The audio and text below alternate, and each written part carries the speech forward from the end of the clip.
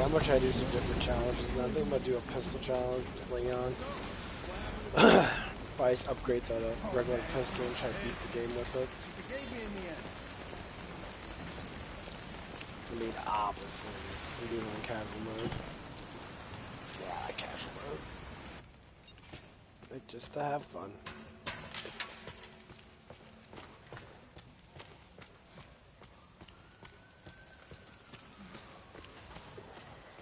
I'm even here. Yeah, I think they're really gonna push this game really heavily because this game's gonna be making enormous amount of leaps. Because fucking everyone's streaming the shit. Everyone's playing it. Like when Resident Evil 2 remake came out, everybody was playing it. So just to prove that they have a good style of gameplay, and that this is gonna push Resident Evil to the way of like, wow.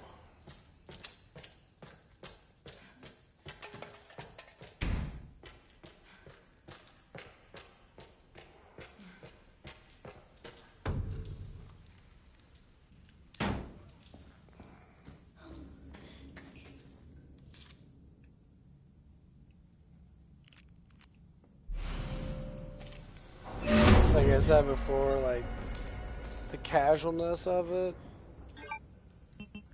Casual and insanity should be as one. That, yeah, you should die easily and the zombies should die easily. It's like playing Doom, the latest installment of Doom. That, like, you can just change the difficulty of how strong you are and how weak other people are. It's kind of like that. I mean, that game was fucking fun. Talk about that. I should probably stream that again. That is a really fun game to play. I haven't played that in a while. That game was just balls to the wall, just murder everybody, which made it really fun. But yeah. Talk about that. I forgot to put it in first person mode. Shit.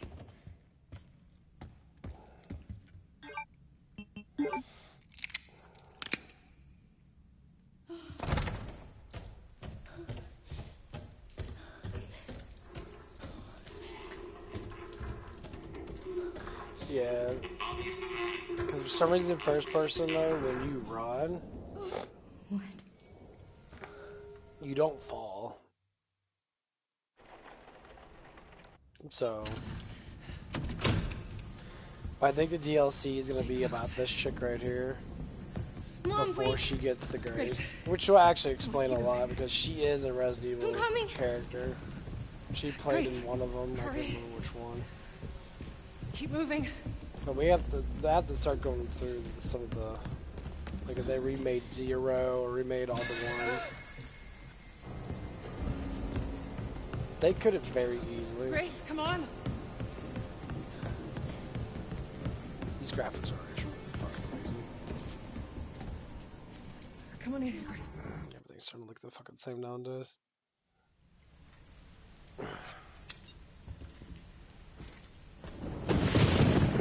It's like playing Persona 5. That game was really fucking good. Kind of pain in the ass at the beginning. Like leveling up in that. You really don't level up that good.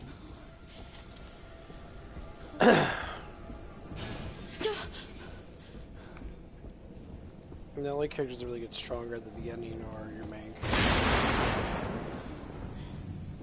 Or not your main character, but your side characters.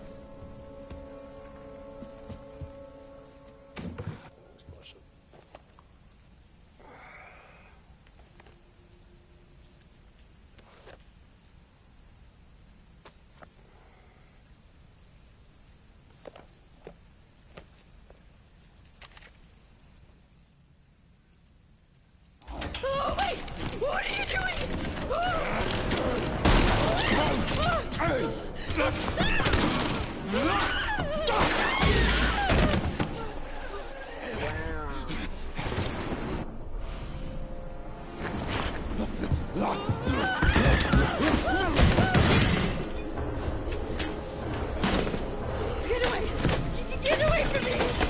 that guy. The guy is like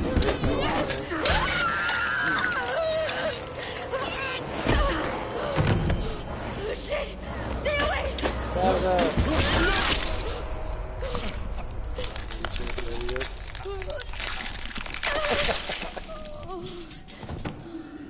Here he comes.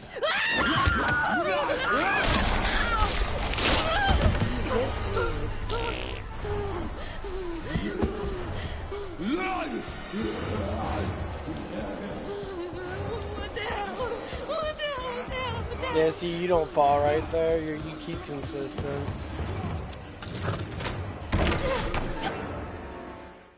Okay, so I gotta use the original pistol. The only thing good about Insanity mode, you can upgrade your shit all the way.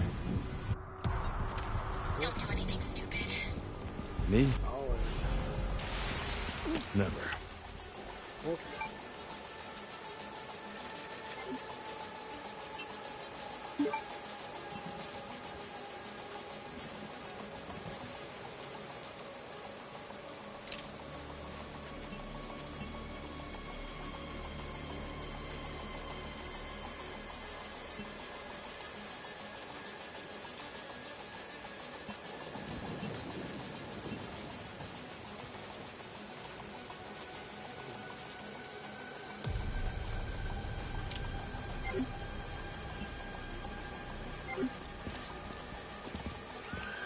The first one costs 0.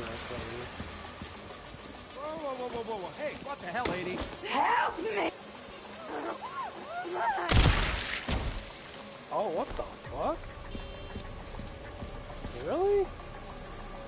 No way.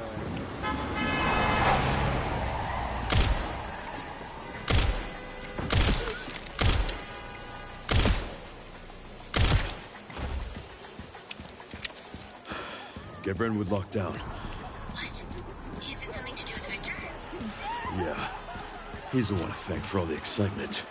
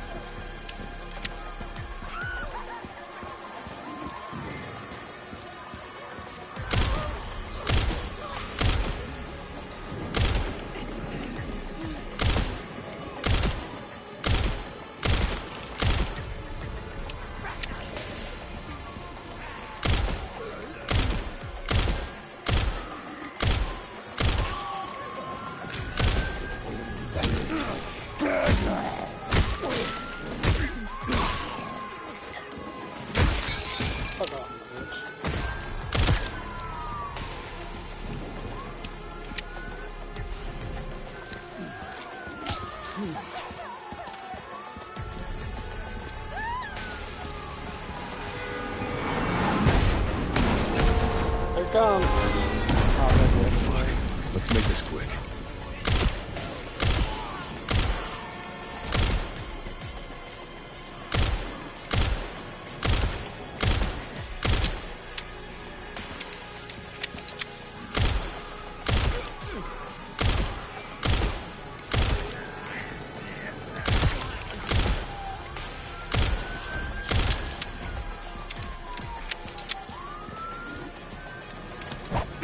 Bitch.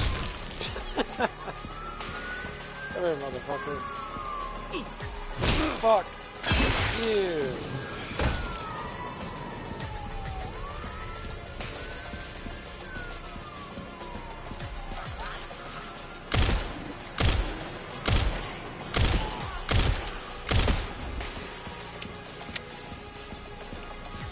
That's like playing this game, I like shooting shit.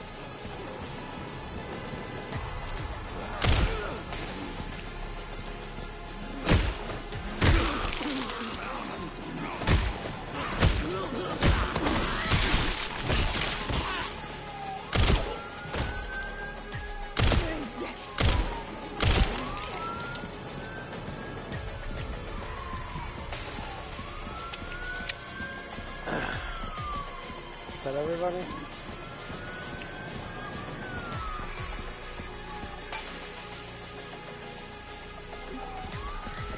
I want to make sure I get everything as well.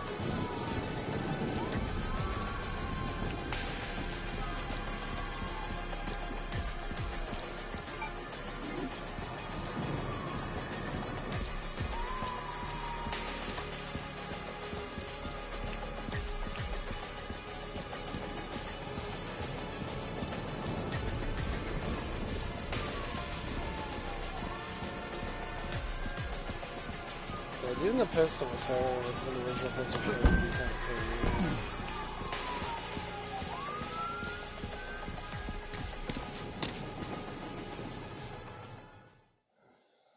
Yeah, I was watching this one chick that streamed this game.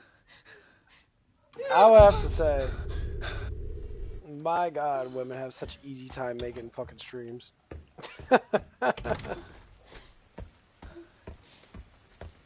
Not even joking, like, a woman could just sit there and just dress up, push her little titties up in that, and just make you enormous amount of views. I mean, I get it. There's a lot of like guys out there that watch shit just because of a woman, and I get it. That's kind of the whole point. Like, you know, that's what men keep on saying. Like, women have it a lot easier to be able to say they're like, oh, you don't even have to do anything.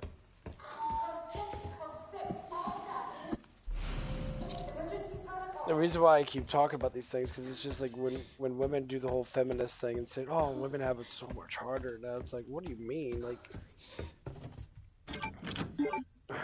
I could see a woman make a streaming channel, and not even in the first like, as long as she has a picture of herself, not even as long as she has a cute picture of herself for her tag, for her like her initial thing, her picture of the, like her channel tag, I guess.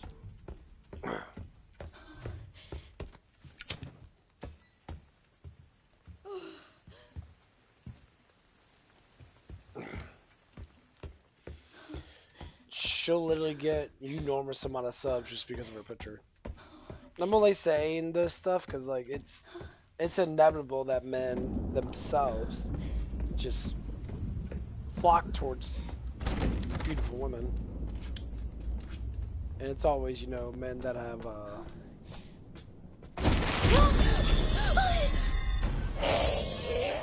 not such masculine minds. Now, you might be thinking, like, oh, like, why did you say it like that? You know, masculine men, you know, loving it. It's the side of the fact that not every...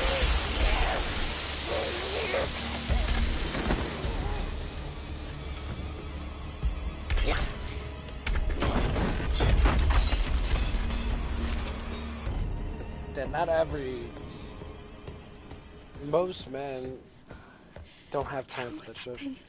Like when people think about this, if a man has all this time to spend time with their woman 24/7, just to say, This looks important. what else are they gonna do? Oh, maybe.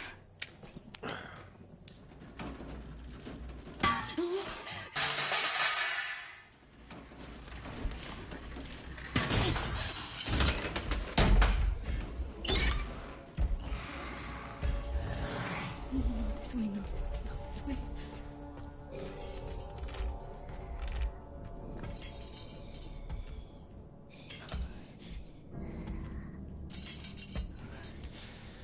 The only reason why I personally like talking about this stuff, because it comes down to we have to start realizing. I think a lot of people do that. We all have our things to do. Just be the person that you are. See, we get guys that try to act like women. I'm not talking about the transgender bullshit. I'm talking about like the emotional capabilities. I think that's how you get a woman. They literally think this shit. They'll be like, oh, you gotta talk like this. No. If a woman's attracted to you, she'll look at you and be like, that's the man I want. Instantly. It doesn't even matter if they even fucking know you. That's how you get a lot of women that date fucking men. But you big-eyed bitch. But the whole point of it is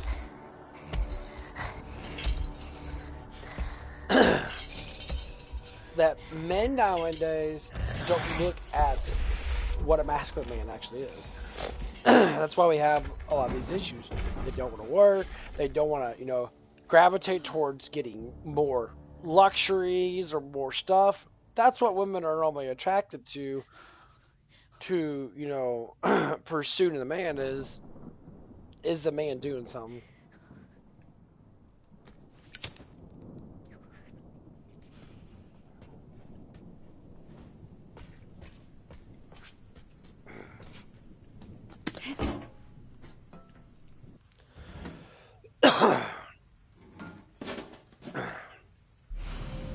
Because the idea of it is, comes down to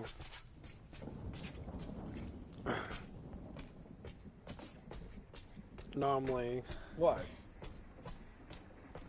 Women like attention. When you ignore them from attention,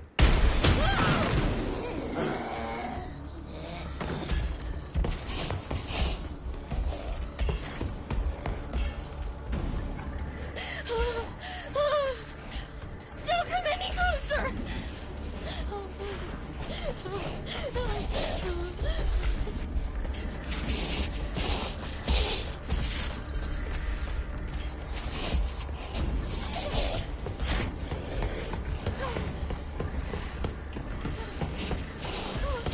yeah, when you ignore them from attention, they crave it more because they're already attracted.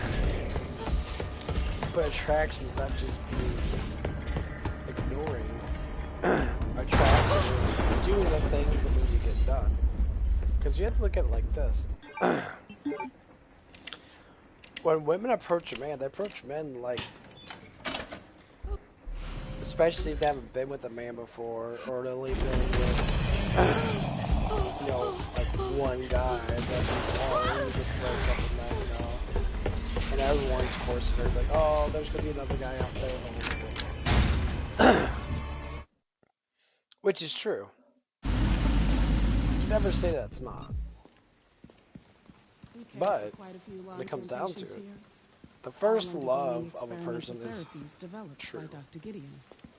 The second love of a person is going to be a percentage lower than true. So let's say if it's like 10%. It all depends on, you know, obviously how you treat it.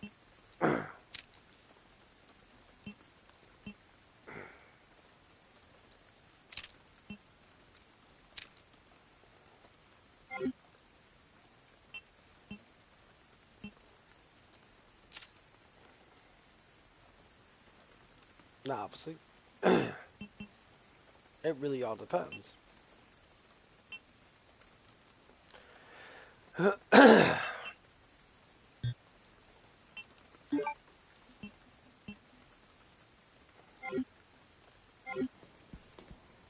Let's talk about that.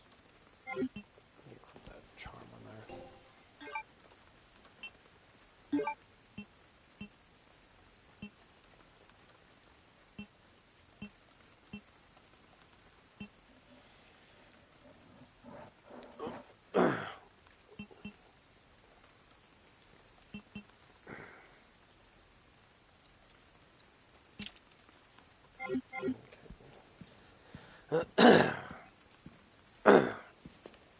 Experimental therapies.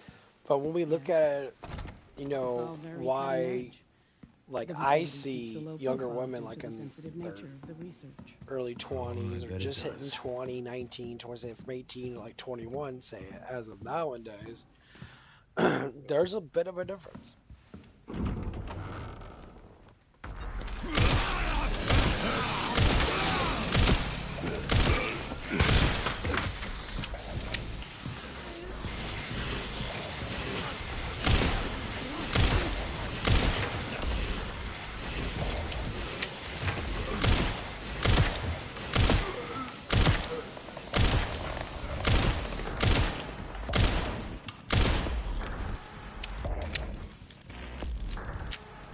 There's a huge difference, especially when it comes down to how people are raised.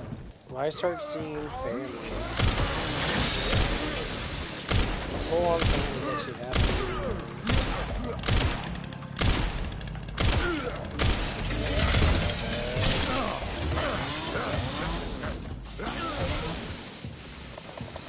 Yeah, they stick together. People are always talking like this. When you don't have father in there, the children never raised right.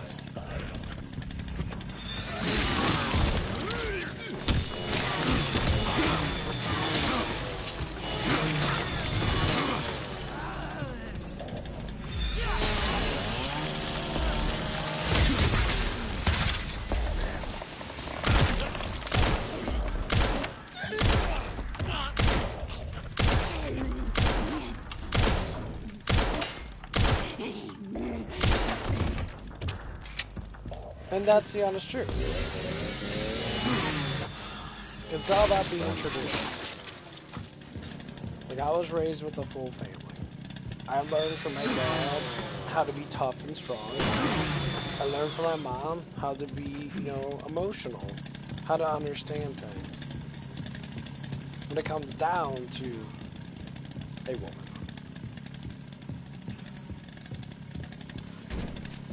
But when you get people that have, say, just single moms, you understand half of the picture. You're never going to grasp the full picture. One of the guys I talk to, we have good philosophical conversations about things.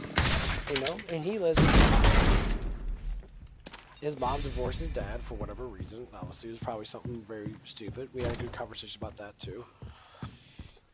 And he was, you know, talking to me about that. It's always the same thing. How things on your end? I say. Just hacked into the center's network. Good. Actually, I'm gonna do first person with this shit.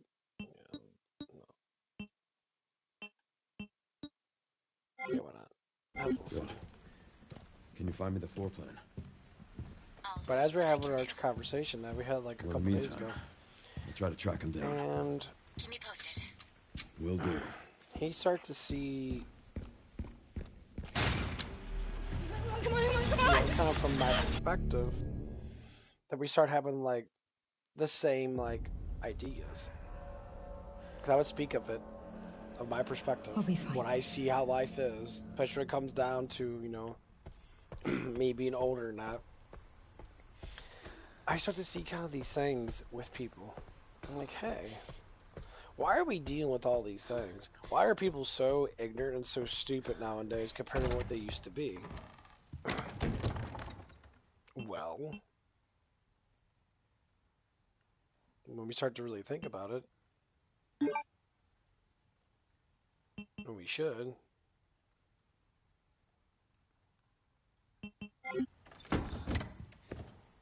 the honest truth is, we lost knowledge. We lost a sense of being. And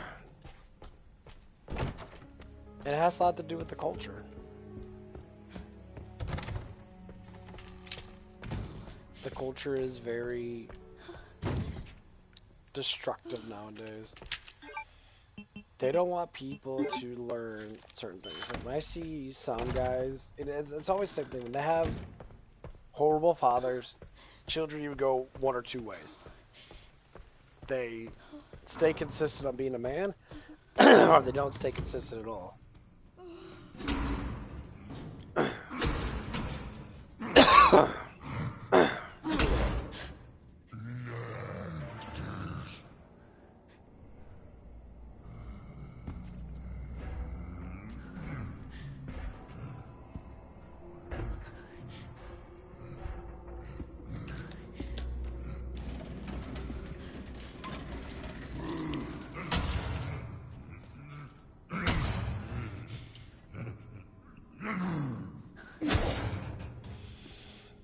So, the more research you get into the single mom era, which is, it's coming to an end, people are starting to realize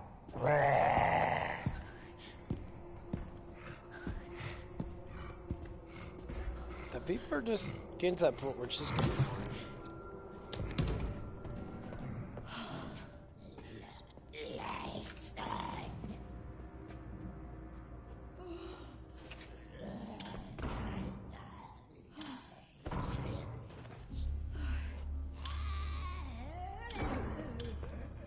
I always have to say, people are starting to pick up. Like, damn. Is it really that bad? Yeah, it is fucking that bad.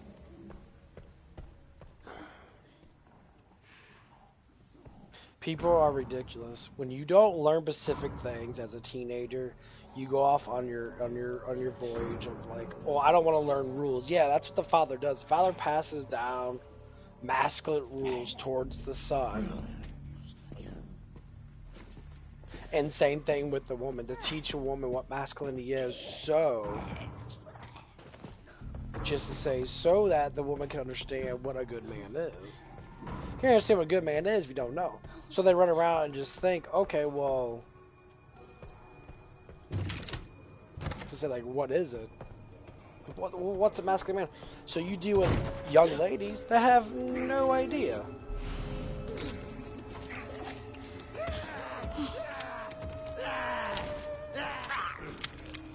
Bullets.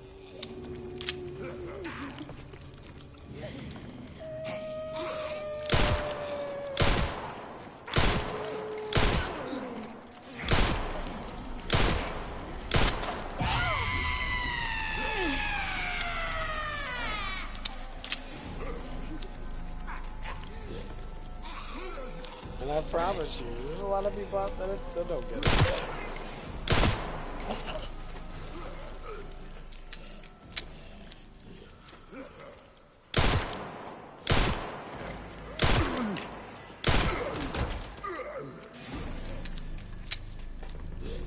And I promise you, there's a lot of people out there just so confused.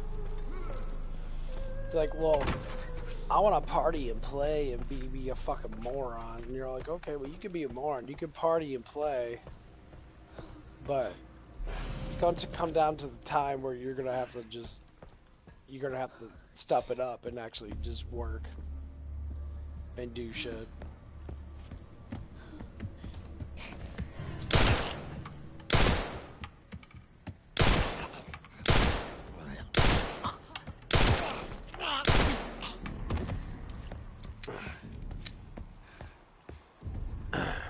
And that's one of the things that many people never, I mean never want to hear, is that, oh, I gotta follow rules now. It's like, yeah, motherfucker.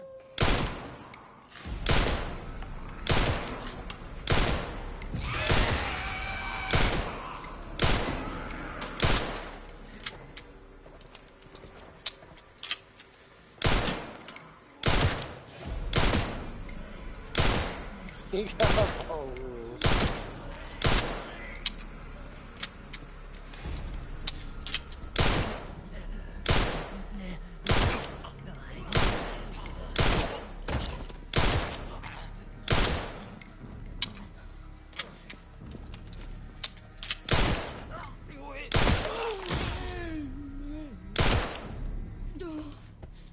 Yeah, this pistol fucking sucks. Oh my god.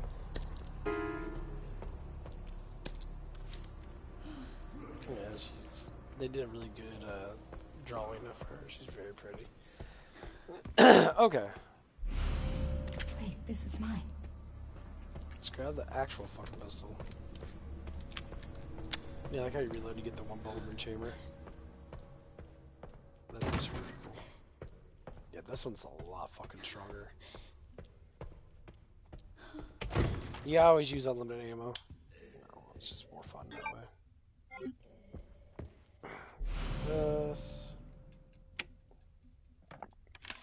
But yeah, a lot of people are saying that they could have prolonged this game a little bit more, just because of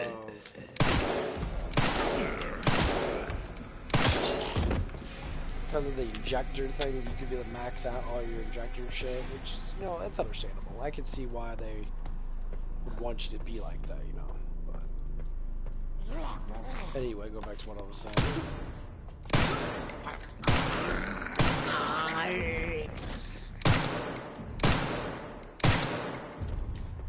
Make sure she's fucking dead. She's a bitch.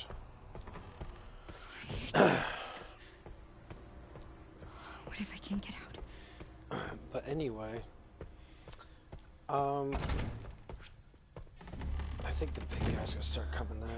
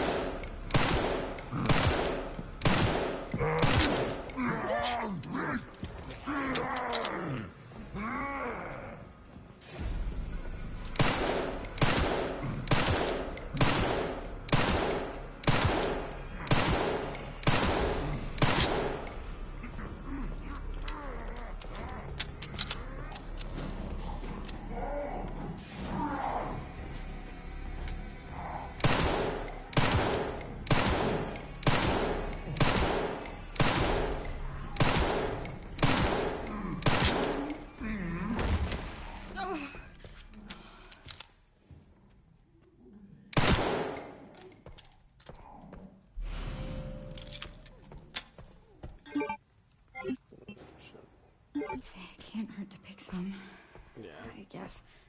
Dude, he takes like 30 shots to go. Anyway. I come to that collection of understanding Weird. that How do people we normally as human beings are starting to really progress towards a different way of living.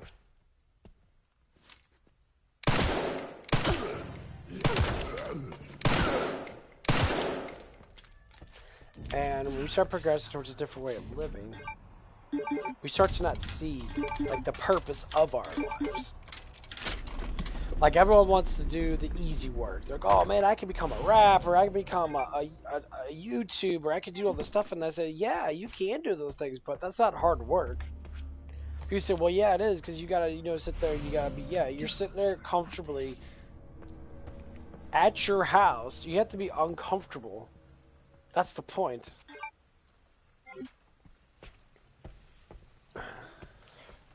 When you're too comfortable, what normally happens is you become weak psychologically and physically. You start seeing people gaining weight. You start seeing people, bending the rules a little bit too much, or they're progressively like complaining about stuff that is hard. Like, oh well, it's hard. I don't want to do it now. And you're like, well, life's not supposed to be easy. It's supposed to be hard.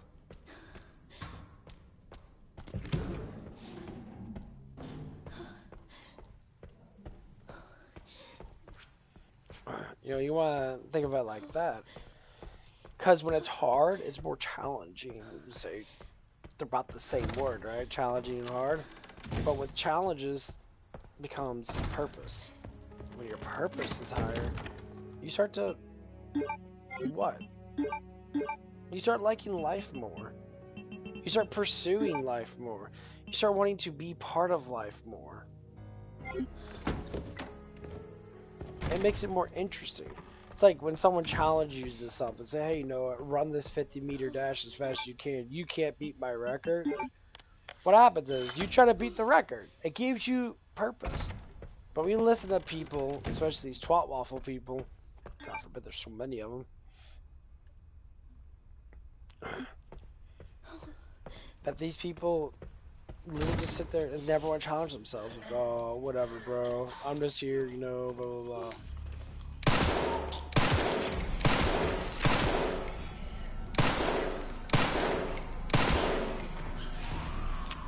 And it's like, what happened to the challenge? And then you get to what? The pothead. The people that look at life, oh, I'm just alive. I'm just here.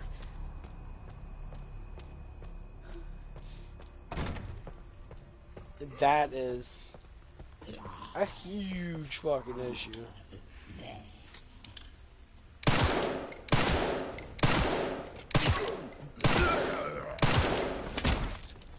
I'm just here. No love, right there.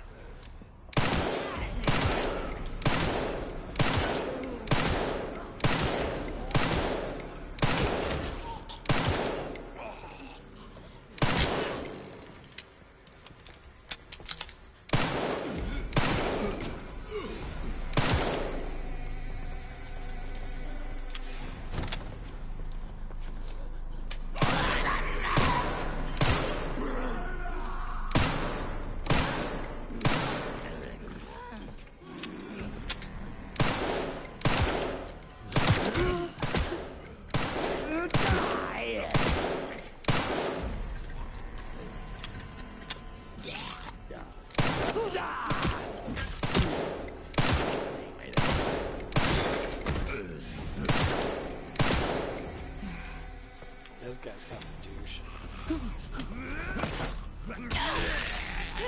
Yeah, that guy always does that shit.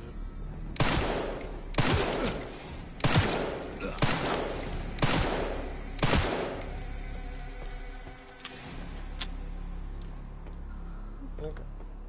Let's go in here.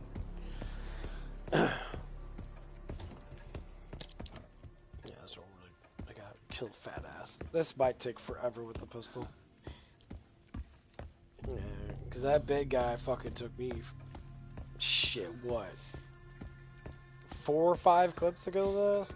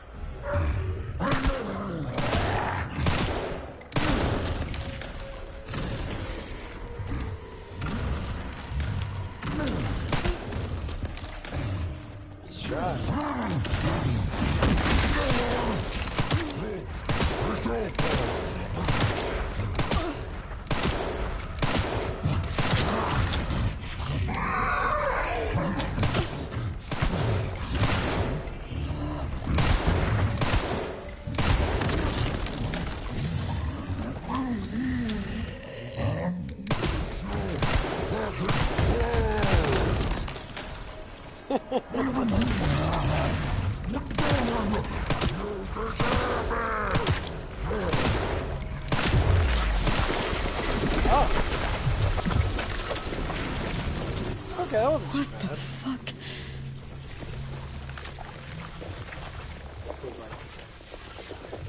Maybe close to 30 rounds. Oh god, he's gonna explode! Splatter batter! Splatter batter! Here it comes!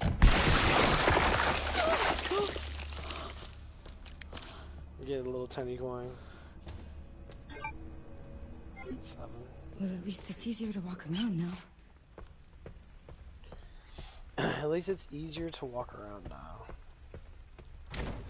I like that.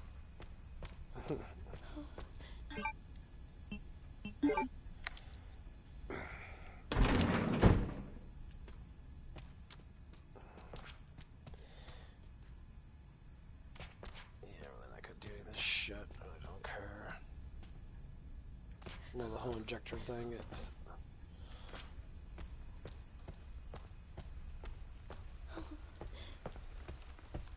Once you get all the charms and that, the injector things are kind of pointless. Okay. Got all that shit. Let's go here.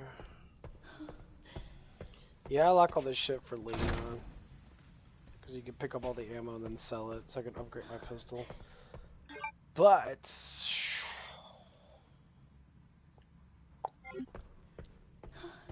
I need to find... Still need to find the last raccoon thing. I don't know where the fuck it's at. I've been looking all over the place for this damn thing. It has to be somewhere fucking stupid as fuck. That's all I'm gonna say. There you go. Take a piss.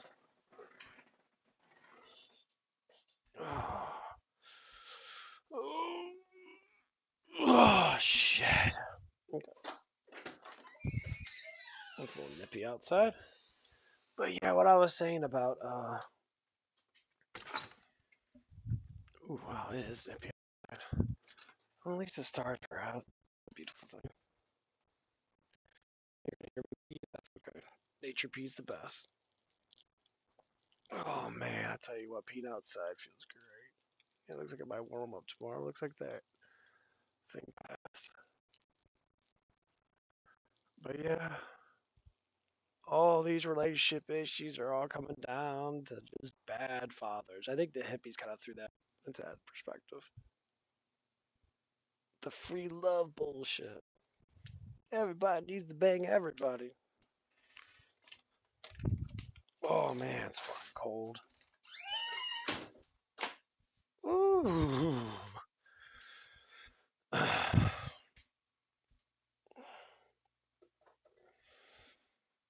But yeah, every time we come to these like little conclusions,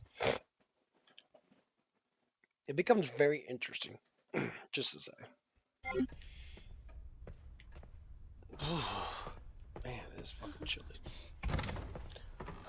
Okay. Need to.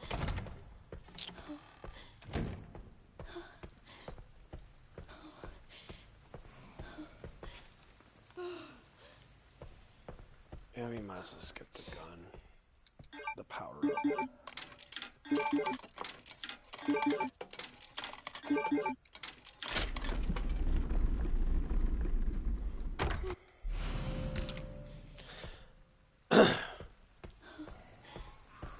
But yeah, everyone's talking about the DLC of this game.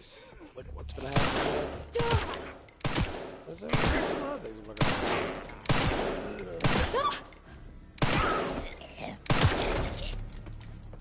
I mean,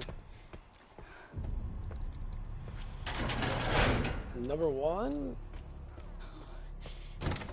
it's gonna be more story driven. That's the biggest thing. Resident Evil's got a huge story, like enormous story, and it goes down from like if they ever made like say this is what I want them to do. Put all Leon's collections together, so that someone can play one gigantic like 50-hour game of just Leon. People would buy that shit, and people would fucking sit there and love that shit. You know, get him to start off when he was, you know, as a rookie and that, going through the training and stuff like that. You do all Leon's story, you will make one hell of a game. Especially if it's like this style. I think it's like that. What the fuck?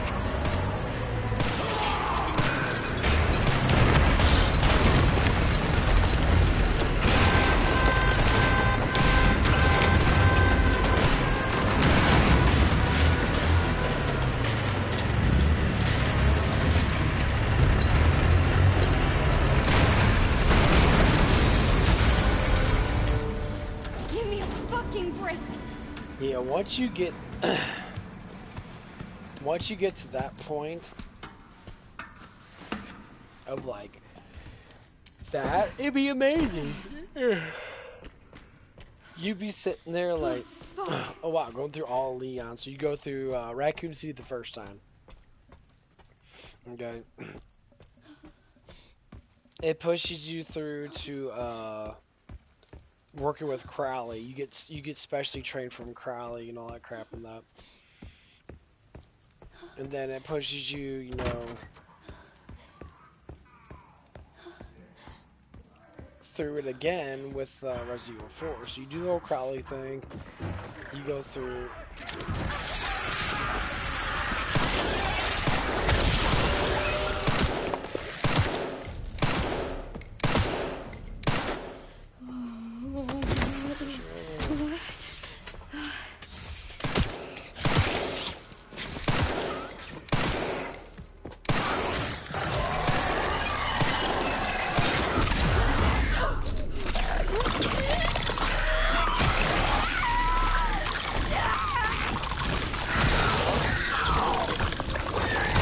Kill me. What? Did I just get one-shotted? What? What? My health is full.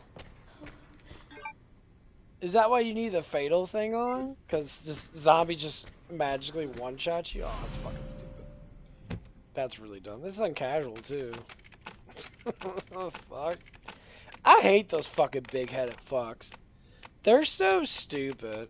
I get it that, you know, use your hand cannon, but I'm not using my hand cannon. The motherfuckers take like 50 shots to kill. Well, not that many, but like at least 15.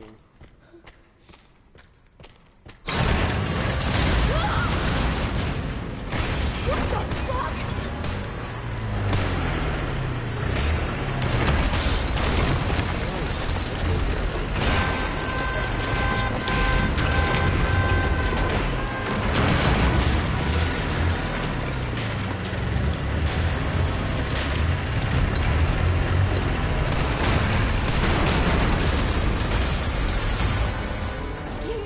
fucking break!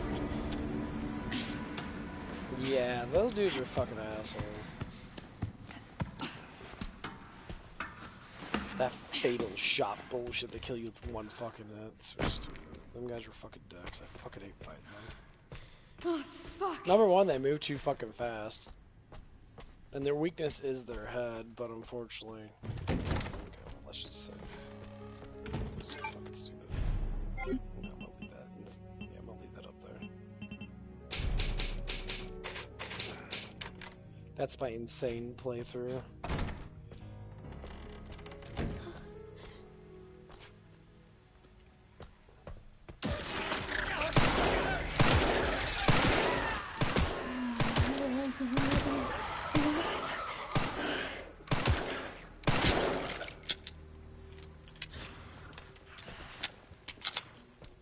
Nope.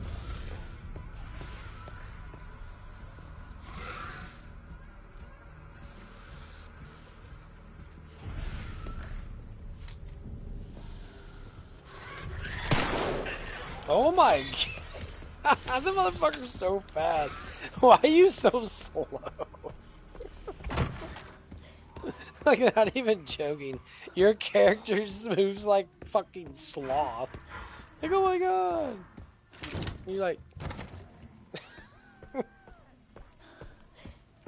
You're just so slow.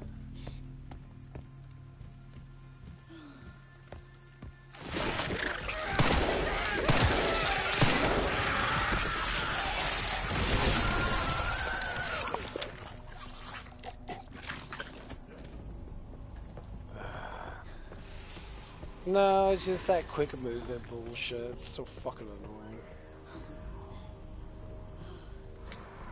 Look at that. There we go. Look at that dude just knows I'm shooting at him, so he's dodging my bullets. That's so fucking dumb. He's like, oh, I know you're shooting at me, so I'm gonna dodge your bullets. Fuck you, dude.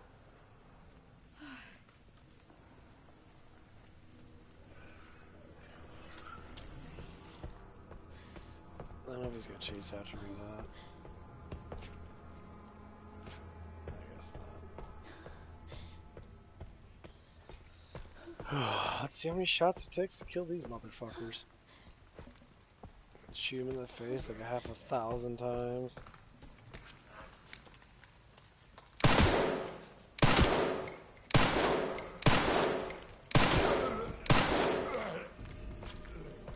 Oh man, my stomach's killing me. Oh man, I'm getting hungry.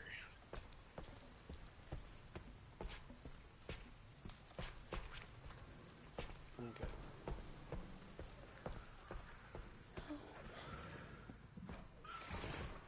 There it goes, the growling.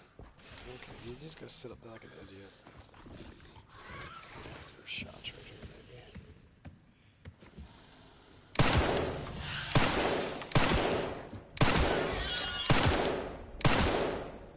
Thumbs up, Juno. Run! He's gotta start gyrating all over the fucking damn place.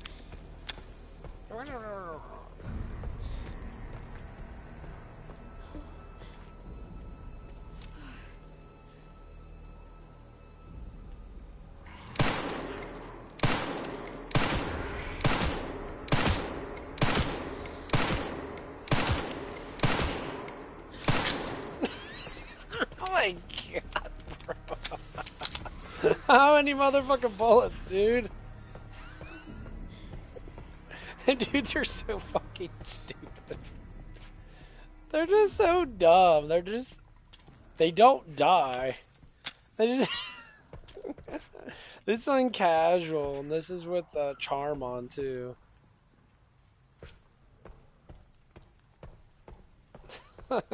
I have the precision charm on, and I have the fucking power charm on.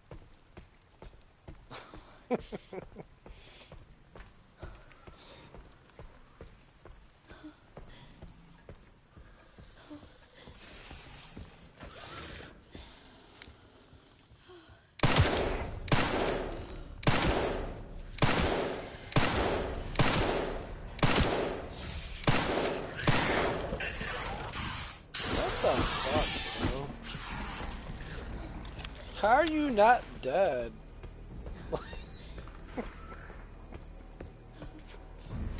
Like, for real. How many times you gotta do this shit, dude?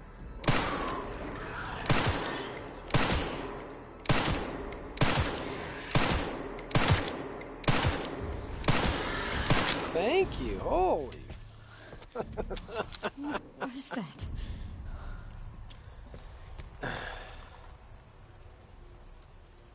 That's the pulsating.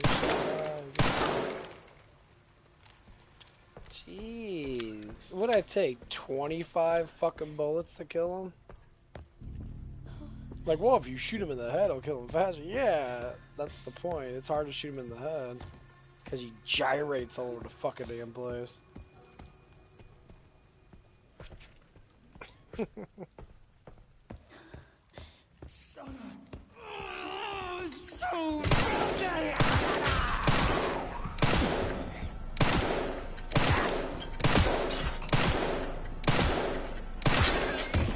the fuck out of here, bro.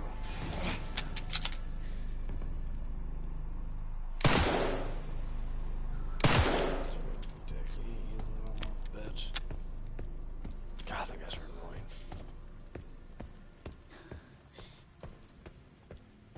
At least they died with 10 fucking bullets, not fucking 50.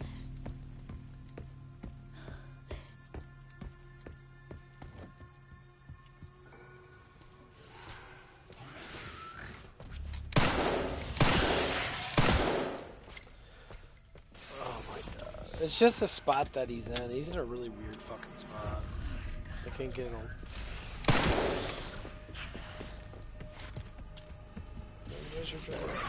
Oh, oh, that one. Come on! Oh my god, he's so slow.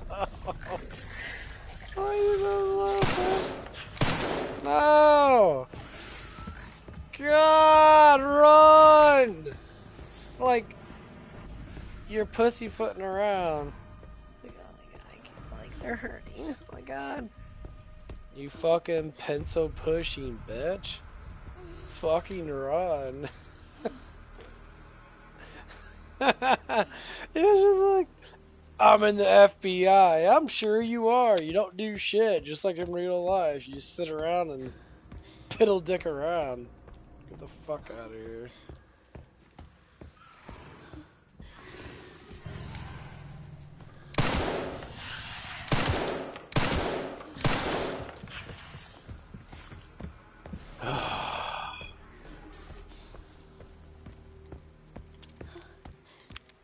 Come on. I gotta make that camera faster.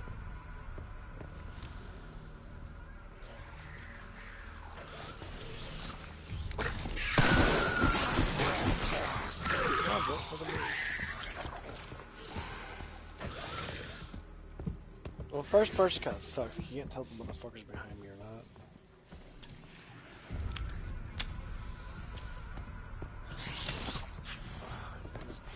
Dr. Gyrator.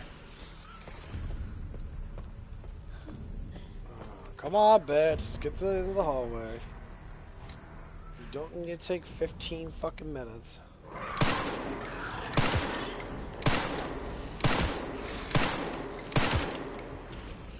Oh my god. I understand they're making them dudes hard for a reason, but really? It's like you're making zombies not zombies. They're not zombies anymore, guys. They're infected. So they move fast as fuck and they kill you with one hit. Zombies. That's basically what it is. They want you to oh shit. Is he actually coming in here? Well, I can't fucking see. This light sees more than fucking 10 feet in front of me.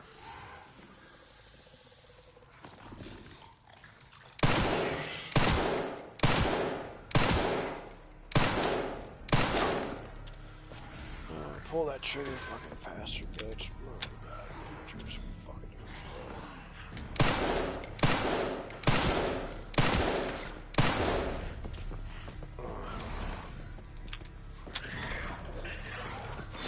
oh god! Run, you stupid dumb bitch. Stop fucking pussyfoot jogging.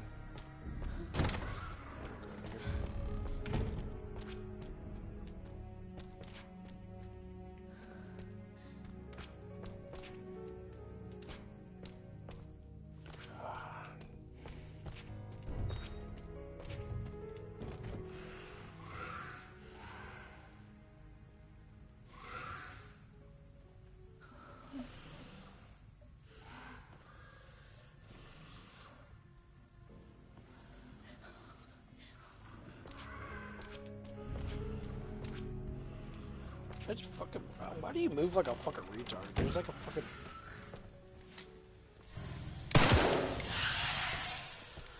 Oh my god. No, there's just a huge delay when you fucking like move. It's not instantaneously. There's literally a fucking second delay. Like if you move side to side, there's a fucking delay.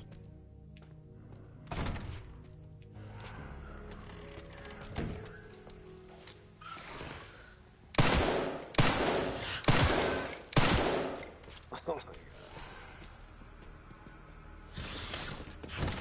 See ya.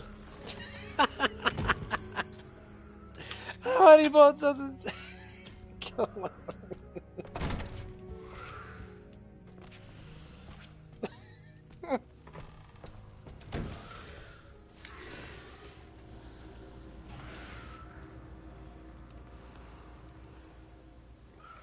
No, the sad thing is, like, not all damage is fucking equal. Like, one shot with the fucking revolver is like 30 shots with the pistol. But when you look at the damage monitor, it doesn't make sense. It should be every 5 to 6 shots is a magnum pistol. But it's precision. That's the reason why. So you shoot him in the head. So if I shoot him in the head 6 times, you're supposed to die, right? Fuck no. One magnum round just kills those guys. It takes like, what, 25 rounds to kill him with this gun? Even with my power-ups? That's so many shots.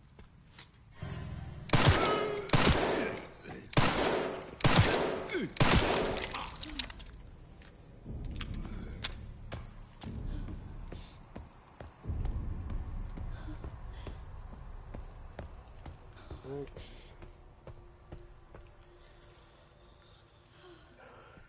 Yeah, I need to go to the cold storage room. It's right here.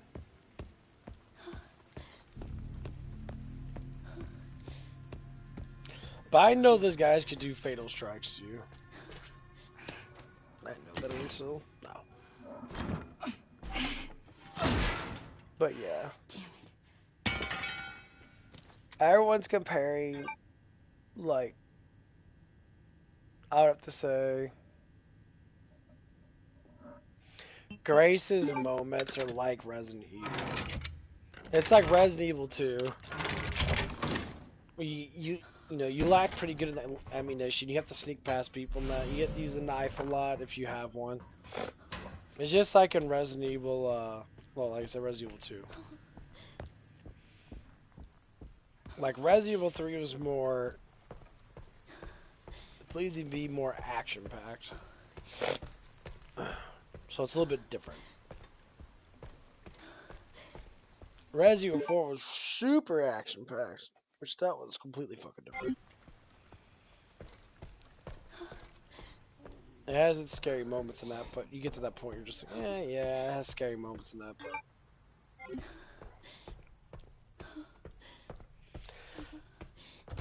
I have to say, this is what I do like. The Leon part, if you do challenging things, like just use just the normal pistol or something like that, yeah, it's gonna be fucking hard. It's never gonna be fucking easy.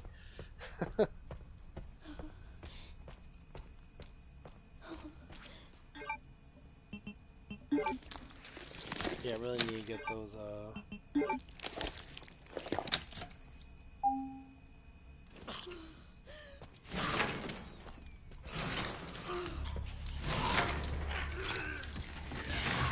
Of course it gets up.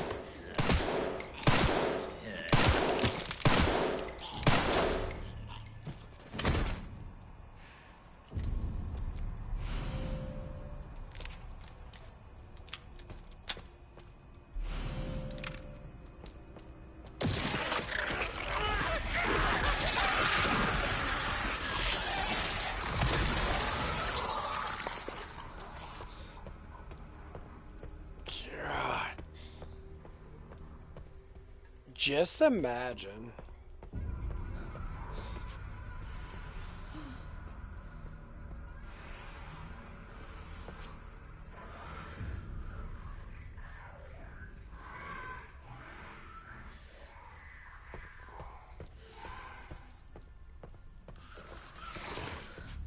Oh god, he saw me. Oh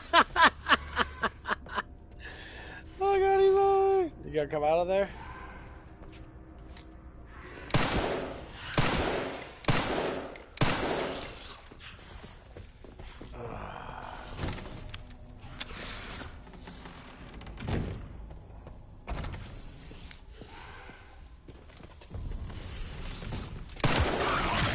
Nope.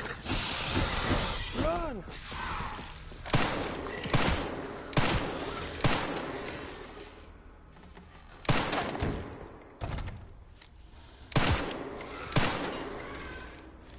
Use the door for cover.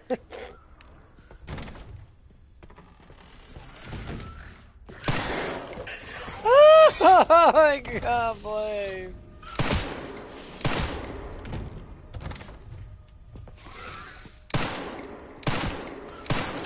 Bitch, leave the fucking door open, you stupid dumb fuck.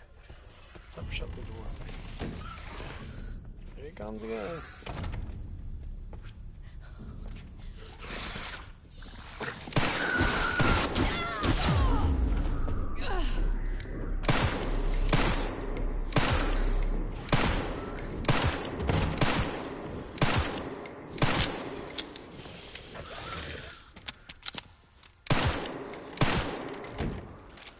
Damn, that motherfucker beat my ass.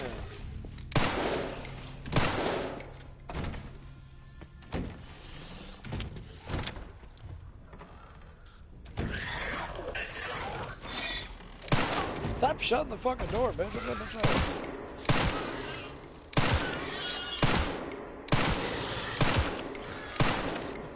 Damn.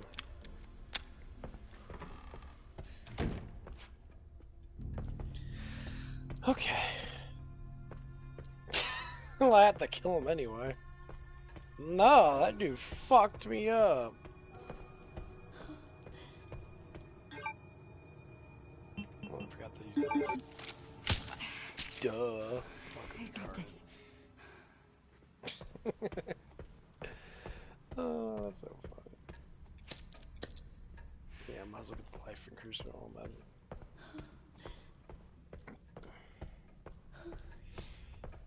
Yeah, them dudes deal ridiculous amount of damage.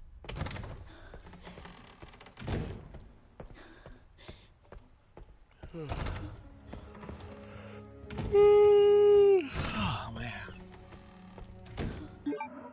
I need to get some water in me. Damn.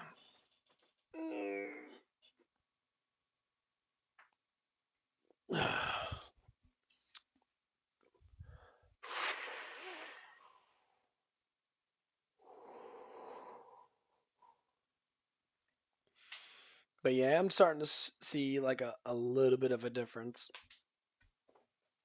It comes down to the peptides and that. That's a little bit of a difference. Nothing too dramatic.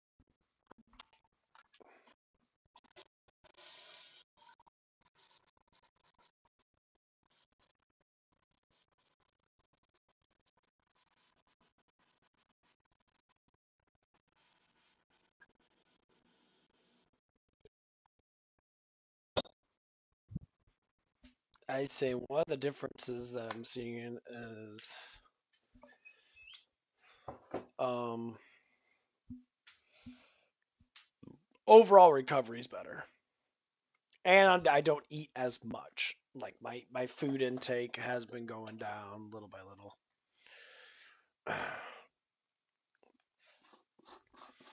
Um,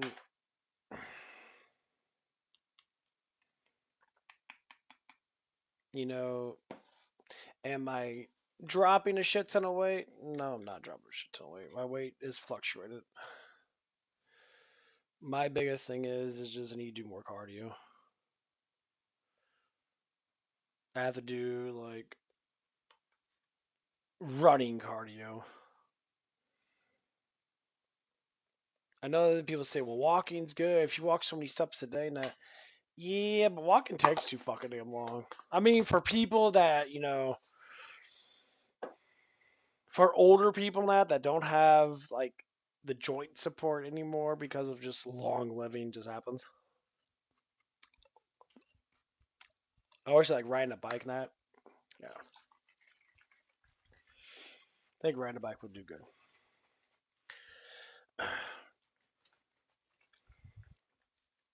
Or just not eating it as much. But I think that's why I need a trigger inside my mind. It's really hard because, I work at a fast food place, okay? And I have to say that the stuff that we have is very tasty looking. It does taste good in that. So if I can limit certain amount of calories from or stuff like don't do sauces and that because everything's ranch based, so it has a lot of fat in it. So that'll decrease calories by like 100 or so. It's just the little things. And that's what I start to notice. Like, okay, so if I do these little amount of decreases when I do eat, then my body is going to just be, not really hungry. It's just so difficult in America because food's fucking everywhere. I mean, food's everywhere.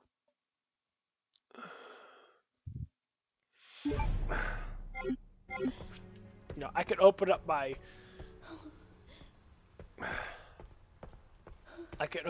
refrigerator and just see all kinds of food in there. Obviously, if I was living on my own, I eat probably a lot lighter. Mainly just because I'd be lazy as fuck to constantly be getting food. I'd be a guy that would like rice and eggs type shit. The thing is, I'm spoiled. I live with my parents and that.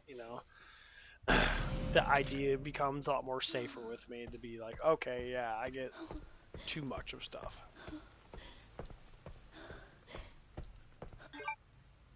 Okay. Let's start grabbing some of these herbs. And those guys did fuck me up a lot. But let's grab this one. Okay. Let's go to the...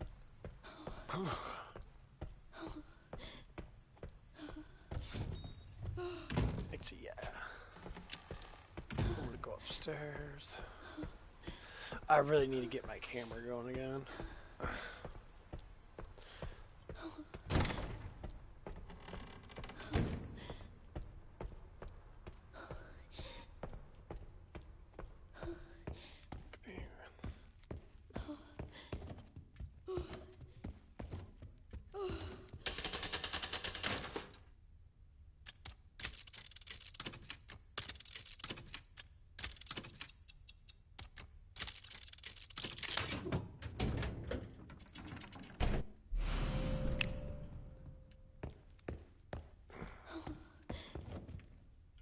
Is there a thing in there for me? Shit.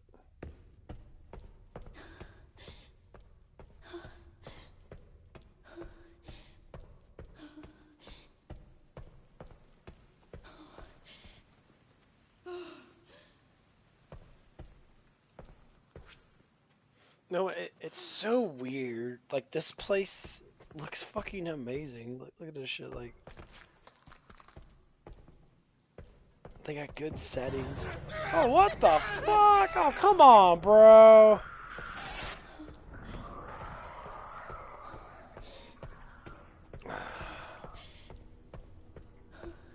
Go fuck yourself,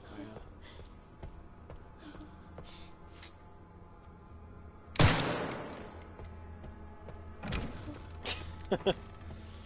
They're not hard to kill if you can have the potential of shooting them in the head. But the potential of shooting the head's a pain in the ass.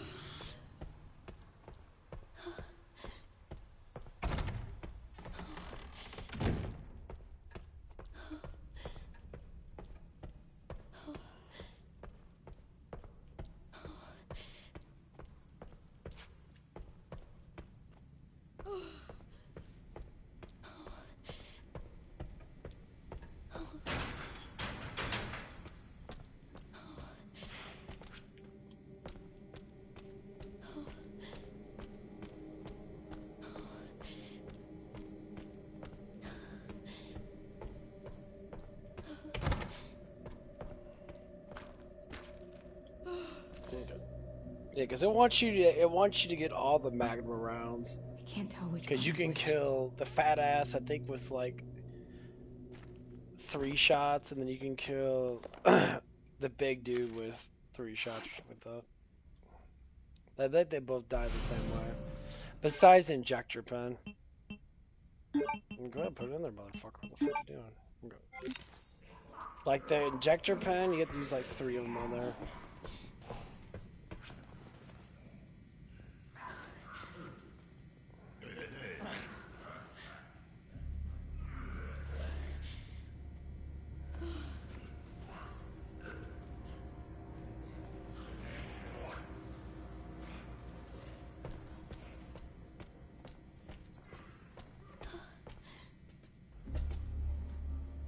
What the fuck are they all doing in here?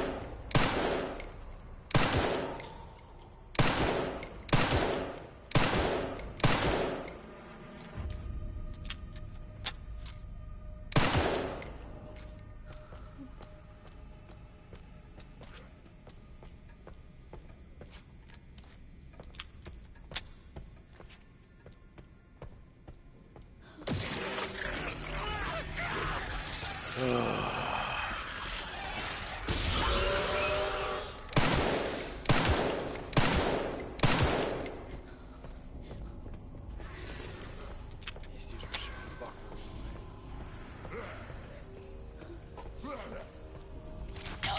so fucking fuck off. That's too effective. Too effective. Hell no, bitch. These motherfuckers are gonna die. Too effective, my ass. Fuck you.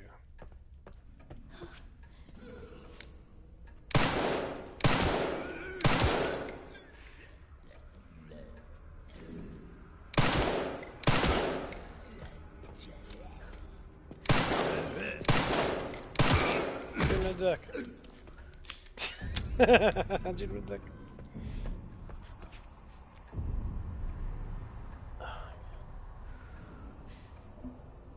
Gotta turn it up a little bit more.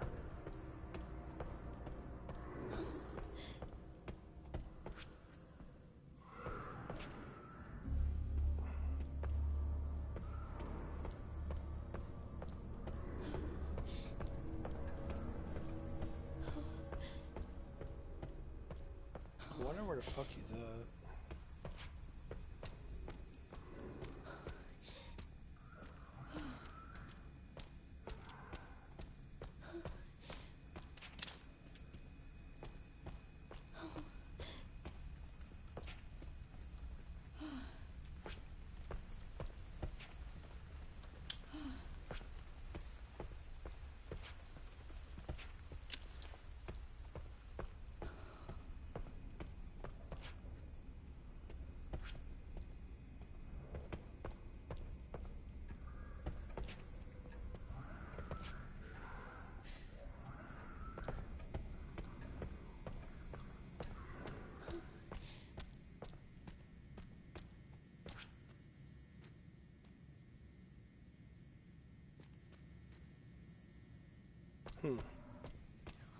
Let's try to figure out where he's at.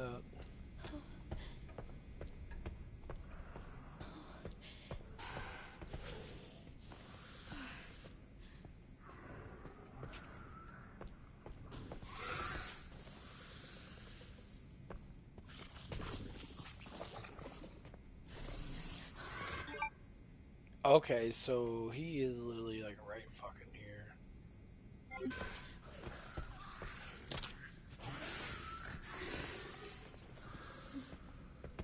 Maybe I can get his attention by shooting.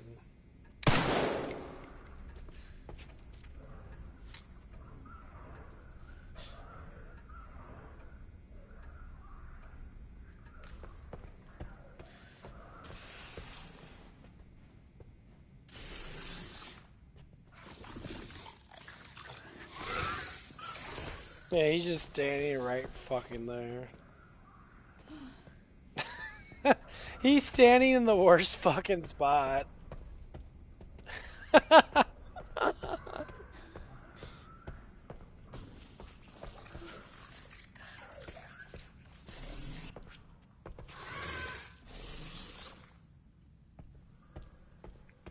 think he's sucking dick or something.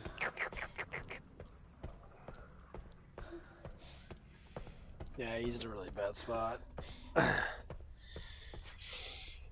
Okay, so got that shit. I mean, he's not gonna bother me, but the other ones will, so I'm about to have a shootout of multiple times with these fucking douchebags.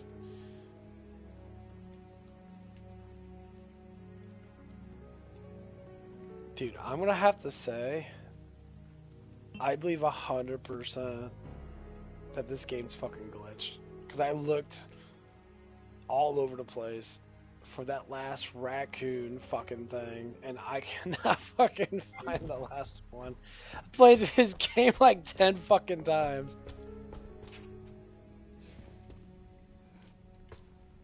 And like... There's some buttons with Braille in them. Yeah. Can you read No, them and then, I don't know how the fuck I'm going to beat this push the guy. buttons in this order. Star, star, moon.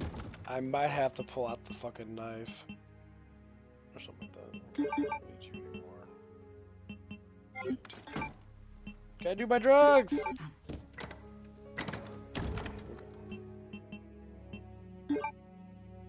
I just have to pull out the fucking knife.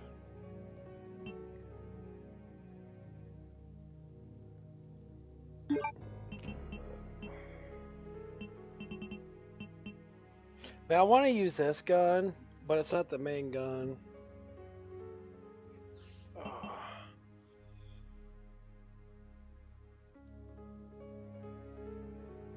Yeah, I'm gonna keep that on me because I know I'm gonna get my ass bitten. I do not need that anymore. That's absolutely fucking pointless. Okay. I got an injector, got a herb.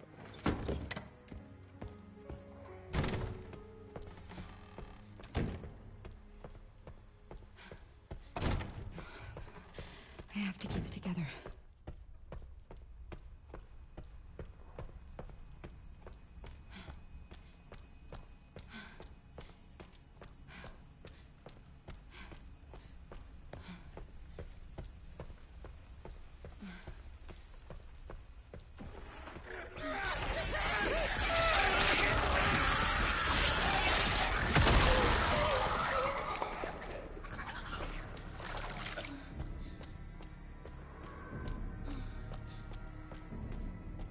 Yeah, you just run through them all.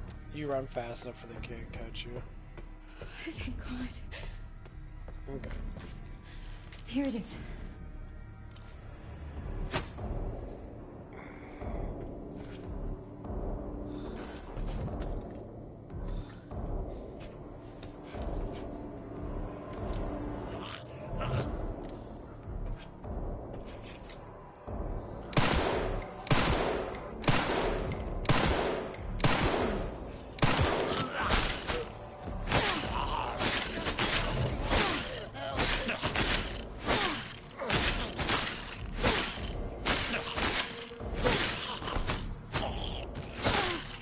Jeez, bro.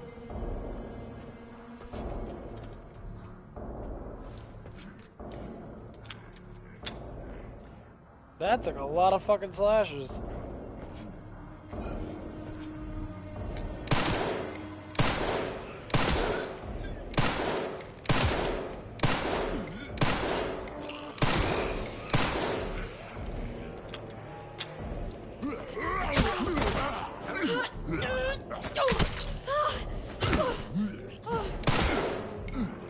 Shit.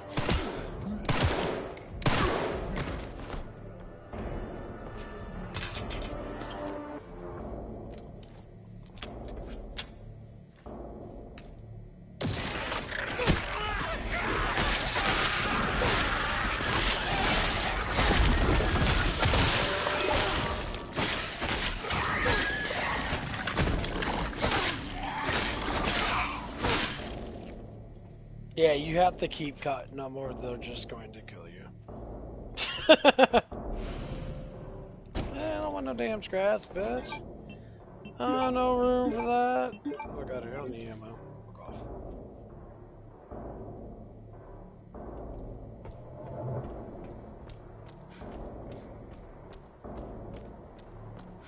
Grace?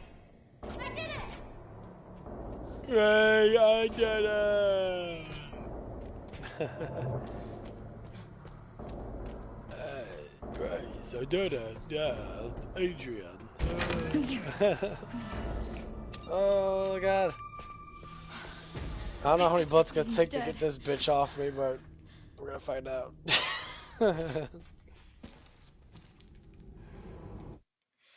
I think Leon's probably gonna have like the worst fucking trouble. Because pistols fucking suck. Glad that FBI agent got away. FBI? FBI agent got away. Okay.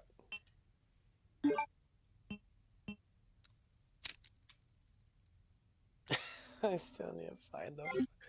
I don't know where it's at. No, Where's it's Ashcroft? confusing the fuck out of me. Victor Like, kidnapped her. Why? I don't know.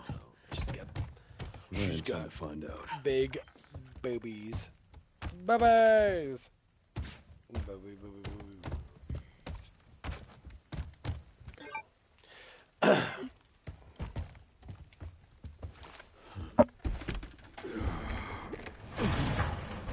Looks fat ass here.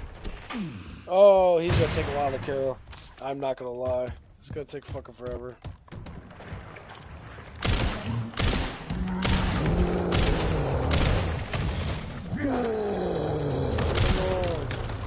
Hope I'm not next.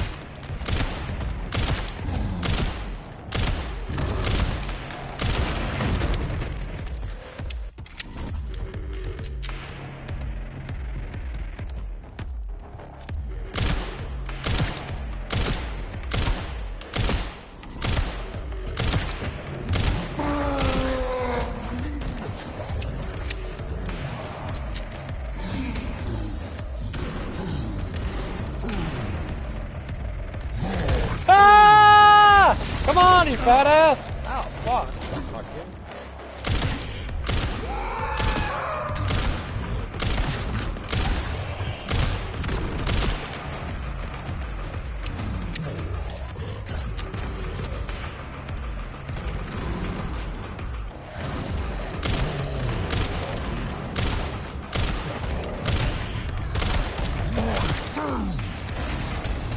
Nope. Get the fuck out of there. Go, Leon, go! Oh my god! Ow!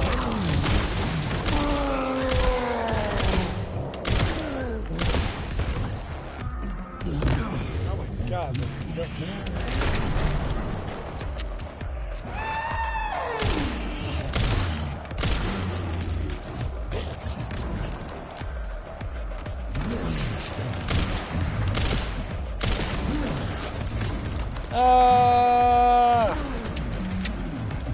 Why are you so fat?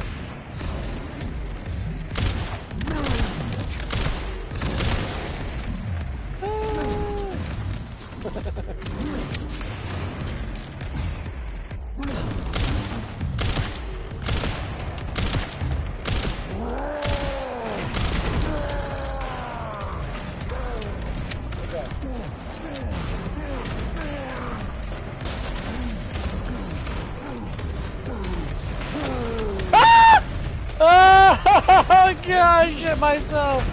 Go out there! Go out there, Leon! Go, go, go, go, go, go, go, go, get the fuck out of there!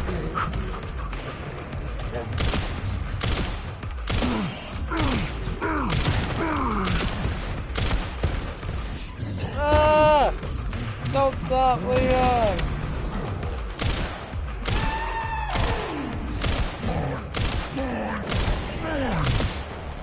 Okay, bro. How many motherfucking bullets did it take to kill you, dude?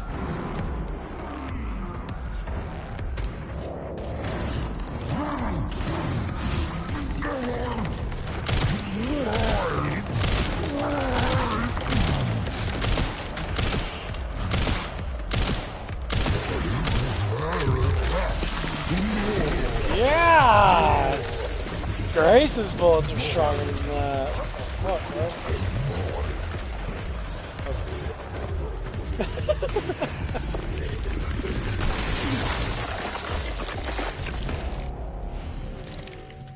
Sorry, but I'm not on the menu. Sorry, I'm not on the menu. His one-liners are so funny. Sorry, I'm not on the menu, but I am hungry. So, you know. How the fuck do you expect the beat that, dude? I know the Stout's pistol's better. Because this pistol fucking sucks, dude. The damage is so fucking weak. And you shoot so slow, and it's just fucking massively irritating.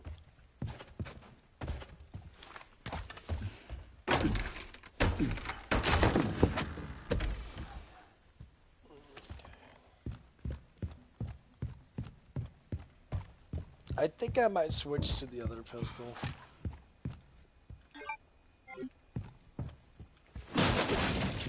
It's still using pistol, but I'm not.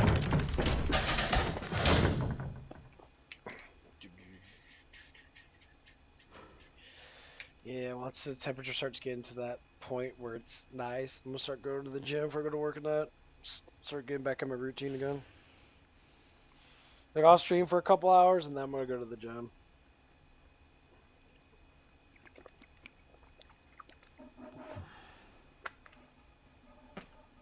Oh. Oh. Okay. Stop. Okay. Let's go, Leon.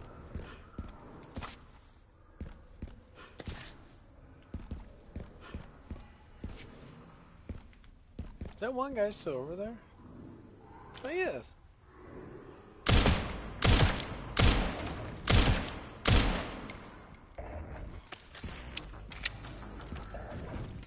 Just got that fucking battle music shit.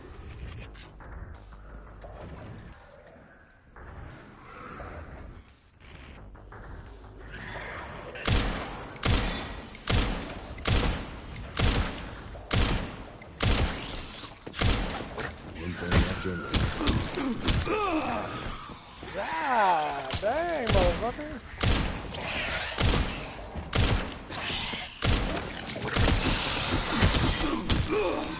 Ah, dang. Why you dealing so much damage, bro?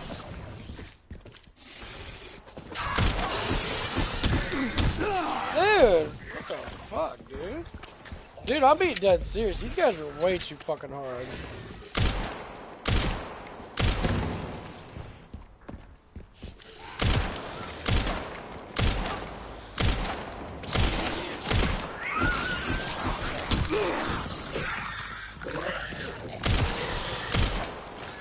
Ah, man, what the fuck, dude?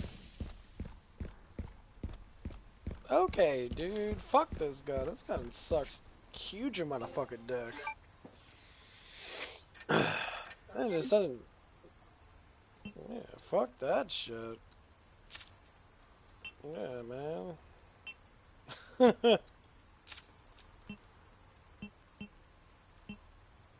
I mean, I know you're supposed to use a shotgun for those guys, obviously, because they're just really fucking difficult to begin with. But still.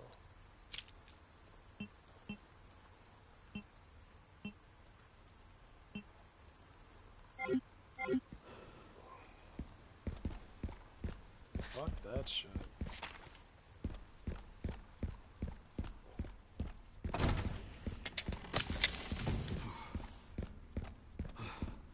Oh, your hatchet doesn't do shit to them.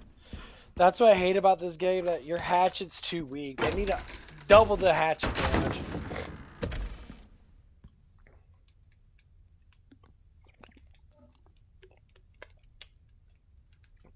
You gotta grab these things? Yeah, grab them, motherfucker, damn. Okay.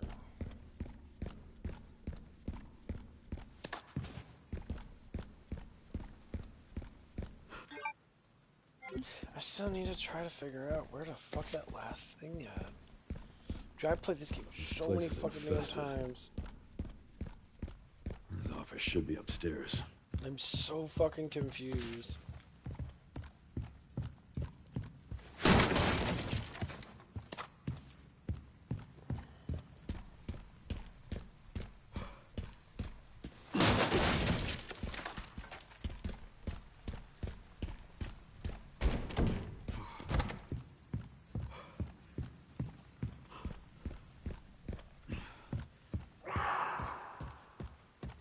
Oh, there's another one down there?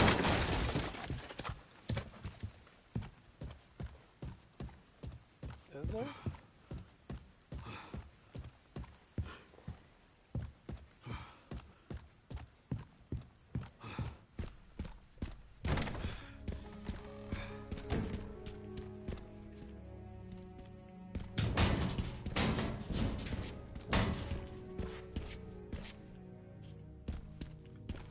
I'm using scraps.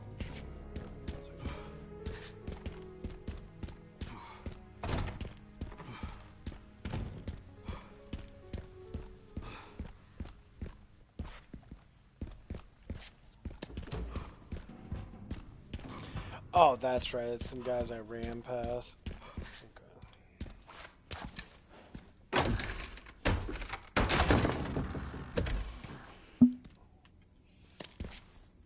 Yeah, I going through and grabbing all the especially the bullets tonight. Gave me a lot of points. Scrap right here. Put in there.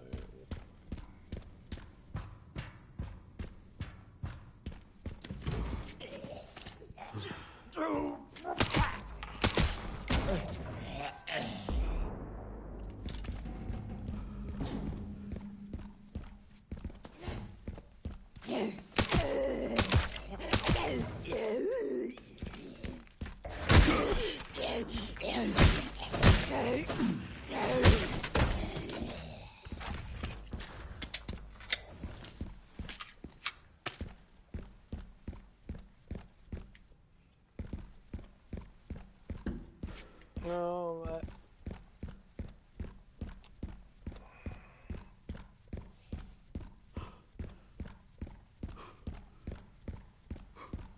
Okay.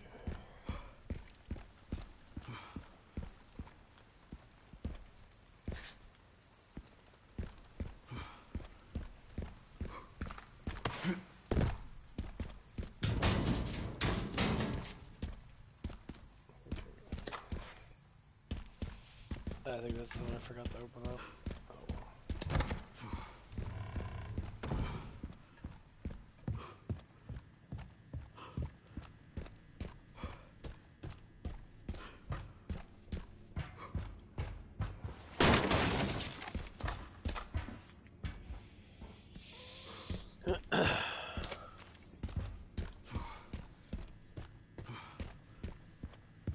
But yeah, the normal pistol sucks. Even if it's upgraded all the way. Even with the charm on it.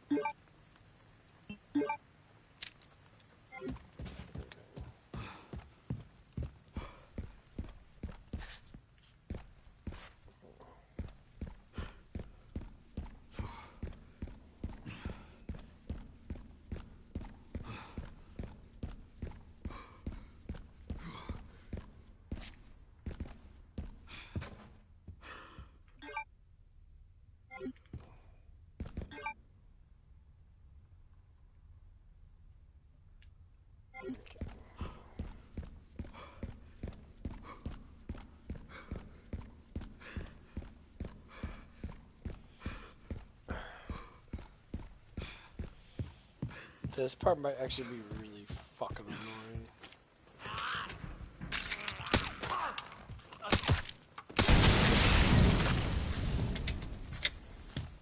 Okay, yeah, I'm about to upgrade my damage, upgrade my firing speed. Let's go this one.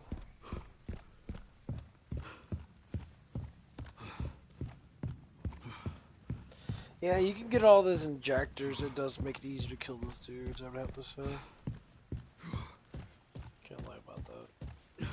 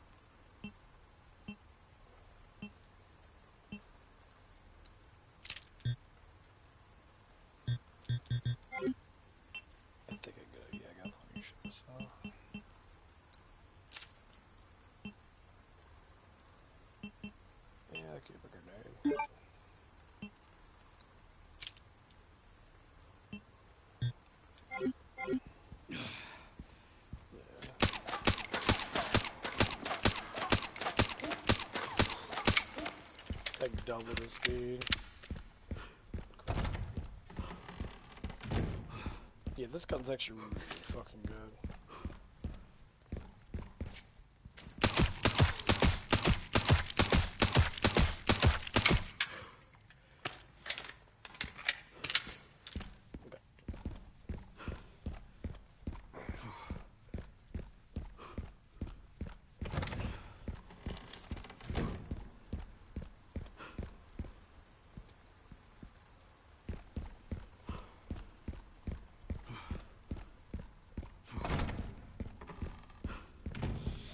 Well, when I face those one fuckers, I have to shoot really quickly and have that extra, extra speed. Help out here. So I'm probably gonna have to grab me some more. Get the bullet capacity up.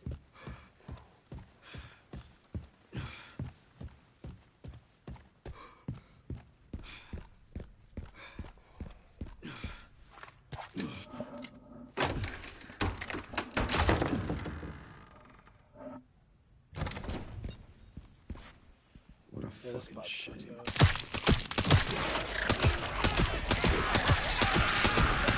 Out of ammo.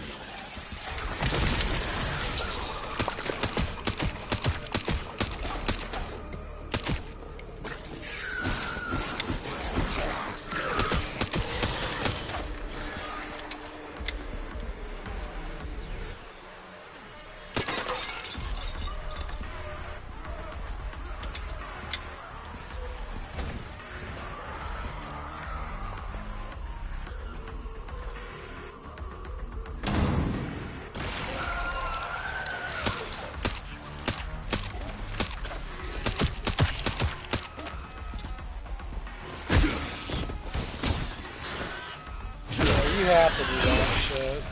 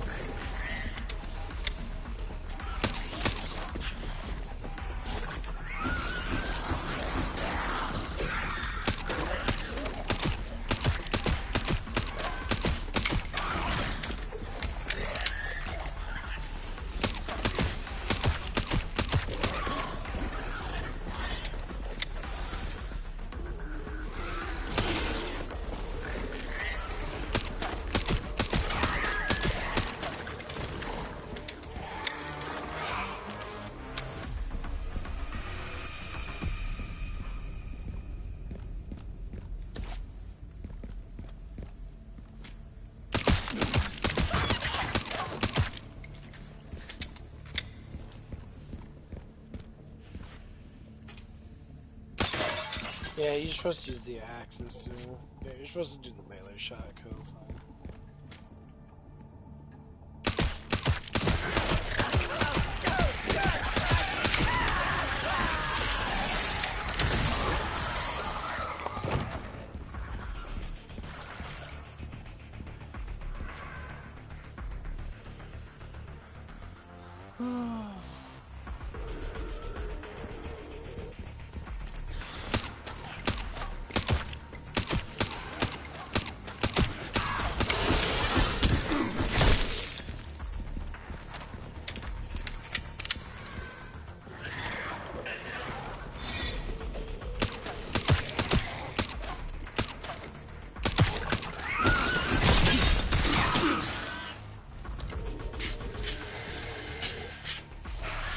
Fuck you!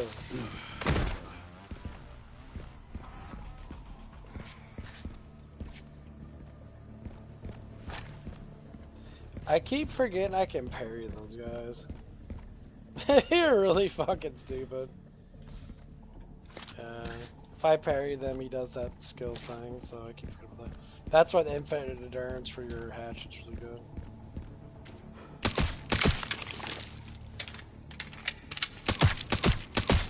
I know you're gonna come back. I know you're gonna come back.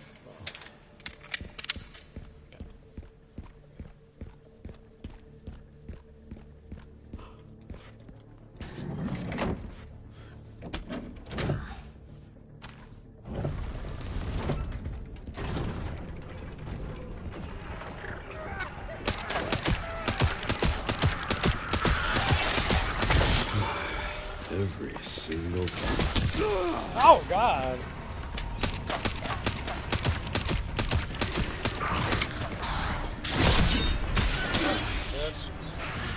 Eat my ass, motherfucker. Yeah. Oh, God.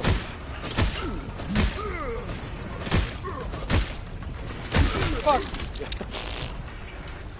Fuck. Oh, yeah. Well, that's my cardio for the week.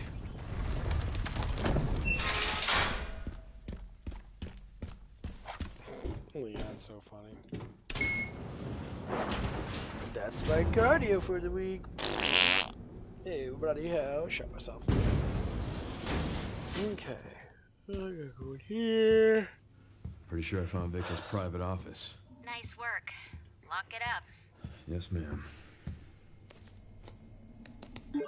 Ain't gonna lie, everyone. All the women are fucking popping pussy boners over Leon. He's a shaggy old man that fights evil. The biggest fucking turn on in the world. They wish every man was like that.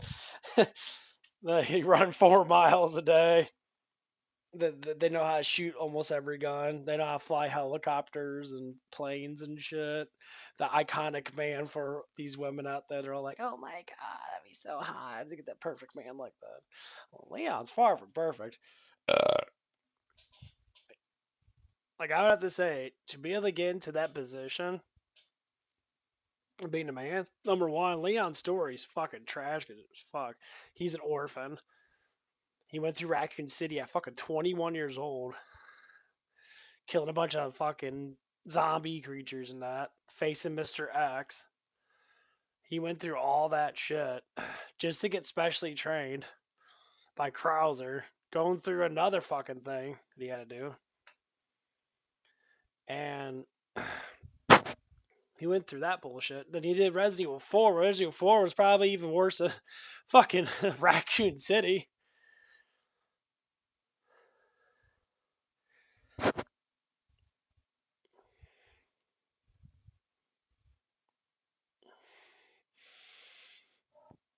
Oh man. Ooh, I hit those squats.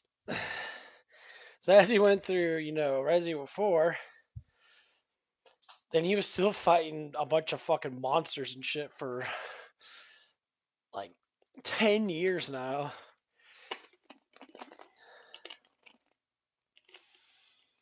I don't think anyone can imagine fighting like the scariest creatures in the world. Even with the guns and the stuff that you have, you're not gonna one shot them. You're not gonna fucking just keep on shooting at them and they're all gonna die. You had to use like all your strength and all your might just to survive. Just imagine that.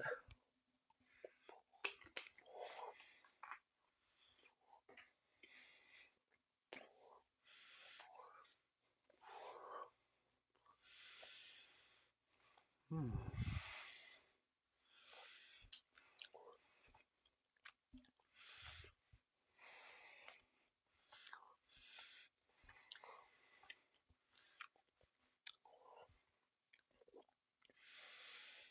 Just imagine like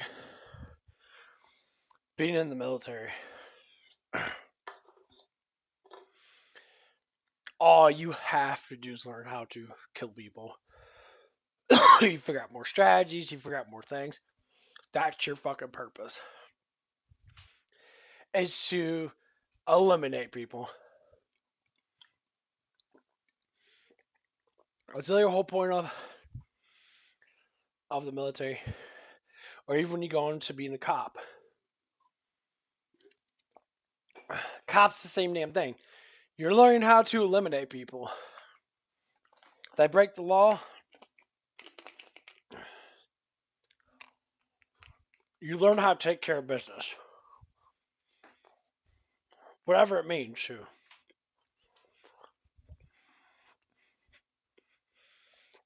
So,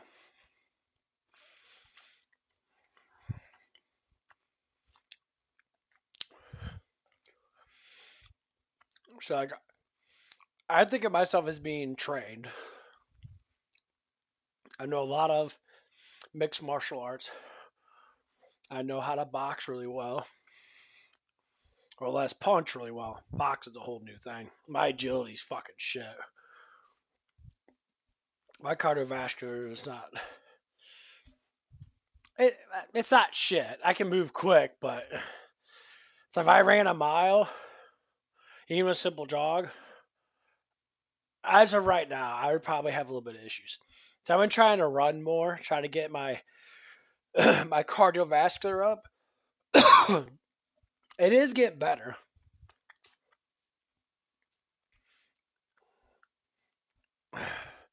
Like I can run like close to 100 meters, not in like a bitch jog, like in a a fast paced jog, like closer to my sprint. you know, and I run until I'm out of breath. That's how I know how long I can do things for, especially when it comes down to my body weight, because my body weight is the heaviest it's ever been in my whole entire life. And now I talk about being pudgy, not not super fat. No,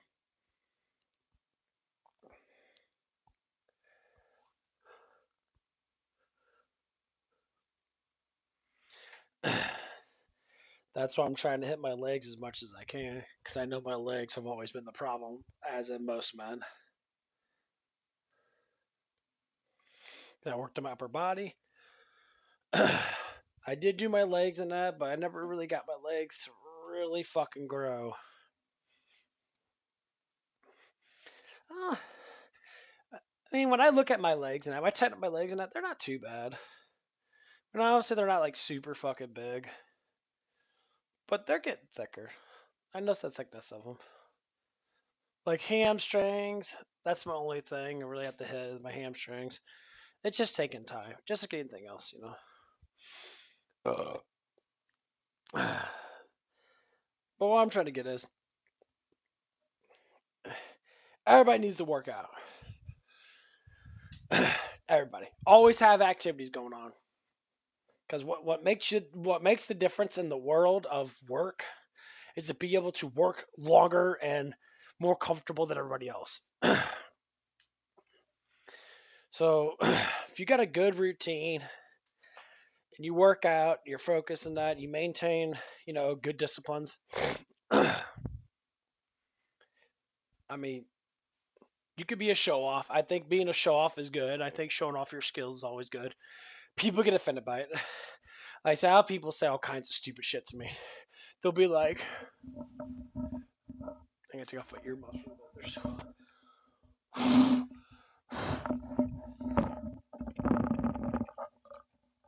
they're so like good.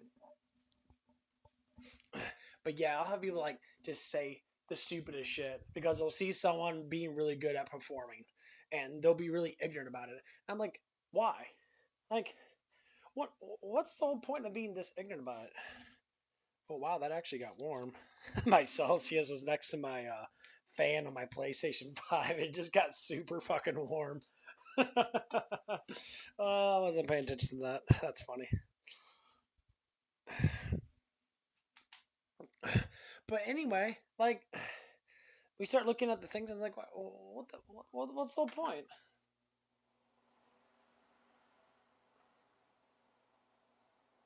That thing's so fucking loud. Yeah, talk about my PlayStation. That I need to get the fan base for it. Yeah, because it gets so fucking hot. That extra fan will help lift it up a little bit more, and it's got the charger ports in there, so I can be the charge remote control a little better. But anyway, so like I'm sitting there and I'm thinking, I was like, why would people say such stupid shit? Like, why would you say it's like, oh, like, like this one lady literally explains me crossing my arms. I cross my arms and I'm leaning on the thing, And she gets fucking mad and gets pissed off because I'm crossing my arms and I'm like leaning on something. Because I guess crossing your arms means dominance. Yeah, motherfucker, I am dominant. And she said the stupidest childish thing. This is what like fucking like little kids say. I found it really funny in that because I didn't hear about it until later on that she was like talking to someone else that that kind of tells me things, and I she's like, oh yeah, she says this, and I'm like, I really don't care that she does say it a lot. I only care that what goes on in your mind to say things that aren't true, and you start spreading fucking rumors about it. Because if someone else comes in that doesn't know me from me, and you're saying this derivative fucking bullshit, what do you think's gonna happen? Someone's gonna judge me based upon what you say. And if they're not, you know, intelligent enough and be like, why do you talk so much crap about this person? It's like, I don't know this person at all. I've never seen this person. And then, the next day they meet me in that. One or two things can go down. Either they're going to be like, yeah, this person right here is talking all kinds of crap about you. Why is she talking all this shit? I'm like, oh, she just likes to talk stuff. She likes to make up fantasies about people. She wants to think I'm a bad person, whatever the fuck it is, because she's attracted to me. So to me, it's like she can't comprehend that I'm not falling for her stupid ass just because she exists. Like the man or men that she talks to online. That's what this all comes down to. When women are used to men simping, they think that all men are gonna simp. They think all men want sex. They literally think this stupid shit. And that's what they think of themselves. They think of themselves, that's all what men want from me is sex. I mean, they could say otherwise. I'm like, you should say otherwise, because that's stupid. I'm like, when does sex come so morally fucking important to where that's all people always assume what other people want is that stupid, sinful act of sexual orientation? I said to me, that kind of really defeats the fucking purpose, don't you think? Isn't it stupid that people think this stupid shit? And it's like, they're not even joking about it. They really honestly think this dumbass shit. And you're sitting there like thinking to yourself, like, why? Like, why do you care about what everybody else is doing besides what you're doing? And then that's what it is.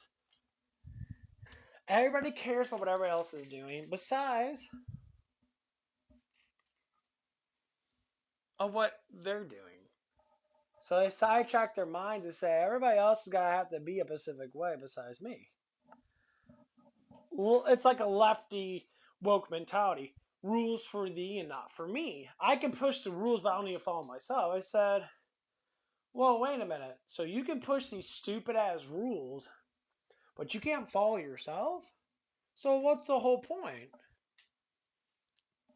Like, when is the concept stepping in to we actually starting to realize that you're just fucking stupid? And so, like,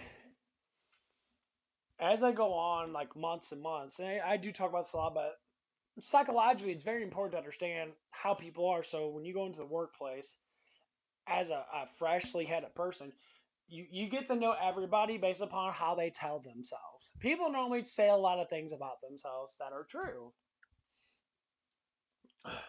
Like, when I first walked into the job that I'm at now, I came from a car wash. I basically did the bare minimum. I'm at the car wash.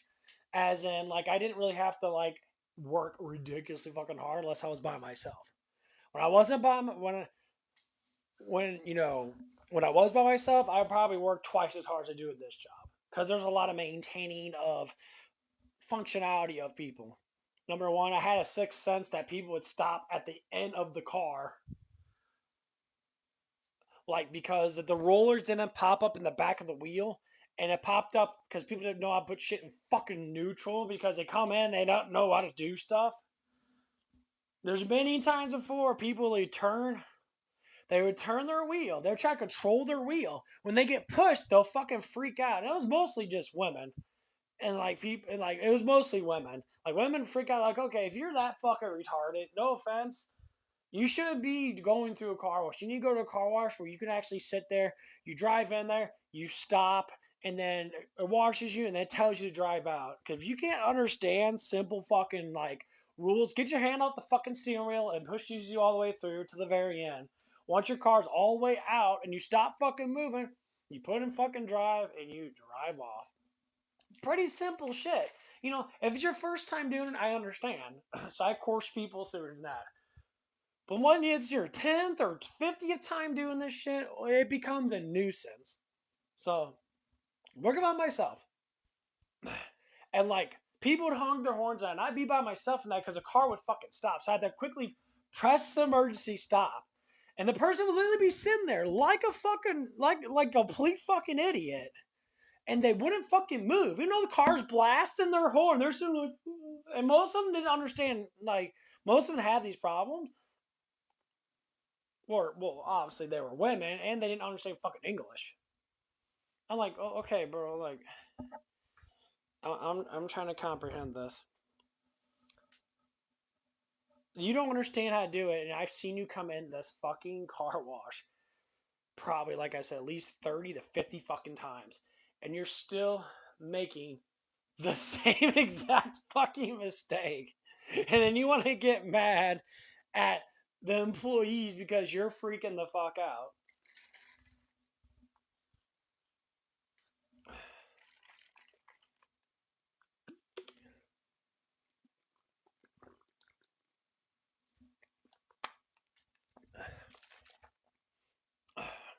Because if one person doesn't follow the rules,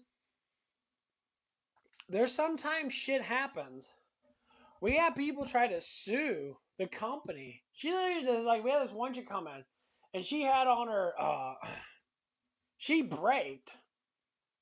And one of the engineer guys always say, he says it doesn't matter. These rollers are meant to push these cars through. And he said if someone stops, it's on their own accord. It means they're not in neutral.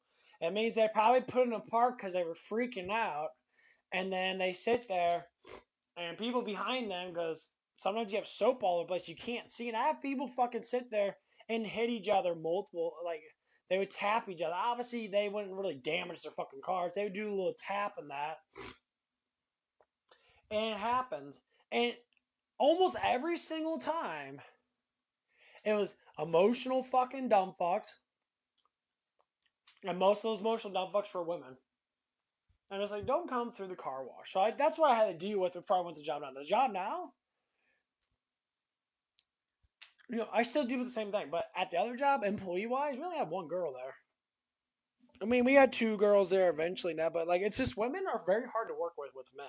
Especially men that they're attracted to. They can't function. They can't function whatsoever. If there's an attractive looking dude at work, instantly they want a romance. Instantly they want to go through this like hormonal bullshit. They want to feel good, so they want to get closer to the guy that they're attracted to. And it's just like, I'm here to fucking work. Like literally stop the fuck off. Like literally just walk off. Go fuck yourself. Go stick a dildo in your ass or whatever it is. Go get yourself off. And why do I have to say like that? Because I've been at jobs before where I like it's hard to work because there's a lot of fucking gossip.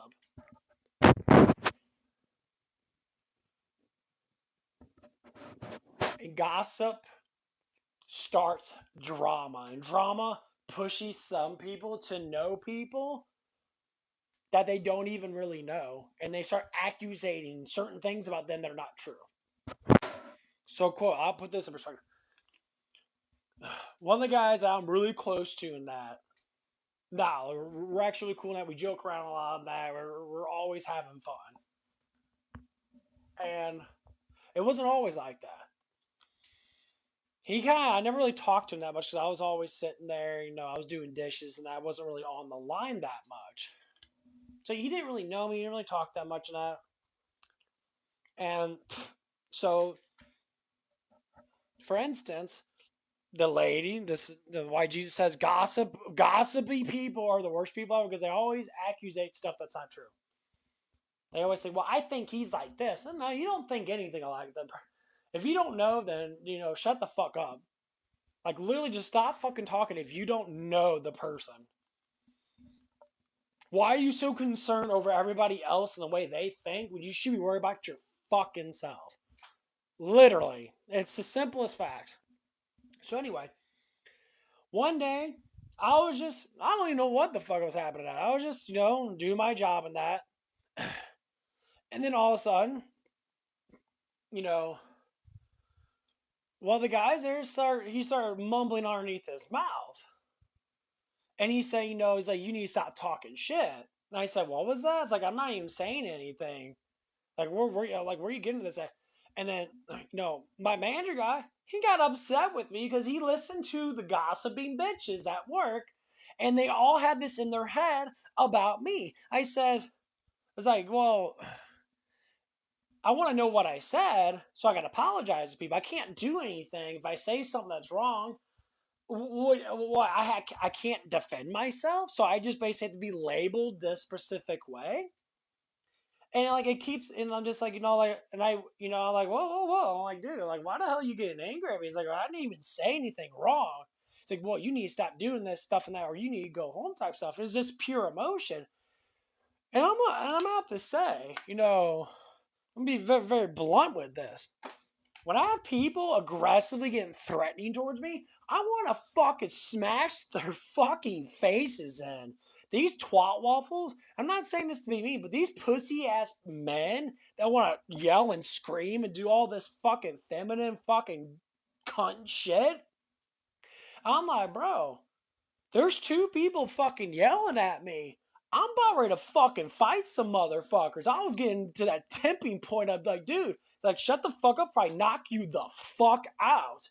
Like, literally, you're both threatening me. And I don't give a fuck about this fucking place. I'll get another job. The cops are gonna be like, well, it's self-defense. These motherfuckers are screaming and yelling at you, get in your fucking face. Yeah, that's an aggravated assault. By law, I could smash your fucking face in, and you're not going to do anything but sit there and just, well, get your ass fucking whooped. The cops are like, oh, he deserved it. He's fucking yelling at you. But the whole point of it is, I was trying to be peaceful with it. My temper was up, but I was trying to consciously think about this. Like, dude, like, what do I say? So I went up to the first guy. After I talked second, I was like, what are you yelling at me for? It was like, I didn't say nothing wrong. Like, well, what the fuck is even going on? You guys are just yelling at me for no reason. I'm like, you guys are just fucking retarded. And so, how I figured out how to deal with this, I talked to the one guy. Said, "It's like, why are you mad at me, bro? It's like, me and you don't even fucking talk, dude. You're getting mad at me for absolutely nothing." Instead of thinking he was just raging, when I approached him, he didn't do nothing because I'm fucking bigger than him. So he sat there, he kind of like walked in, like, no, I really want to know what the fuck is going on. Like, what the hell are you getting mad at me for? I said, no, it's like, fuck this shit. So I ended up walking out. And guess who I called? I called the gossiping, the gossip sisters. I called them up and I said, hey, I'm like, people are getting fucking mad at me because people are thinking I'm talking shit. I'm like, what the fuck is going on? It's like I said, if I ever say anything wrong towards you or towards your sister, because I knew who it was that started the gossip, and she knew it was her and her. She knew it was them. And I simply like that's like if I ever say anything, it's like, oh, like I'm joking around that I want to apologize and that, but I don't know what's going on. All I'm saying is people are fucking attacking me and that. And then later on, I find out she said stuff towards me completely different than he said stuff towards the other person. Because she got caught because they both started drama with me. They both were thinking that I was a woman hustler. And I'm like, how do you get that idea in your fucking head? Why? Because I'm bulky, I got big fucking arms and that. I'm rather in decent fucking shape. And maybe my face is pretty to you. I said, this is ridiculous. I'm like, what the fuck is wrong with you fucking bitches? Like, how about just mind your own business? You guys should both go into fucking, like, prison for a little bit and learn how to be an actual fucking human being. Get some Jesus in you. Learn the moral rules of life. Stop fucking throwing down so much judgment on other people. Because when they judge you back, you can't fucking handle it. You want to be the, like, you're the dog that barks and thinks he's going to bite, and then a bigger dog comes around, paws you in the fucking face, and then you sit down and shit your pants. That's basically, these concepts are basically all the same. The weak, wicked, stupid fucking people, They always want to be the loudest fucking barkers in the room. And when people believe their stupid shit, it creates more wickedness. So after all that stuff happened, and I don't know exactly what she said in that to him, but she probably was just like, it's like, what happened in that? It's like, well, she's like, well, he's like, oh, I really don't know, because he had a conversation with me about it, and I kind of talked about it. I said, what the fuck happened, bro? I was like, I'm gonna be dead honest, bro. I was about ready to fucking smash some people's faces, and it's like, I really don't give a fuck. It's like, that was completely uncalled for you guys to be jumping my ass for no damn reason at all. I said, who the fuck's talking shit about me, and who's actually saying stuff that I'm not hearing for myself? So if I'm not hearing it, and I can't consciously, like, hey, that's not who I am, and they want to push all these things on me and think this shit, I could buy in and say, you know what? How about you mind your own fucking damn business? Or you can go fuck yourself. Like, literally. So, these kind of things keep on happening. And the last time it happened, I threatened to fucking sue for slander. I said, no, how about you tell the person, I got money. I'll fucking throw down 10 grand right now and sue the fucking shit out of this stupid bitch. She ain't gonna do shit. I'll get enough evidence. Because everybody talks about it. I can have a bunch of witnesses say a bunch of stuff, and that'd be pretty obvious that there's some people in the place that don't fucking like this woman. And I can say, I can sue you for slander. You'll lose everything. Because you'll be like, okay, why the fuck are you saying this shit's not true? I have no social media account. All the stuff I do on my streams is all psychologics. It's all paraphrasing stuff. It's not actual me attacking anyone. Because it's just who I am. That's the first thing I would say in court. It's like, I'm a psychological researcher. This is what I do for like my life. This is my life's hobby. I've been doing this shit for 20 fucking years. I'm like, and every job I go to, I always have the same act. I have some jealous ass bitch that has a crush on me. They can't get me to fuck them, so they get all fucking pissed off because they can't get me. Even when they have boyfriends. I say, how about you just mind your own damn business? How about you put your pussy in a fucking in a jail cell and stop fucking want to have sex with every damn thing that you see? Like, literally, stop spreading your Gucci fucking smelly ass fucking rotten coochie fucking legs and keep fucking the same dudes that you're fucking. Leave me the fuck out of your bullshit. That's what I basically came to the conclusion of. I say it's all because you're all dick hunting, and it gets to the point it's just stupid. How I know that these people reject me, I hear about it all the time from people that these bitches gossip. They gossip so much about everything. They'll make up shit too, and like it's just like, dude, this ain't a fairy tale novel that you get inside your fucking head. What we call the main character syndrome.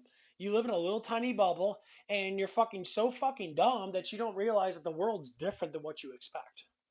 So as we prolong, my job in that, finally people actually started to get to know me.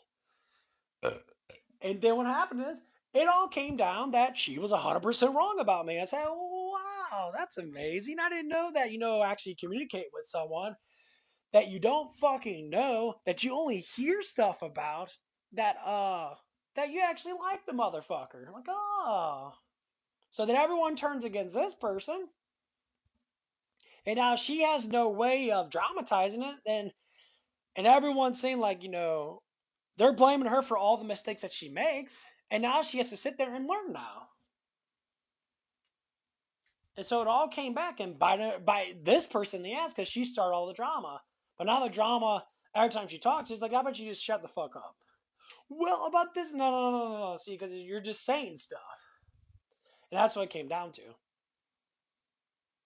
And I said, so, like, this person starts so much fucking drama.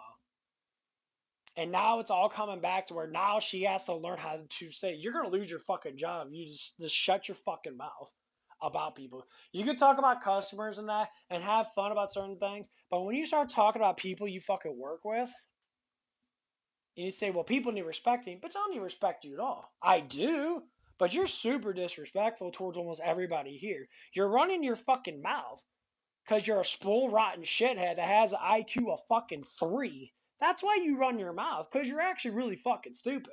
Dumb fucks always run their mouths and talk random shit because they want to pretend that they're smart. They want you to predict things. Okay. Of all the psychological research shit that I've been through in my whole entire life, understanding how people actually work in that, you can't make up shit at all. You have to go right to the actual proof. I despise this shit the most. Practically because it happens to me a lot. And another reason why is because I'm older now to understand that I'll give everybody respect. Now, the levels of respect do bounce up and down, but I'll never disrespect someone. If they disrespect me, I just lower down my respects, and then I attack what they disrespect me with, which is stuff that I don't like about like what they say or the things that they do, but it has to be directed towards me. If it's not directed towards me, then I can't say I care. This is where the problem comes in. I always have conversations with this person. You know, she'll talk, and then I'll comment on what she says. And this person, you know, bless her soul, she just needs to fucking learn how to communicate better. She always tells me, she always directs shit towards me. I don't know why she has so much hatred towards me. It blows my fucking mind. Whatever reality that she lives in, something's pinned against me that this person always has to do this stupid ass shit. It's always towards me. But man, when I'm talking to her and she's fucking flirting with my fucking ass, and she flirts rather fucking hard. And it's not romantic flirting. It's just a casual. Obviously, you know that you're attracted to me, so you want to get all happy and smile with me because I'm giving you fucking attention. So wait a minute. So if I don't give you attention, you get fucking mad at me. If it's not positive attention, then you sit there and you get frustrated with me. Like if you talk about something, I say, "Oh yeah, I know what you're saying that," and she'll be like, "I'm not talking to you." I said, I keep myself in mind. I was like, I don't know why you keep on saying that. And, you know, have the conscious and embrace. Like when I talk to you, it's like, you ever heard of freedom of speech? You ever understand that people can communicate side hand communication to.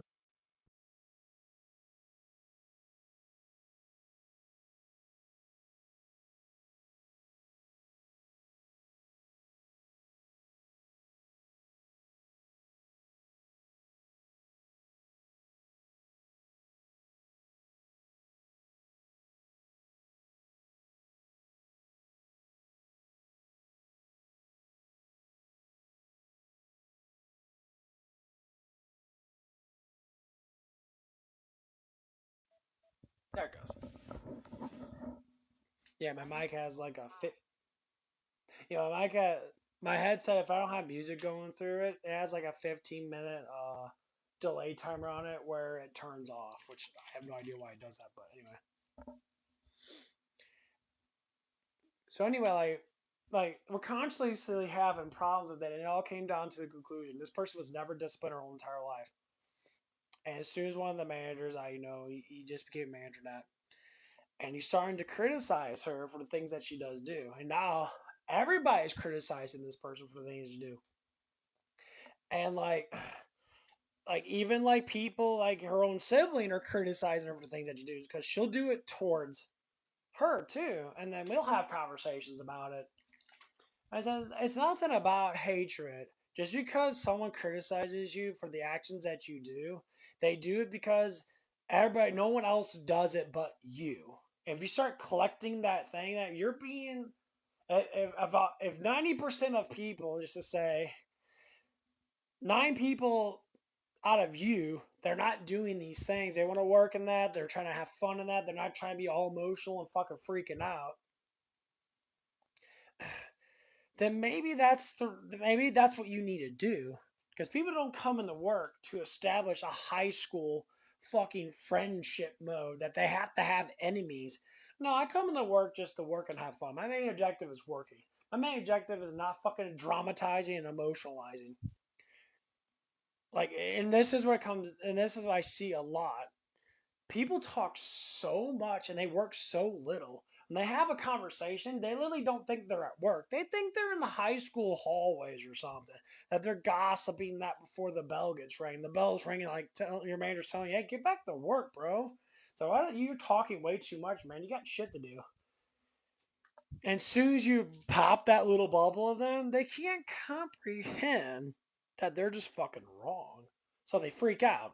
I'm like, well, you should be mean towards me. I'm like, well, I'm about to send you the fucking home pretty soon because you're not doing your job.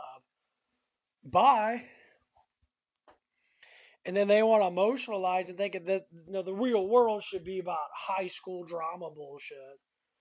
And I tell a lot of it's like there's so much high school drama. So as we start to continue on with my work and that, as months go by and that, and this person's still doing the same thing. It's always the same person. But not everybody else is jumping on the bandwagon with me because they know that I was being treated like complete fucking shit. And so much accusational bullshit towards me. I'm like, damn, I didn't know you guys fucking are talking about me so damn much. Fuck, I've only been working here for maybe like 4 or 5 months now, and I see that there's you bitches, I'm saying you bitches, there's only two of them that are doing it. You guys talk so much random shit it doesn't even make any sense. Like people say, well, they always say shit talk. Okay, let's go down the line of what it means to be a shit talker. A comic is a shit talker, which means they say stuff out of just joking and curiosity of being funny. These people are not shit talkers. They're liars. They're liars. They make up fantasy stories in their head and they attach that fantasy story to a person, and they always think that person is like that. And what they try to do is they try to prove that that person's like that. It doesn't matter how many chances that they fail. They believe in their conscience that that person is exactly like what they assume that they are. It's called you're fucking retarded. And I know people that have mental issues and that act like children. They're more upfront and more kind and more actually looking at a person for who they are than this person is. No, this person is beyond fucking retarded. Like, brain doesn't function. My beliefs are fucking shit. So as I promote along my work and that, I'm just like, damn, dude. Everything's starting to clear up now. She's starting to get, the whole job because of who? I've said this. I'm gonna brag about it because of my authority as a man, as the biggest, strongest fucking masculine man in the fucking place. I establish high ass authority and I talk how it needs to be. This ain't about, this is all work related shit. This has nothing to do with who's better than everybody else. And yeah, I'm better than most people. And I have people that brag about me too. And other people get fucking offended by that. I said, well, if you keep up the fucking work and you actually work fucking good, instead of just sitting there and you take fucking, you work a 6 hour shift, but you're actually taking breaks for 2 fucking hours throughout the whole 6 hour shift, and you want to say, oh, I work really good in that. Yeah, when you are working. But when you don't work, well, obviously you're not doing anything at all. Like, just come in here and focus on your fucking jobs. Stop coming in here and traumatize shit. The first thing I do is, when I come in, I look around. People already announce I'm here. Of course, it's the same chick. She's like, "Oh, he's here," and the funny thing is, she brags about me sometimes too. It's a hit and miss with this woman. Honestly, I think this woman is just really attracted to me because she'll say really good things about me, and then she'll say really stupid things about me. And I'm just like, okay, bro, I'm not gonna like talking to you is like talking to a fucking a moron. Like, it's like, okay.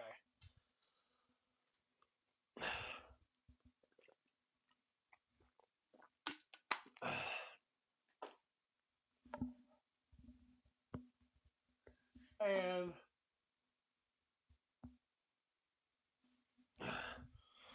I'm always having the same thing. Like, for instance, the one guy I was talking about at the beginning, that we're cool now and that, and he knows what's going on.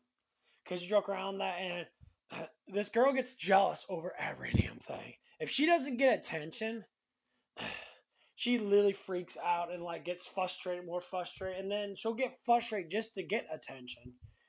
And I said, what the fuck is your problem? Are you like mentally like really fucked up that you don't understand that attention doesn't regulate like that? When I want attention, I get it through my works. I get it through who I am as a person. But like if you don't get attention every 24 fucking 7, you get mad and get frustrated. I understand you're young, but the reality is you're just dumb. You need to learn that not the world doesn't evolve around you. It never does. So anyway, so as we keep on going through and this guy, one of the days and that, he was, we were just talking, joking around that he comes up to me, he does the whole like officer doofy salute. He's like, officer doofy, duty. Like, still yes, sir. Put our backhand flat on her head, like we're doing the salute. And though we're having fun, he does that with me now because we both understand each other a little bit more. And I kind of like, and I, kind of like joke pick on him and that about certain days. And so one of the days, and I like this woman would not shut up. She was talking 24/7, 24/7, and I'm sitting there like I just let her talk. It's like background noise. It's kind of nice to have sometimes. I just kind of ignore. I'm just doing my job now. And like she was sitting there, kept on talking about everything, and like the dude that was next to me that you got angry at me because of this woman shit talking that she are lying about me, so said not shit talking, you lying about me. And like he's just like, oh my god, he's like, shut the fuck up underneath his breath and that. And I heard it and I start laughing. I said, yeah, bro. I was like, I understand what you're saying. I started fucking laughing. And she caught wind of it. And she just sitting there and she got like a little frustrated now. I'm like, you don't stop fucking talking. Like I understand that you have that kind of mentality right now because you're young and you haven't learned how to just shut the fuck up and just work. And she, and the next thing you say is like, oh my god, would you just fucking take a breather for a moment and just keep on fucking talking? And I start chuckling again, and like he was just losing his patience. And then he started getting fucking frustrated. And I said, after all this stuff happening, that he was just like, oh my God, it's like, and she said one thing that she said, these people are so disrespectful towards me. And he's like, that's because you're always disrespectful towards them. I said, you hit on that right there. He was 100% right. I said, you treat people like shit, but you think people should treat you good. No, no one should treat you fucking good. Keep people like shit. So if you want to say who's the shit talker, the liar, that you just say random fucking shit just to be, you you're that lonely ass girl in the fucking corner that's sitting there and you live with your demons and you whisper and talk to your demons all the damn time and they all tell you stuff about someone that are fucking lies because all demons do is lie. They want to torment you. That's the kind of person that you are. You smoke weed all day, you drink all day, and then you sit there and you're all like, I mean, obviously smoking weed all day, yeah, but drinking, probably not. But anyway, it doesn't matter. It's the whole point of it is that you're constantly doing these like rituals to yourself. You're not trying to cleanse your mind and get to the reality that you need to be in. You're stuck in the reality that you choose to be in. It's not a good reality because look at what's happening now. Everybody's starting to what? Everyone's starting to go against what you're doing, and then people are telling you, "Hey, you have to stop. You have to stop with the attitude." And that's all it came down to. So for real, I'm probably the one that's trying to save her job the fucking most. Because I'm trying to get her to realize you cannot be this fucking angry at work. Because what if I'm not here, which had already fucking happened, and one of the ladies there snapped off at a dude. I said, you're 120 pounds. Get your fucking feminist thinking ass. This dude was like 6'1", and he wasn't like super fucking big, but he was really tall and that. He's a fucking man. You're 120 pounds. He's like 230 pounds, or say 189 pounds or whatever it is. I said, and you start yelling at this dude for stealing a fucking soda. Bitch, you have no thought. So the dude got mad. He's like, okay. And like, instead of just being like, hey, sir, it's like, you got to pay for that. She was yelling at him. I said, your whole family got you, bro. I don't know how the fuck I don't know how you women have got your ass kicked. I don't know how someone hasn't beat your ass yet because you're so fucking ignorant towards people. And especially towards a man that's twice your fucking size. And like, it was before I came into work. And like, every time I'm there, nothing never happens like that. Not one fucking peep. If someone does something that, just my vibe being there keeps these fucking men in check. Why? Because I'm bigger than them. I'm strong as fuck, and I really don't give a fuck. soon as someone threatens me, it just comes down to the conclusion. Okay, well, if you want to be an asshole, be an asshole. But just a heads up, if this gets too much Fortnite, I'm smashing your face in. And trust me, as I say in any type of martial arts, you smash their face into they're fucking unable to move. That's how you fight.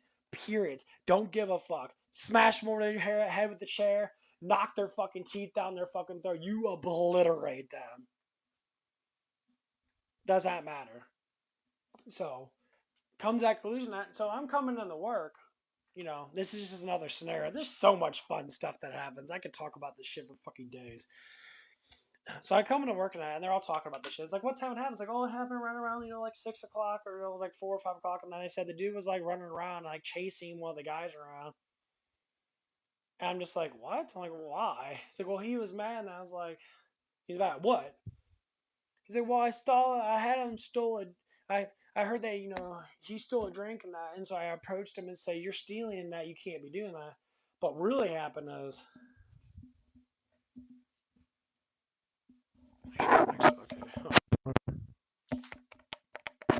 But really happened is you were yelling at him, and he was just like, "Bitch, you're fucking 120 pounds. Shut the fuck up. I don't give a fuck what you say." And the other guy came up. He's not that big either. But if I came up, he would look at me and be like, "You're a little big, bro." That intimidation gets there. I say, "Yeah, that's what the intimidation is." It's like I'm 226 pounds. My shoulders are broad. Like they got gigantic arms and that. And I'm like, man, dude, I'm not playing no fucking games with you, bro. So I don't give a shit that you stealing that. Just learn next time not to fucking do it. It's just that simple. Because it's the same dude that came in. I said, this is what happens. When you get wicked, strong people, they know the levitations when they see a strong, righteous person. They instantly look at the person like, dude's pretty stacked. I'm not going to fuck with him because he'll probably beat my ass. Even the chances are that, he might know stuff that I don't know. That's why it goes through someone's head that doesn't lift a lot of weights and doesn't really train that much. They're just like fucking retarded.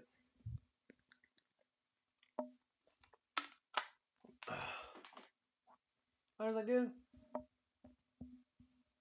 Because it happened a couple times in that, While a group of kids came in, and one of the kids, he happened to be black. I'm about to say that. I would put contacts in. I gave him a water cup. He ended up taking soda. And I kept looking at his ass. I didn't say nothing. I knew they took soda, but he knew. Because I told him, like, dude, don't take your soda, just get water. He's like, okay. So I kept staring at his ass. And I was looking at him over and over again. And one of the guys saw was like, dude, that big dude's fucking staring at you. He's like, you have a water cup, bro. It's like, what, it's like, well, I want something, yeah, but you didn't pay for it, dude. It's like, that's basically why I'm thinking that consciously that people are trying to tell him. Like, he knows that you did it. He's just sitting there just staring at you. And I was trying to be nice in that. I didn't want to approach him that. And of course, they're probably thinking inside their head, if he comes up to approach you, bro, it's like, awesome, bro, I would just, pay for it. Because you're fucking, we might as well just get a soda cup then. And then I never seen the kid ever come back in. I never seen him come back in. If he does come in, he doesn't do it again. Because I keep telling him, it's like, dude, it's like, everybody, if you guys get water cups, you guys get water. It's that simple. Stop trying to steal it because the cops will be called and you will get arrested for theft. And they're all going to sit there and get fucking pissy because, what do you mean? It's just soda. Yes, law states anything that is stolen that is not paid for. You're stealing it. It's not paid for, bro. You can get arrested. You can get a fine. And sometimes you might be going to prison or have fucking stuff that has to be done that because you have to stop stealing. It's against the fucking law to do it.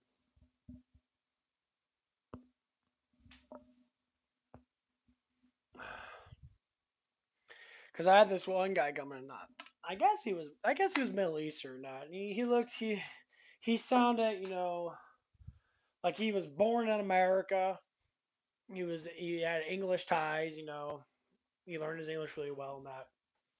But he looked like he was from the Middle East and that. And so he was acting all gangster and shit. I get the same thing there. I gave him a work up in that. Say, make sure you get, soda in that, because it's stealing if you don't. Obviously, I didn't say just like that, but the whole point of it is like he started being all ghetto and that. He's like, yo, man. He's like, yeah, man. He's like, yeah, bro. Yeah. And he kind of just gave me a look, and I'm like, what? I'm like, dude, like, are you fucking retarded? Like, this ain't this ain't the 80s or the 90s, bro. Why the fuck is 2025 at the time? I said, like, guys, why the fuck we acting so ghetto? Like, it's not a cool thing to act like a fucking retard. Like, literally, there's no style anymore being cool. That's not cool. People think it is. Well, it's because you're stupid. And so, I'm like, I go through all this psychological shit at work and that, and I collect it all because I like to understand what the fuck's going on in society. But they're all like retarded, and of course, it's only Pacific people. So I come to the conclusion most like Middle Eastern based culture people, basically Muslims, they all kind of act the same. The kids always act really ghetto. They do a lot of stupid shit. They're very loud. They're very obnoxious. And of course, some of them that actually do become disciplined, because I know a couple of them that are disciplined. They're very cool. They're very chalant. They work really hard, and and that's one of the things. I have a kid that I've known for like multiple years now. I think he's like 20. I think he's like 22, 23 now. So anyway, so he communicates with me really well, and so we were talking that about stuff and that over the years and that he's telling me about his life and that stuff and that. I was like, well, if you want to do something to make a lot of money in that, obviously doing street related things is the best way to make fast money, but make sure you get out of it really quickly because it comes down to that's going to corrupt you.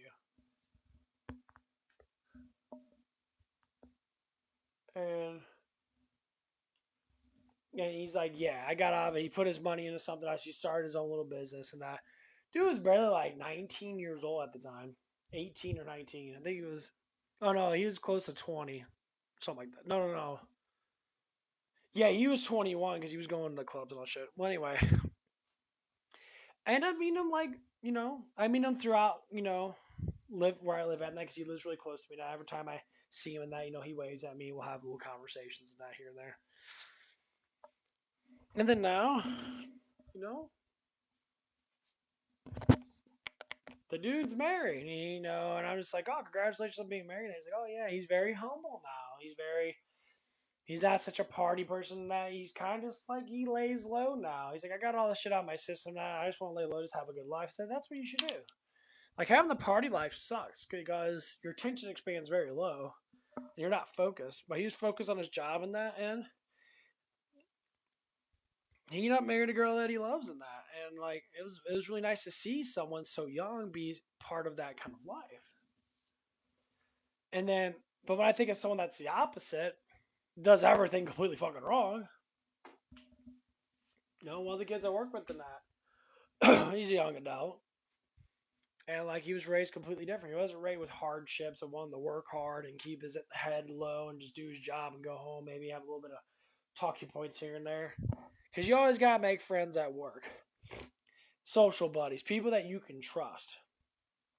Which I have a couple of them at my job that I can trust that defend me when shit goes down. And we're very, close to each other because we defend each other. Mainly because we think alike. And so, I got some donuts upstairs to fucking eat. Man, I'm about to smash me a whole bunch of donuts. And so it comes down to it that the unionize of my job is starting to get close. That we're all starting to collectively want to be in our work relationship together, where we all want to talk about work. We want to discuss certain things that are happening with people at work and that, trying to make work easier for each other and that. And then I'm just a badass motherfucker that just does everything anyway.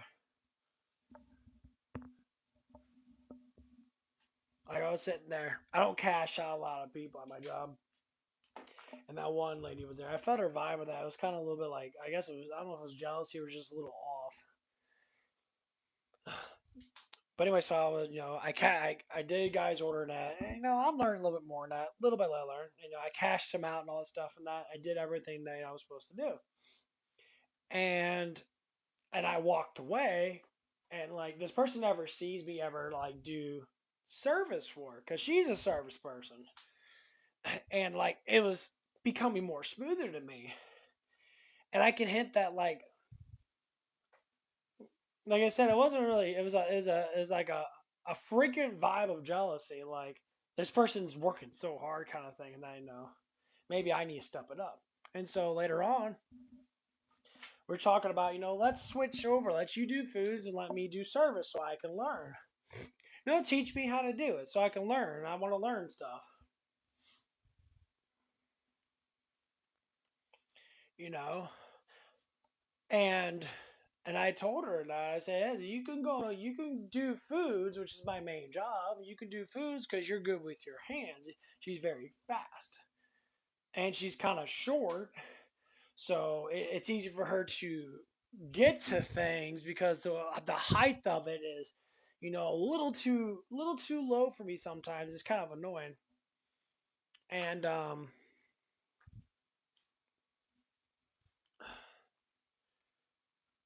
that's what it is. And I don't know. I'll try and praise her in that. My feet are like ice fucking cold. Yeah, they're starting to roll back. I got my shoes on. Well, my toes are fucking kind of cold. Yeah, they're getting better. But anyway, like,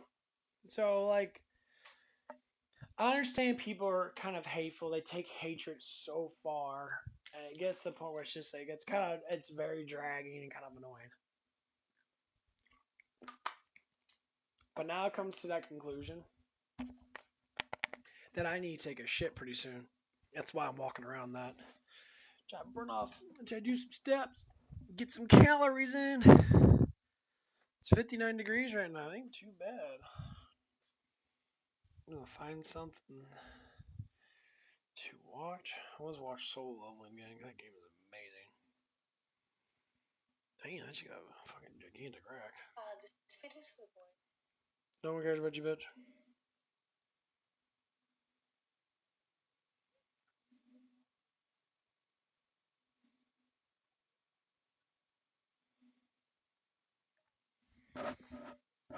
Now I've seen these women on TikTok that are always bitching and moaning about shit. That's all they fucking do.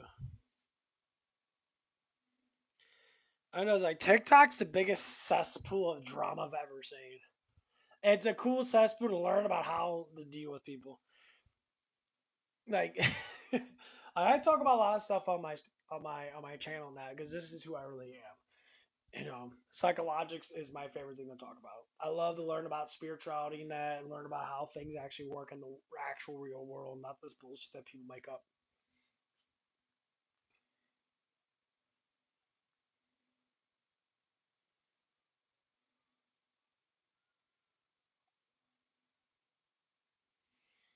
Damn.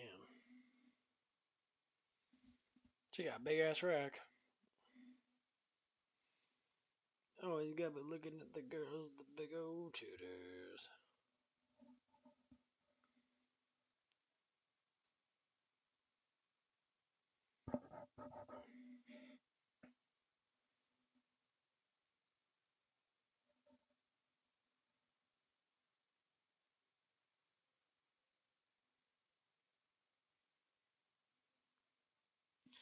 I love women that sit there.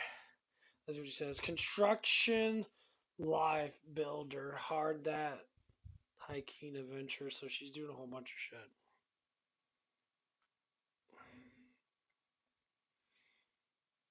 So she's sitting there doing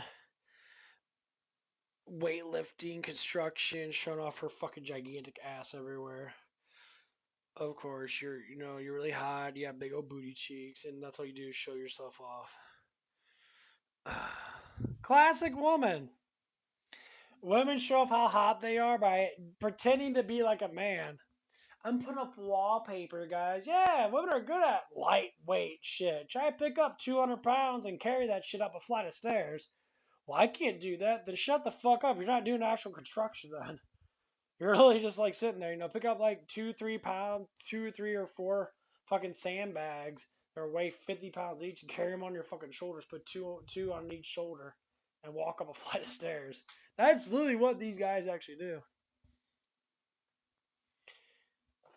All these women make a bunch of stupid shit because to me it just makes it easier for them to make money in that because they can show off their fucking ass. They literally got the camera pointing at their butt all the whole damn time, and they bend over and they stick their big booties out and they make easy ass money. Life's so difficult as a woman. It's like, bitch, all you have to do is get a thick ass and bend over from a fucking camera, and guys will literally give you money for free. You don't have to do anything. People say, well, OnlyFans. No, I'm not talking about OnlyFans. See, when you step into that fucking creep zone called OnlyFans, yeah, you get a whole bunch of weird people who want to stick fucking pencils in your ass and shit. Of course. But if you just make videos like what a lot of these women do, they know. All these women catch on. That's why half the chicks I go to the gym with and that, they're close to my age, they all got big, thick fucking asses. They constantly work out their butts and that. They get the big, thick, juicy booty and that because it makes easy fucking money. You go to Hooters and that, plain Jane simple. I don't know why there's so many cents up there. I want to give these bitches a fucking dime. Yeah, you look good and that, but I'm not going to give you more money just because your ass is fat. To me, your sexualization doesn't deserve money. The way you work and how you work deserves the money. Your sexualization just gets my dick hard. I just fucking rub one out. Doesn't deserve to increase your tip load by fucking 200%. Just because your tits are in my fucking face. That's stupid. But this is how women always do it. Women always sexualize themselves for man's pleasure. It's just how it is. They would say, oh, we're not doing it for that. Yeah. Yeah, you are. You're not getting your ass thicker because you want to be healthy. You don't need a gigantic fucking ass to be healthy. You truly don't. You get a thick.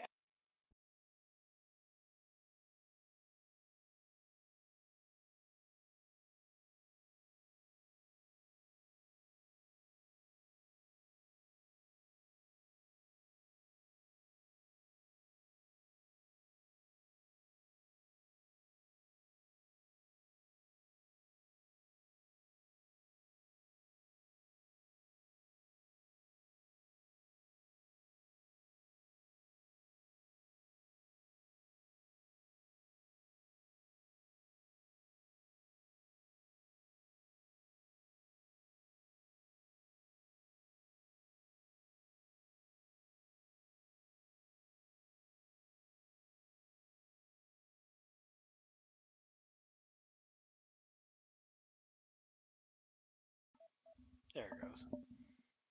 Yeah, I don't like you disconnecting that with no sounds pumping through it. It is kind of weird. Maybe I'll go back to this and pump sound through it. Yeah. It's not like my other mic. My other mic would just stay on. This section goes off. Almost there. I'm almost about ready to blast that ass. Blast that ass. No, not in a sexual sense. More or less like I need to take a dump. Ew. But yeah, other than that, work's doing really good in that. I'm doing really good with the money's nice in that. I'm keeping up with something. That's why I gotta buy, close to $400 headset, which is probably the best buy I ever did because I went to Best Buy to buy it. Such a nifty fucking pun. And like everyone kept bragging about Raycons. Raycons suck. They're not that good. They're made like shit. They keep on changing their brand. They made it like shit for the beginning. They sell it for like 80 something, like $60 to $80, and now they're changing their brand. They're putting more better plastics on them, more rubberized plastic and shit, because their stuff sucks fucking ass. I say I love Sony. I got Sony earbuds. They're made really fucking good. You trust a company that actually makes good shit. Turtle Beach makes really great headsets. They're super fucking sophisticated. They spend their time on it. That's why they cost a lot. People always say if you want to buy something that's worth the money of that something. So if something's fucking cheap, you have to expect it's probably made cheaply. That it's not worth any money. Like people buy those little headphone sets and they spend like $3 or $4 on them at the fucking thrift store and that. They're made like shit. They're Chinese manufactured crap. When you buy stuff that's actually worth good value, then you start to understand, oh wow, it's gonna last longer because it's made better. Like my Raycon, like I said, the stuffing, I don't know how it happened, but the stuffing got wear down and started tearing. Maybe because I put it on my ears and that, and like it started loosening up. And I just sitting there like, dude, like what the fuck's going on? And I know like I wipe my headphones off with like Clorox wipes sometimes, because you wear them all the damn time. This shit's gonna get kind of dirty. So I go in there, I try to wipe it off, and then I blow one out to try to get all the stuff out. So that's not what will happen because the other side still stay on there just fine. I said it was made like shit. Because I can tell that like when they tucked the stitching underneath, it wasn't like secure. Like the bracket wasn't pinched up against it enough to where it wouldn't fucking break. Because I had other headsets that had detachable ear things. I think it was a Logitech, or no, it was an old Turtle Beach I had. It was a PlayStation or Xbox X headphones, and it worked really good. It was big as fuck in that. Like this one's pretty big. What's more, it's shaped a little bit better. And like the sound is astounding because the earmuffs are made really well. Like they have like intentionally like really good memory foam, and like the pad is made really fucking well. The thing is, it's like really heavy with metal and really good plastic. Like there's metal on it and shit. Like if I put this on, so to speak,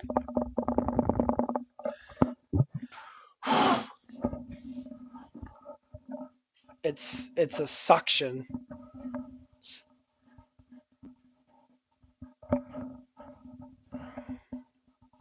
Like it does like a suction thing around my ears, which doesn't allow any air getting to it.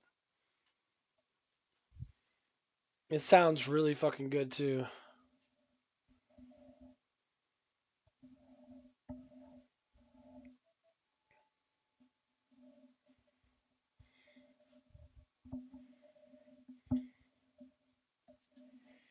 It sounds amazing. And I have a thing that actually makes it more like more soundproof. When I click on that, like right now I'm like it's not as soundproof. Click it again. It's like more soundproof. Like literally like my voice feels like it's echoing because it's so much soundproof on me. Astounding. I love this headset. I think everyone should get one. They're expensive, but they have a charging case. They have a battery in it. That's one of the main things I have to say with the Raycon headsets. You have to plug them in, and they only last for maybe 5 hours. So if you're streaming and you're like aggressively talking, your volume's a little high. Like these are just battery packs. If it starts to say low battery, I just switch it out really quick and I turn it back on. And it's good to go. I don't have to plug it in and let it charge up because as soon as you plug it in, it cancels the headset.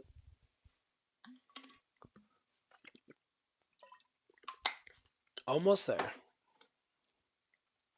Cool thing is I can mute my mic by just throwing my headset up.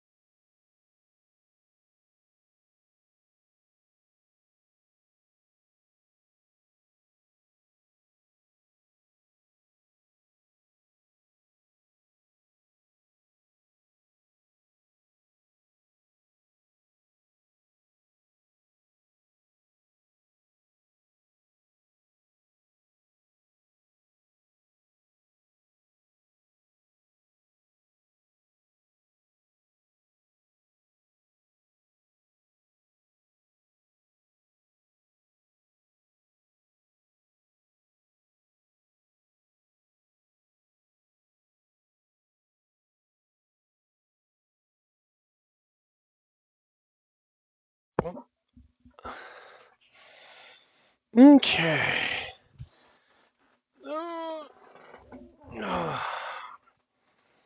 What we gonna do now? I think the Celsius is done. I do have my other one, but I'm not planning on drinking it just yet.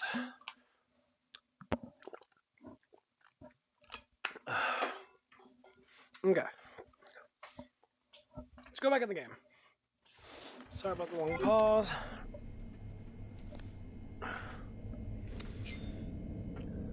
Bingo. I have the IP address. Just give me a minute. And... I'm in. Okay, hit me.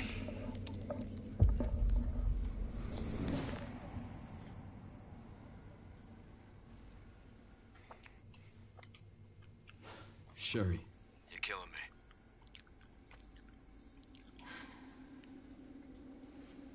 I found some information about our illness.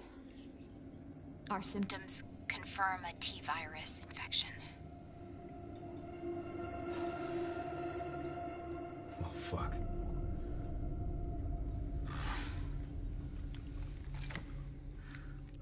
Well, hey, at least we're in it together, right?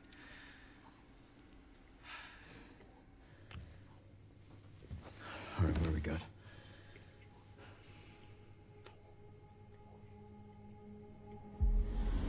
Elvis.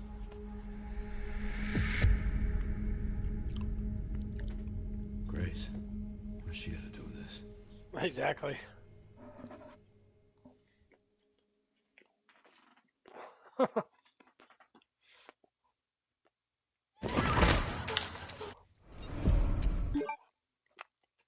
Oh man.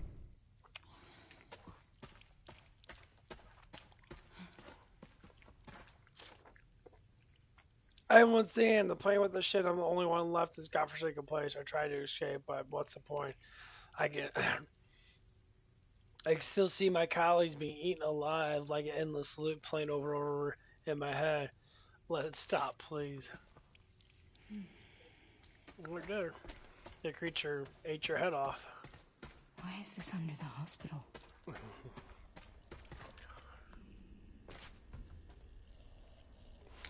Could you use eyeball off?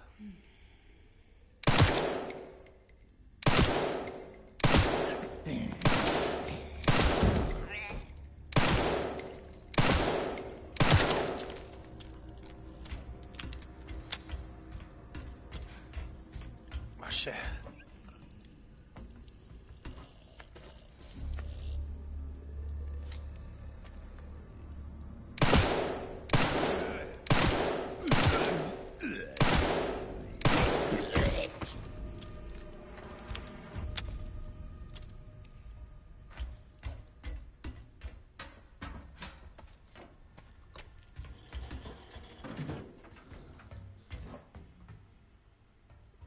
This bitch ever heard light stuff in this bitch sounds like a fucking like a train going through the house. Yeah, I'm gonna have to use this pistol. Yeah, this standard pistol fucking sucks ass.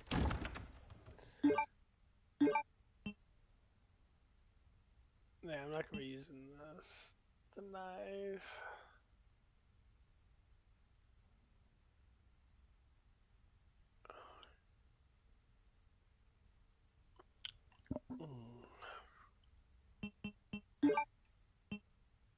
I forgot to put that one in there. Fuck.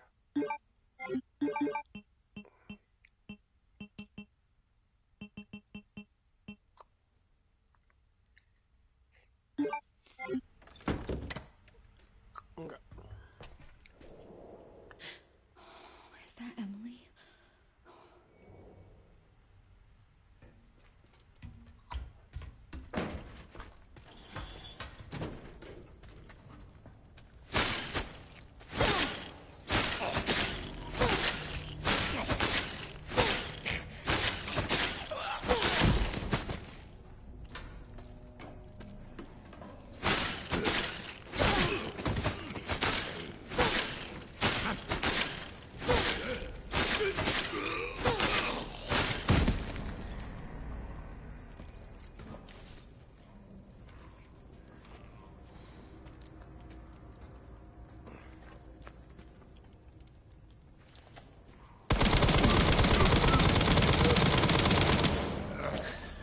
I'm sorry I had to do that.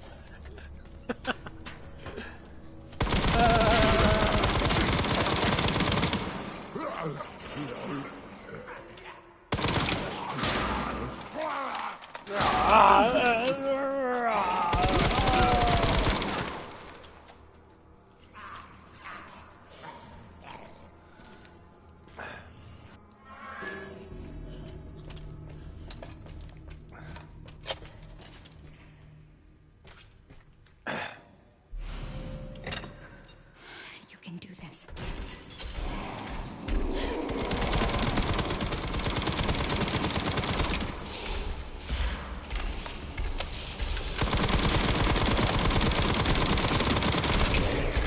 Ah!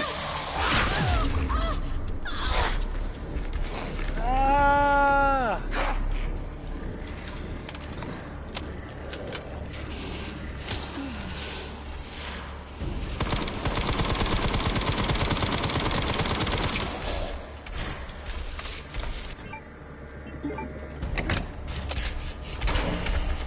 Ah! Oh my god! That shit's so scary. This guy doesn't do shit.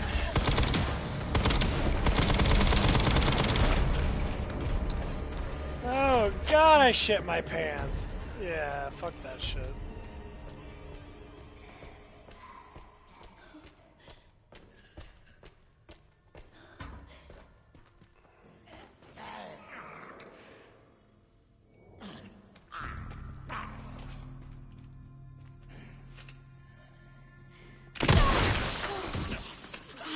Jesus.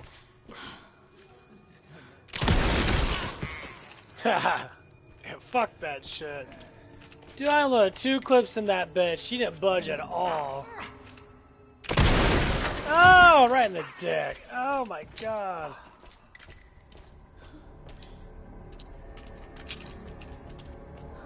That's so fucking stupid.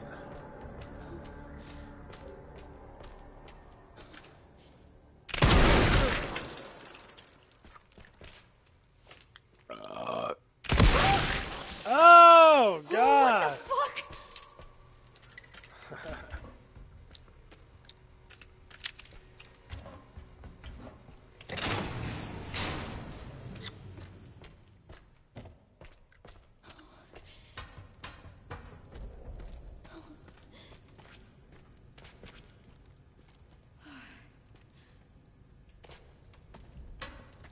What if I can go out here and get this shit first?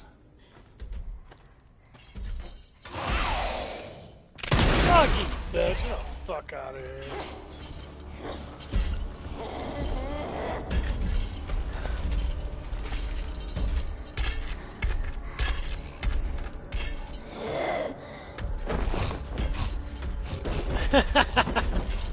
Fuck you, bitch.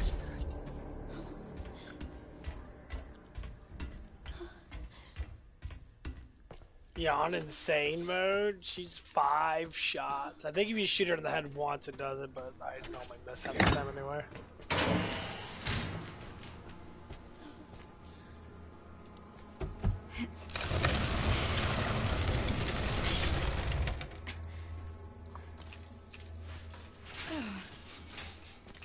The tits are too big.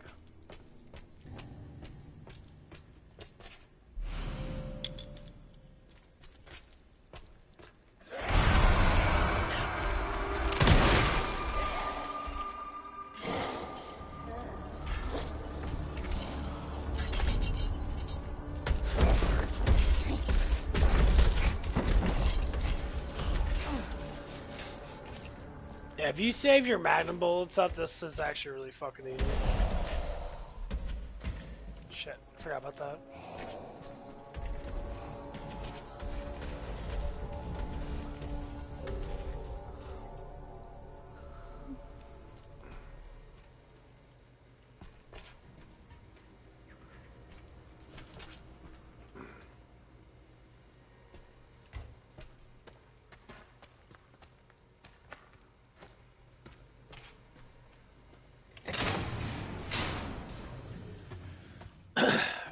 Yeah, on standard she'll pop off right there.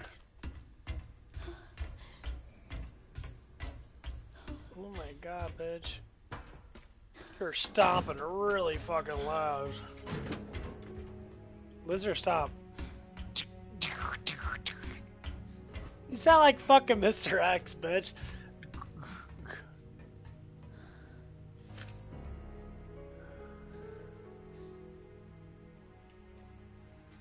It's like eating Chinese.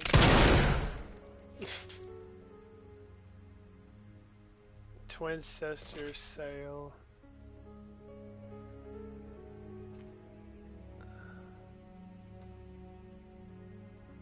A real good boy saves, dog saves, child's life.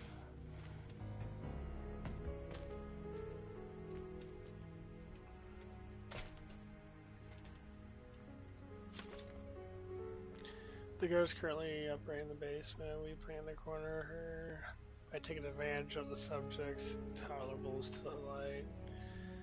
And we'll place high intensive UV lamps throughout the area. Once this is complete, we'll begin the operation of eliminating the subject. Prepare your weapons and be on standby.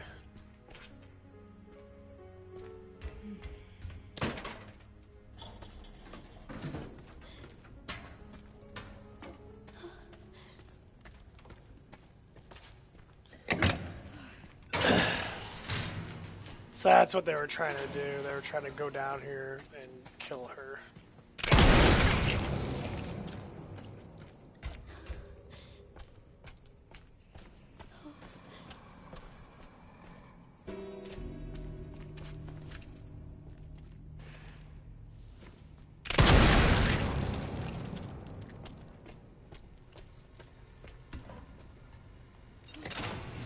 That's two.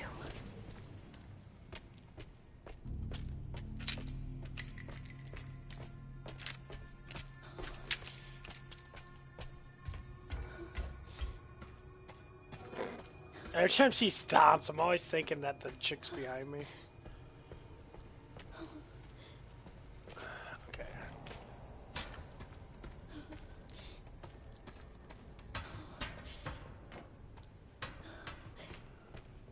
First thing you do is you unlock this.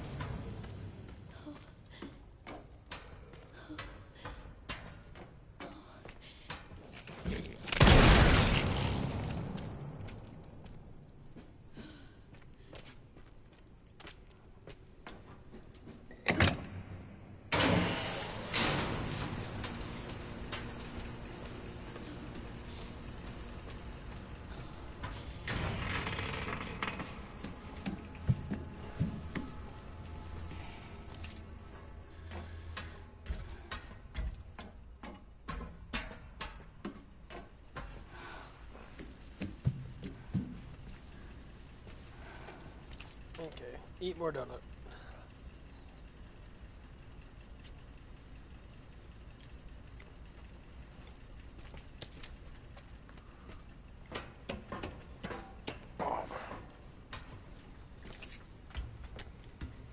The smell.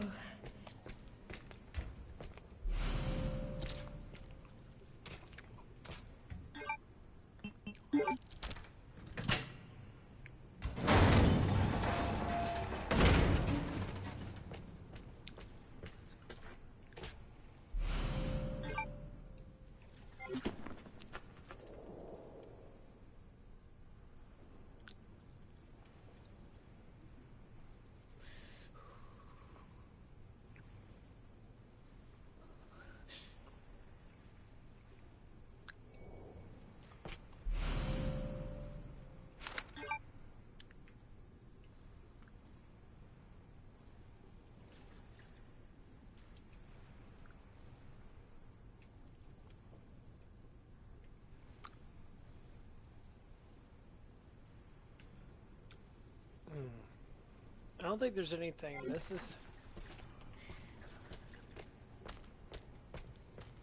Yeah, you gotta wait like 20 minutes or something like that for that to drop. 115. Thanks.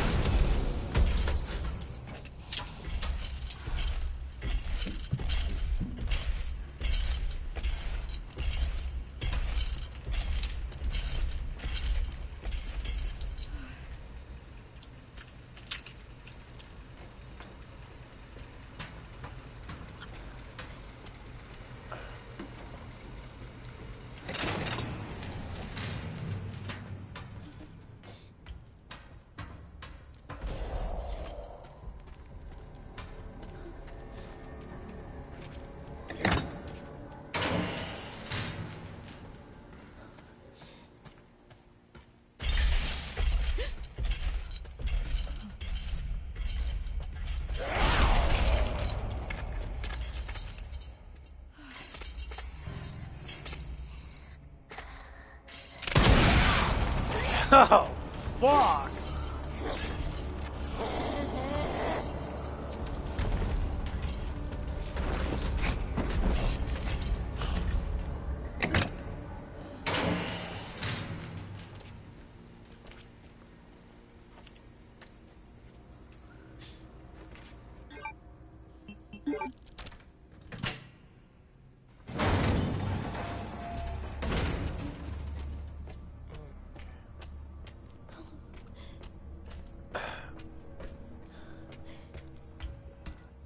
So I'm gonna get the third level up.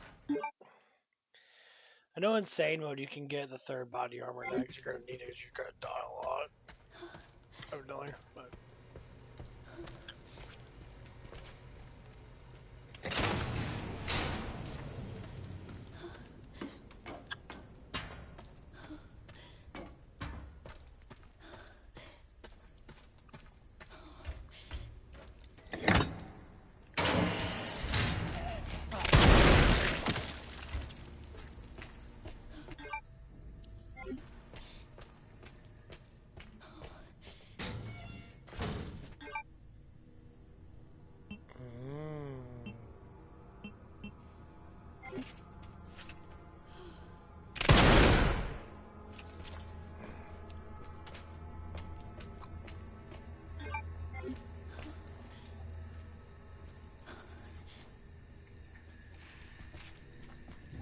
oh, there it is right there.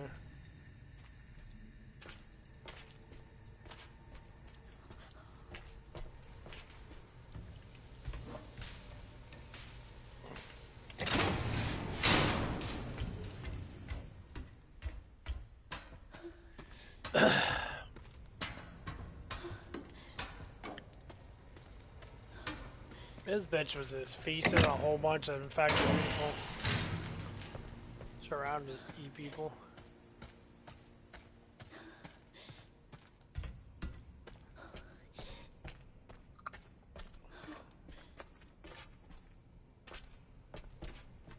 I got dead bodies everywhere. What the fuck?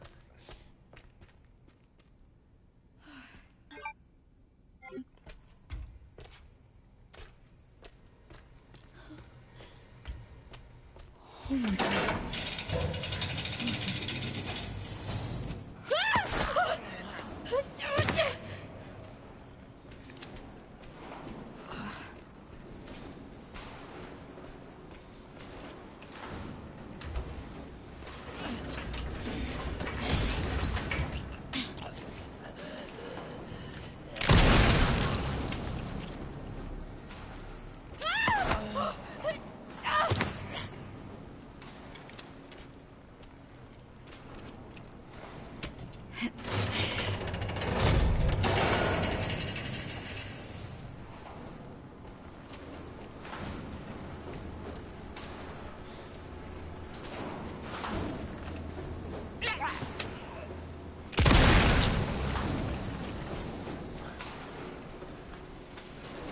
Yeah, it's gonna take a while.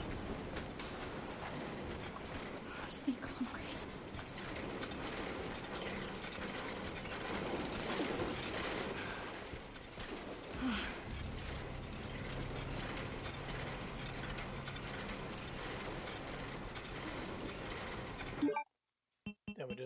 sound out.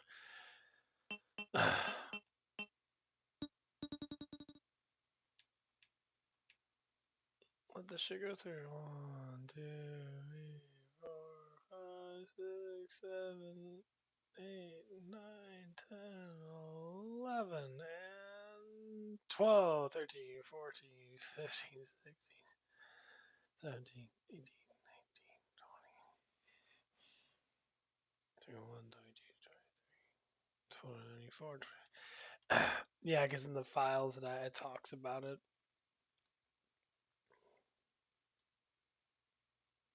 Where's that?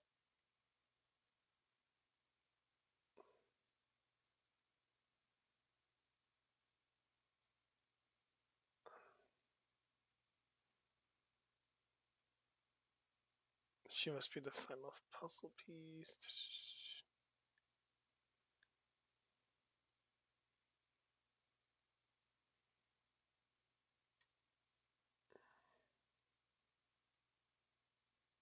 There it is.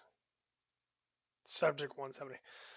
Extract a 2.3 milliliter sample from the 524.3 liters of blood collected from 115 infected. Administrate it to Marie henceforth.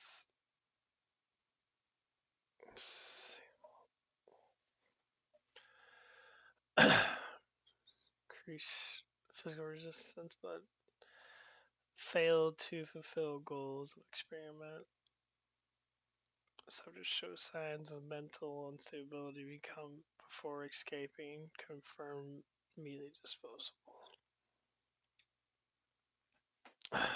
So I'm guessing this is this chick, I guess. Oh, yeah. And then you got the. I don't think this overall takes 20 minutes because they're saying it takes 52 minutes. I think we dispose of them inside the thing.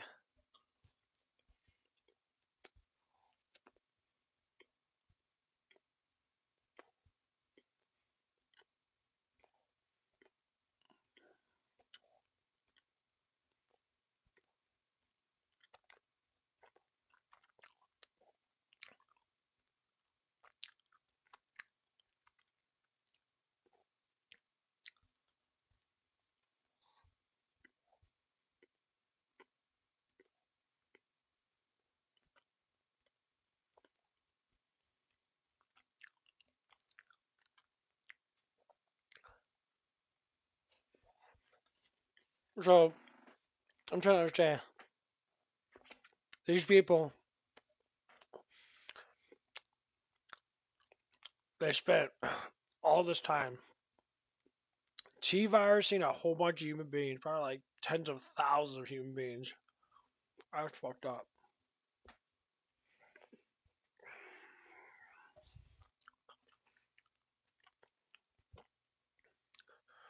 Yeah, I'm just gonna let that go for a little bit.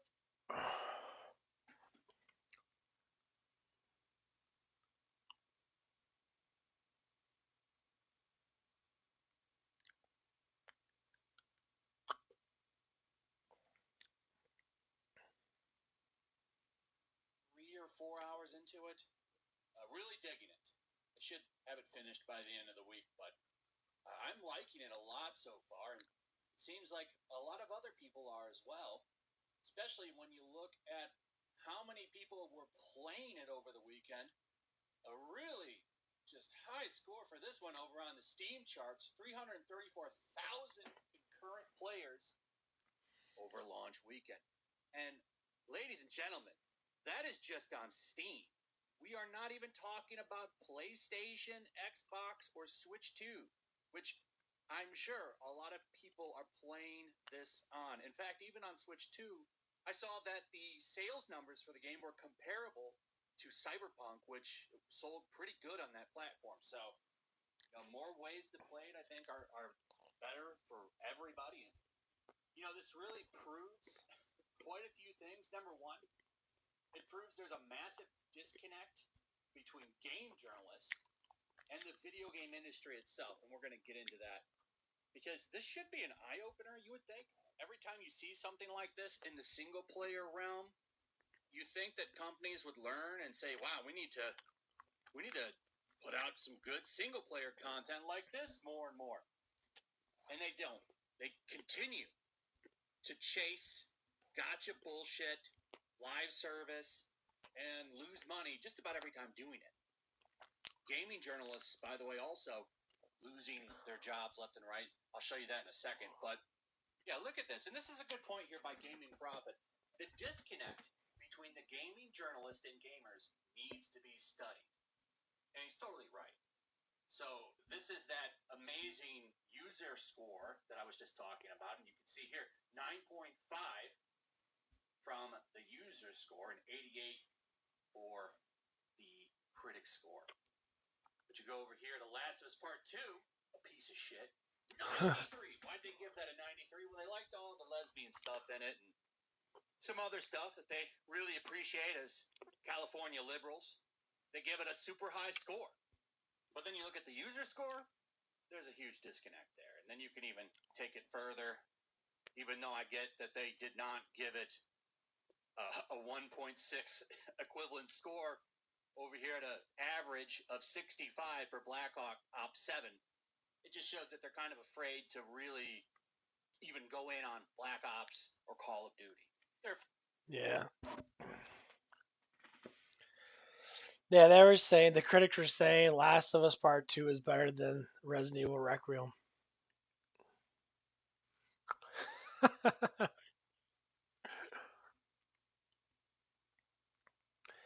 Okay. Last of Us Part 2, the gameplay was probably the best part. Gameplay is easy to do. It's never been the gameplay that's been the hardest to do. It's been what? The fucking story. Okay, Resident Evil story is amazing, hands down, no matter what anyone says.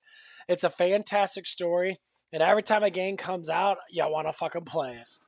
Of course, it's OG Resident Evil people. Like, you brought back Leon after 7 and 8.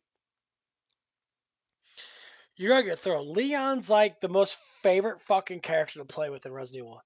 That and Jill. Why? Because Jill's fucking hot. She's got some fat ass little titties on her. But everybody loves Leon. Leon is the go-to Resident Evil person.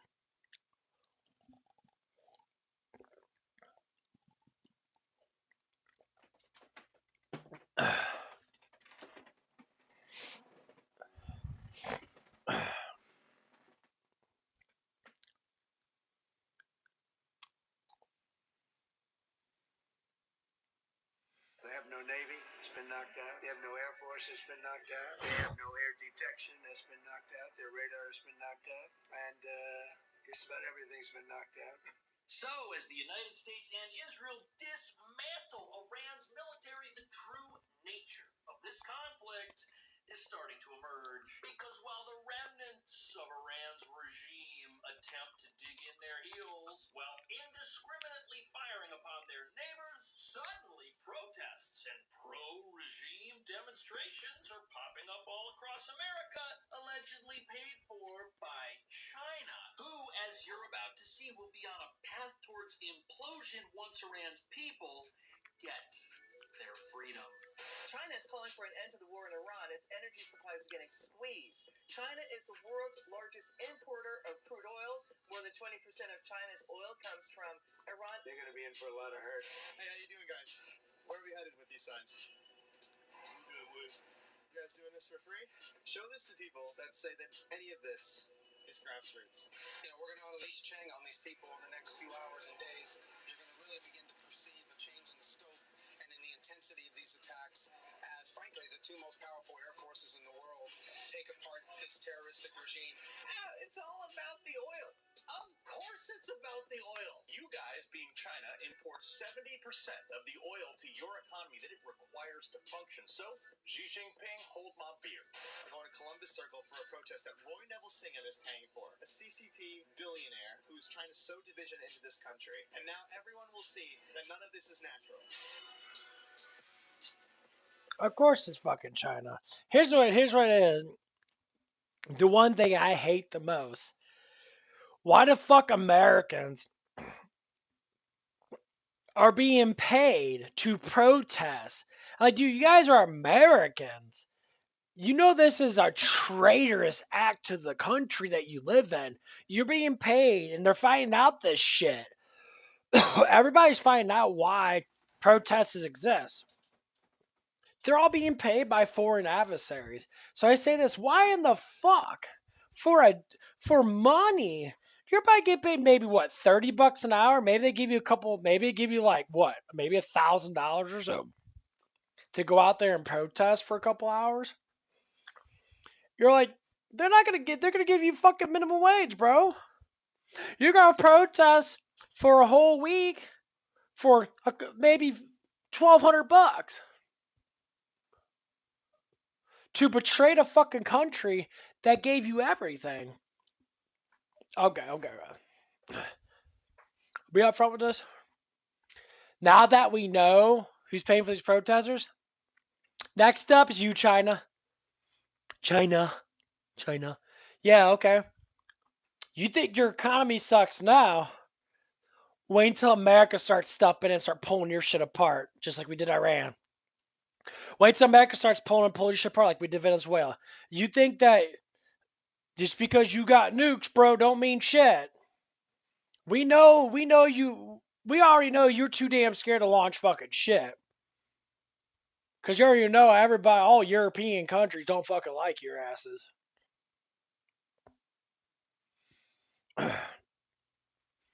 It'll come down to it. We're going to starve your economy. And that's why these people are getting mad about Iran. We're going to starve their economy. They're going to get fucking pissed. They're not going to start war with anyone because China doesn't like start wars with people. I think we kind of figured that out. They're like North Korea. They're very communist people, but they're not terrorists. That's the difference. They're commie-like people towards their people, but they're not terrorists towards other countries because they know the blowback's going to be serious. You know, and know what we did with Venezuela when we captured the dude? That all the soldiers were literally saying, like, hey, there was 200 soldiers. Oh, I think it was like a squad of like 13 or 12, like, special forces went in. They said they were using sound technology to make us fucking, like, to basically pass out, throw up, and bleed from our eyes and ears and shit. They literally just walked in, took Moderna, walked the fuck out. 200 military people with AKs and all that shit. That they walked in there, they're like, man, like, you got pussy ass shit. Get the fuck out of here. That's amazing. China should keep China's president or whatever should keep his mouth fucking shut. Because the whole world, China worries about the economy of America so much, we got them literally by the balls. They think that, oh, it's gonna fuck with us, all stuff like that. No. What's gonna happen is we're gonna make another deal with them and say, hey, we're cleaning shit up. You're gonna have to figure out a way to do it. Start open up all our fucking oil shit. Start getting the country booming again. I think I'm almost there. I've lost count. I think I'm close to 100. But anyway, I'll let it go for another minute or two. But the whole point of this, like, dude, China, you have no room to talk. We own your economy. We own your country, basically. If it wasn't for Americans, you wouldn't have squat the fucking piss in.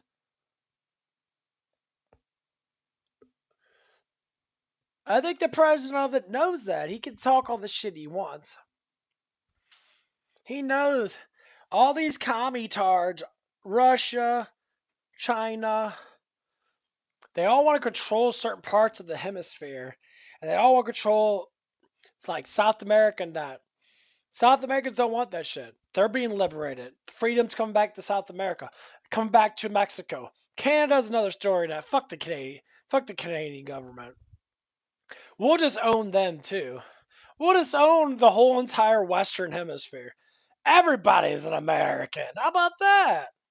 You're already called South of America. Let's just make it one big happy fucking American family. We're a melting pot anyway. Do what the fuck you want to do. Just don't be a dick. Yeah, that sounds good. Take over frostbite ass Canada. Take their hot ass women too. I got a lot of hot ass women over there. I don't know about all the fuck libtards that live in that fucking place. Probably just, let them do whatever they want to do.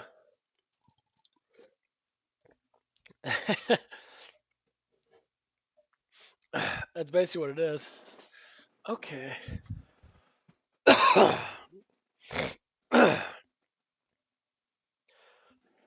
But yeah, it's all the same shit. I think I got a little bit longer to go. Look at this. The regimes backed up by countries like China, they are on their way out. And nobody's talking about how these dictatorships, these despots, they have benefited countries like China and Russia for a very long time. And once they're gone, those countries too will be headed in a direction they never imagined. Because for years, the Venezuela-Cuba Iran axis didn't just back itself up. These puppet states have directly aided Russia and China in their efforts to evade U.S. sanctions and make money while funding the projection of power and influence on the world stage. And China has a very special relationship with Iran. They buy 90% of Iran's sanctioned illegal oil. They pay for it in their own currency, and without that lifeline, China, well, they don't have the ability to do any of the things that some people might be worried about. And without China's money, Iran doesn't have the ability to pursue nuclear weapons and build ballistic missiles, revealing that the people on the streets of Iran fighting for their freedom aren't just in a war against their own government, they're also up against hostile foreign actors they could never hope to stand against, unless, of course, those hostile powers are also trying to subvert and harm the United States, which lines up the ducks for exactly the type of rescue mission we're seeing in Iran, which brings us to the real reason we're seeing the types of action we're seeing in Iran right now. For decades, this country has not only threatened America and threatened Israel and all of its neighbors, who it is now indiscriminately attacking, it's been backed up by China and Russia this entire time, enabling them to do things that also threaten America and our allies. And with Iran supplying raw materials and drones to Russia, as well as being China's oil lifeline, it becomes pretty clear that invasions of countries like Ukraine and Taiwan wouldn't be on the table if regimes like Iran weren't around to make it possible. Which is why some people say China and Russia have a lot riding on the survival of Iran's dictatorship. All right, so you can see that none of this is grassroots. This is all paid for. Hey, how you doing, guys? Where are we headed with these signs? I'm good, William. Where are we going here? You guys are saying that this is grassroots, but this does not look very grassroots. We're going to Columbus Circle for a protest that Roy Neville Singham is paying for, okay? A CCP billionaire who's trying to sow division into this country. He needs to be looked at, Roy Neville Singham. Isn't that fascinating? We've got pro-ICE protests all over America for months, and what happens? The conflict in Iran stops, and the protests are replaced by another type of protests. Where are all the anti-ICE people? China is calling for an end to the war in Iran. Its energy supplies are getting squeezed. China is the world's largest importer of crude oil. More than 20% of China's oil comes from Iran. Look at that. 20% of China's oil comes from Iran and is all illegal, sanctioned oil, and that oil, the sale of it, just props up the dictators that have been running this place for 50 years. But now that the fall of this regime looks imminent, the people of this country are about to experience the prosperity their own country offers them should their government embrace capitalism and freedom, which is going to be nightmare news for communists and despots the world over who don't agree with those types of systems, especially when, as you're about to see, the only way a country like China or Russia can survive is with this regime support network, which is falling apart. Venezuela, it's no longer part of that network. Cuba's on life support, and now Iran, they're the last piece of the puzzle. Once they're gone, this whole thing collapses and it's going to rewrite the globe. Our number one global competitor and the biggest risk to our superiority, both economically and a bit militarily, China. And since China's doing everything they can to hurt us on trade and currency manipulation and a number of other things, Trump said, okay, I can play that game too, and I'm better at it. You guys, being China, import 70% of the oil to your economy that it requires to function. Wow. So, Xi Jinping, hold my beer. Actually got. Wow. So, China, they're bringing in everything they need. Xi Jinping, hold my beer. This is, I think it's Newsmax. Yeah, Newsmax. I mean, these people coming up, man, fuck these guys. What are we gonna say? Team America, fuck yeah, gonna kick some motherfucker down. Team America, fuck yeah. Russia and China have always been the kind of like pinpoint to almost everything and why we have so much corruption and so much bullshit and division in our world.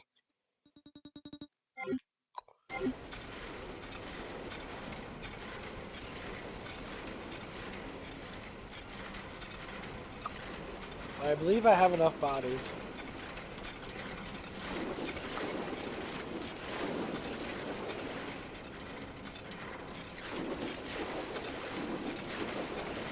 I get the last like 20 of them or just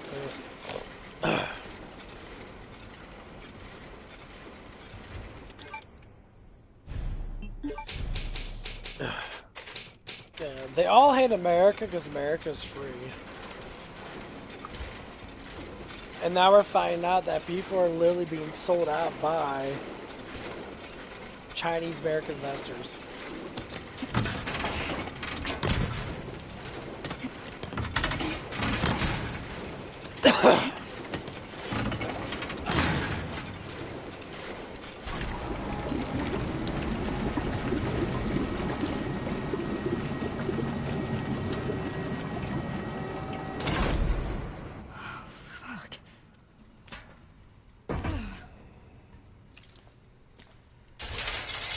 What?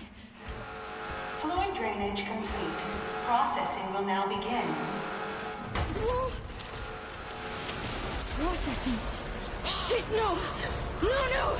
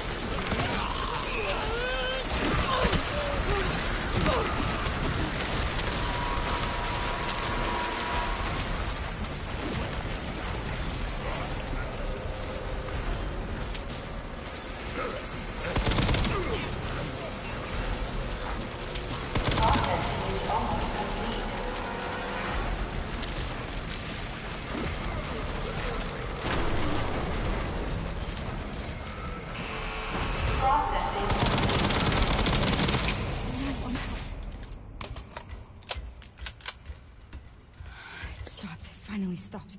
Thank you. I'm trying to understand how that final puzzle works. Yeah,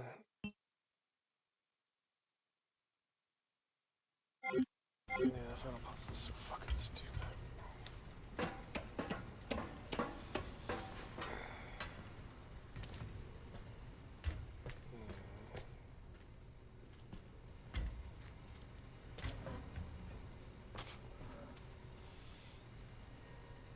Team America. To run their economy and to run their military from outside sources. They need help from the outside world if they want to have a massive military and gas it up and tell it oil to bring their troops to the point of an invasion. They need oil to bring them across the water to Taiwan. And this explains why we had the pro-Maduro protests. Do you remember those? They were happening, telling Trump to keep his hands off Venezuela. Hands off Venezuela. Hands off Venezuela.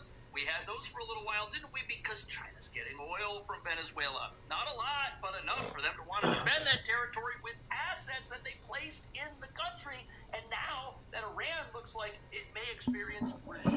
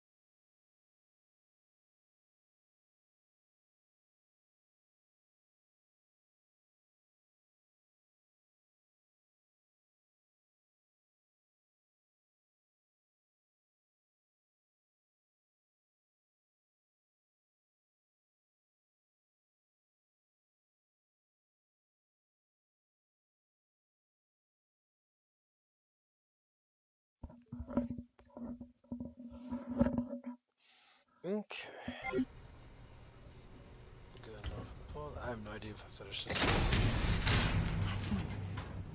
I need to free Emily and get out of this Yeah, I'm place. thinking about going back to Diablo 2. I'm gonna level up my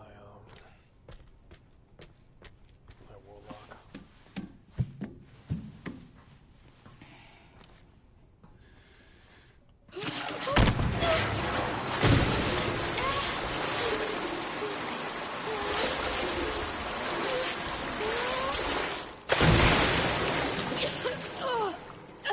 Oh, I got in my mouth.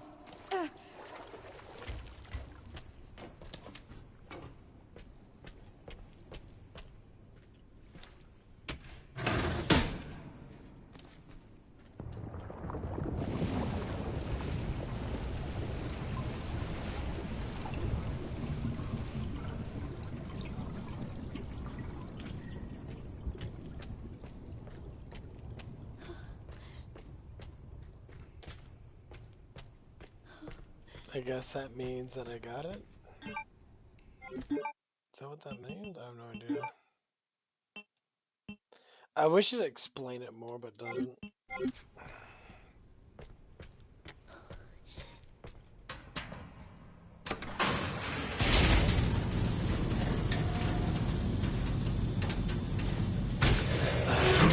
I do think that one guy that was talking to me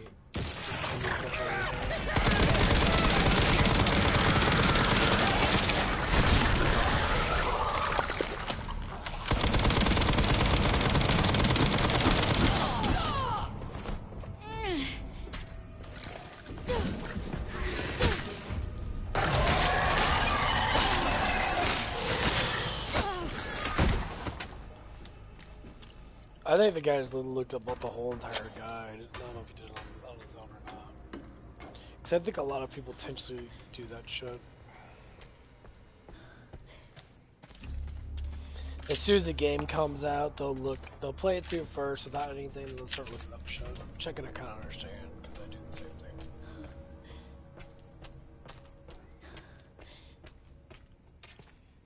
That's what I'm saying, people can sell strategy guides.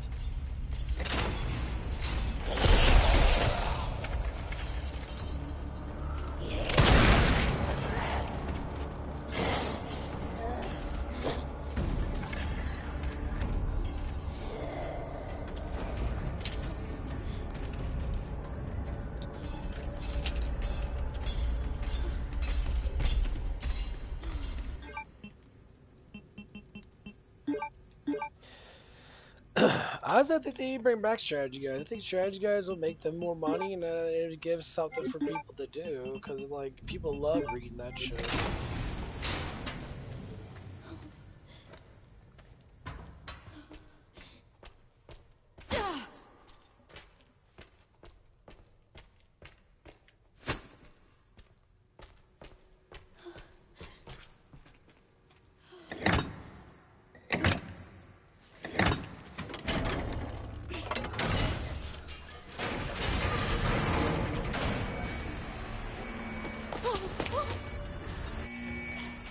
Hold on tight. I'm scared. Why is it so loud? It's gonna be okay. Just don't let go.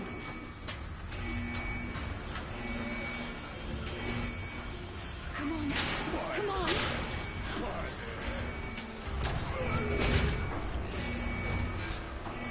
It's just pinning you down. Yeah, if you wait too long, she'll just pull you out. Even though the light's supposed to burn her, but that's Oh, stay away! Come on! Go faster!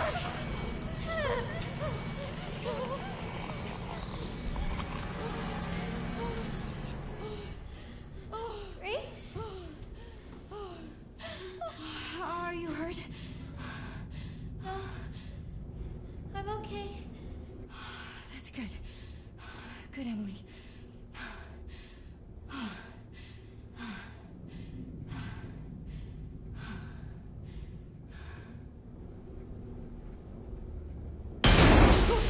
What's going on?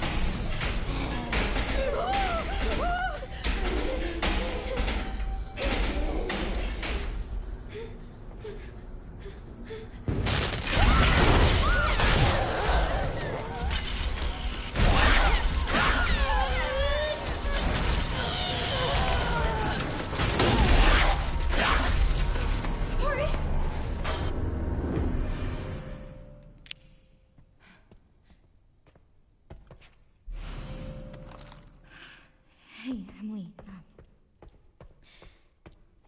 Do you maybe want to leave with me? It's not safe here. Okay.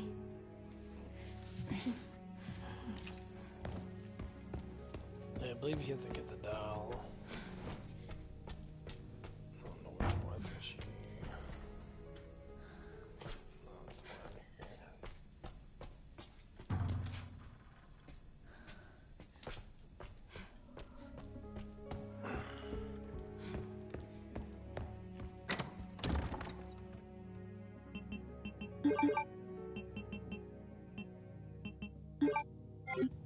See, that's the reason why you have to keep it.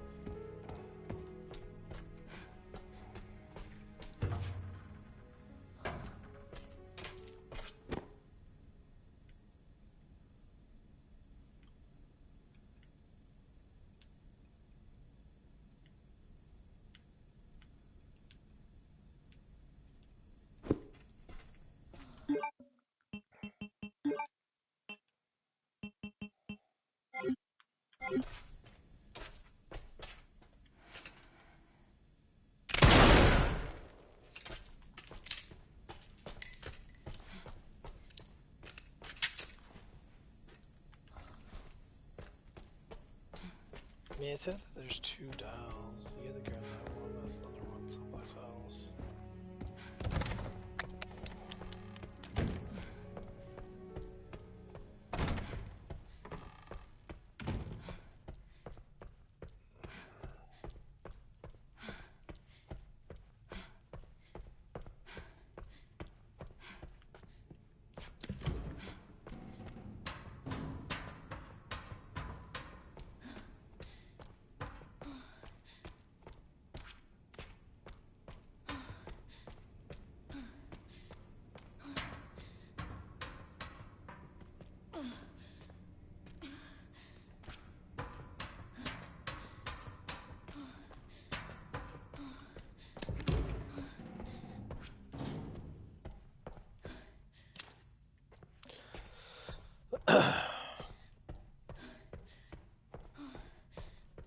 Oh, is that the toilet in here? It's the toilet in the very first area.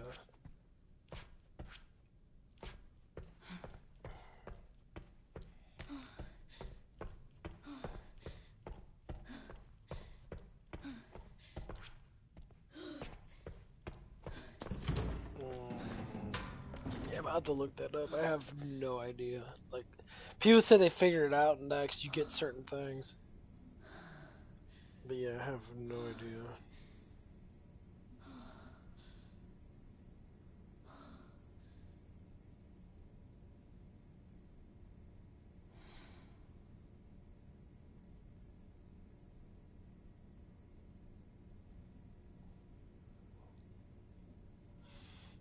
Resident Evil 9 final puzzle.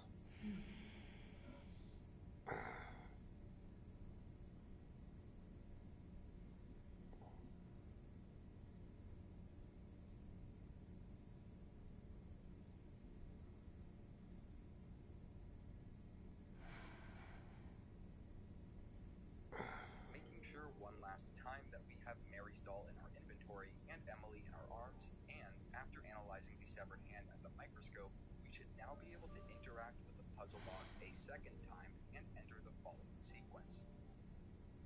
Sun, sun, star.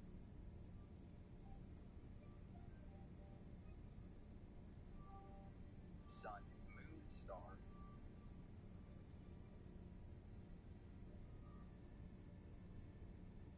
Sun, moon, sun. Moon, star, moon. Entering that sequence will be immediately followed by a laugh playing over the inline intercom. Doing this while we have both Mary's doll in our inventory and Emily in our arms will trigger a congratulatory message and completion of the final puzzle challenge. We can then go to the challenges menu to collect our reward, 20,000 CP. If you have any questions,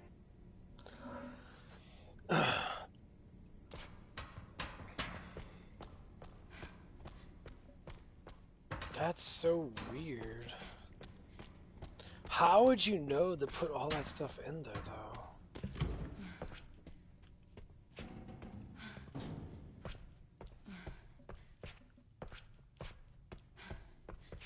That really doesn't make any sense.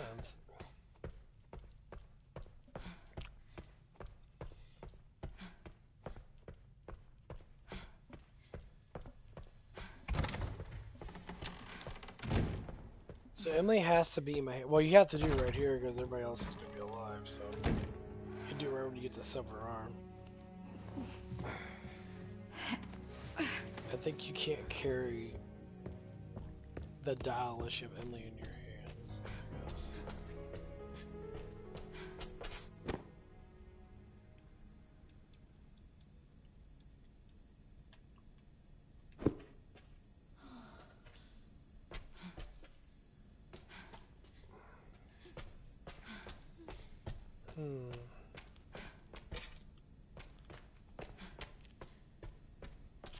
So, I guess I can't do it now.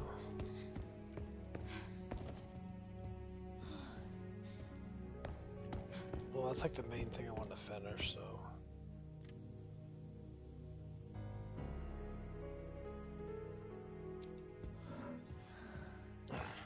So... Okay.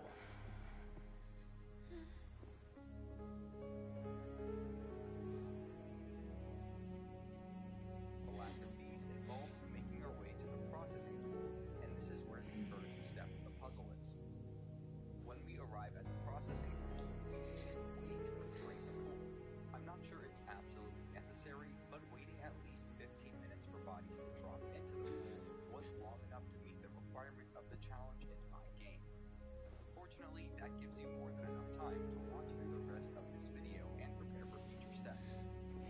I've sped things up here to pass the time more quickly. After at least 15 minutes have passed, I recommend making a manual save at a nearby station, and then drink the pool.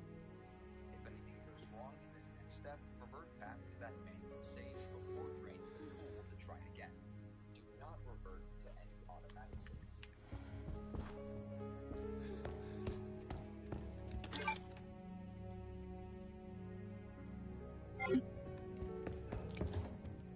After draining the pool, you'll need to jump down and survive processing, while also ensuring the maximum amount of live zombies are processed. That means we need to avoid defeating any zombies, and instead just stun and, when absolutely necessary, shove them into the grinder. I was doing this on casual difficulty, and so needed to be very careful here. I found the best strategy was to sort of kite zombies towards the blades, then shoot them once in the face to stun them. Just have your fingers crossed that you don't land any critical hits.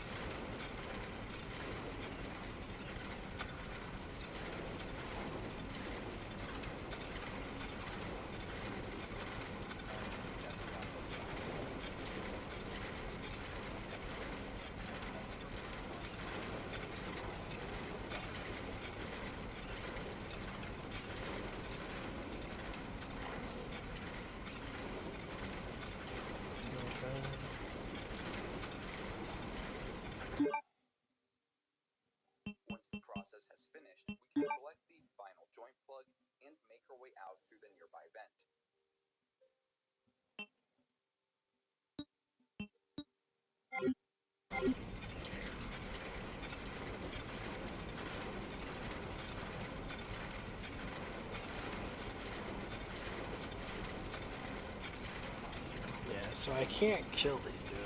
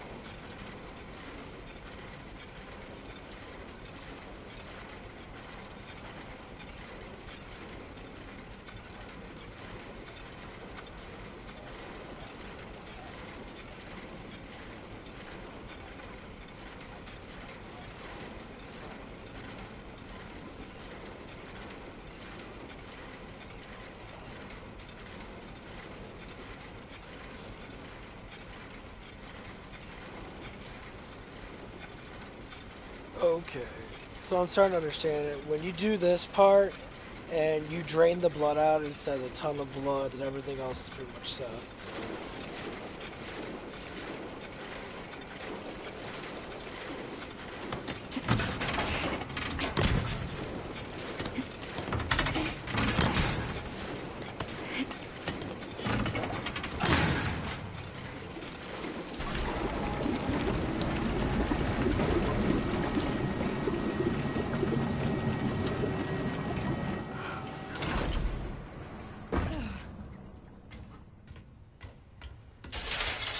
I don't know why it matters if you kill them. Fluid drainage complete. Processing will now begin. Processing. Shit, no! No!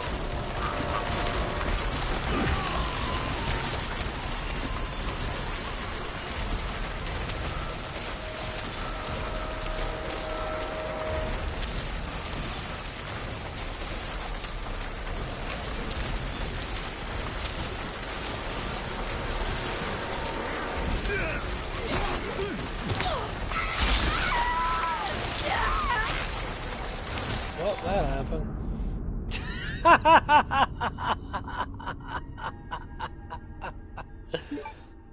Well, that happened. That was kind of fucked up, but hey, you know, shit happens.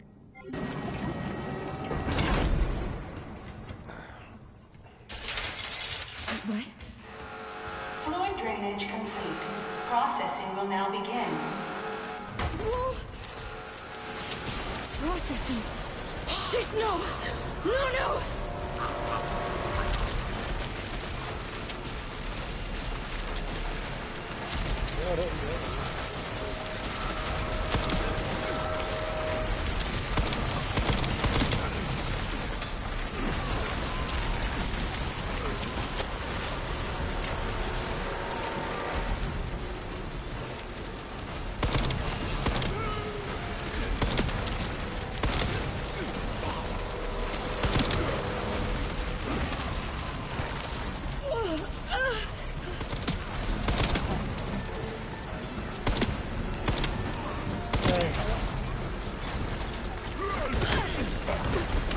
I eat them. I start eating them all the time. No, I know.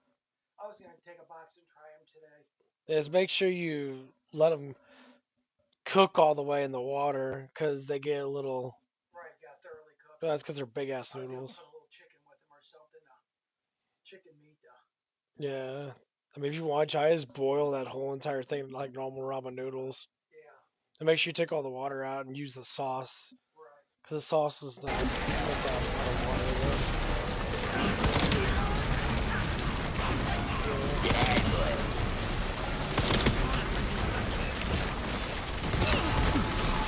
Yeah. Well, one of them was too small.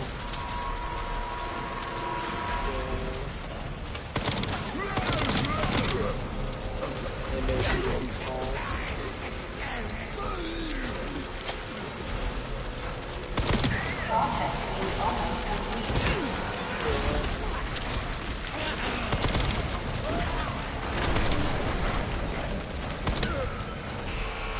Processing complete.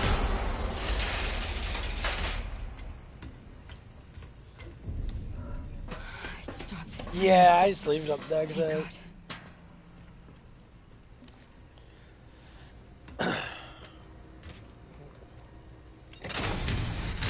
Last one. Need to free Emily and get out of this place. the process got completed right before that last guy.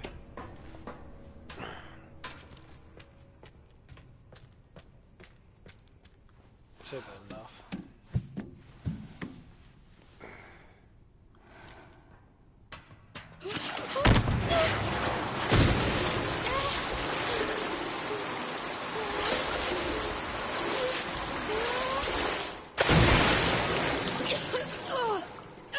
Oh, I got in my mouth.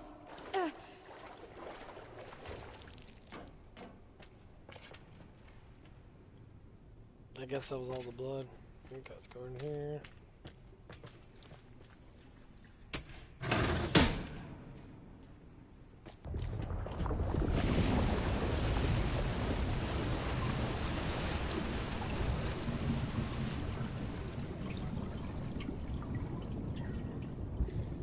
Ton of blood, flow outward. I mean, it always does that.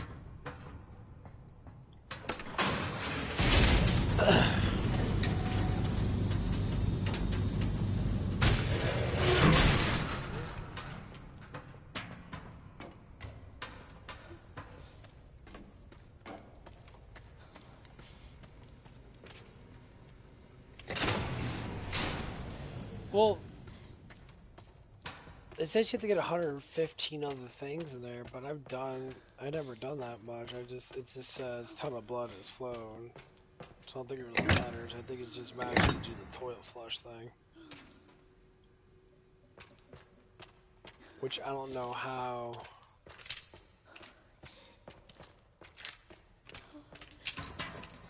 Fuck. Damn it. No, I have to pull this one out. I have to go back to the other one and grab it.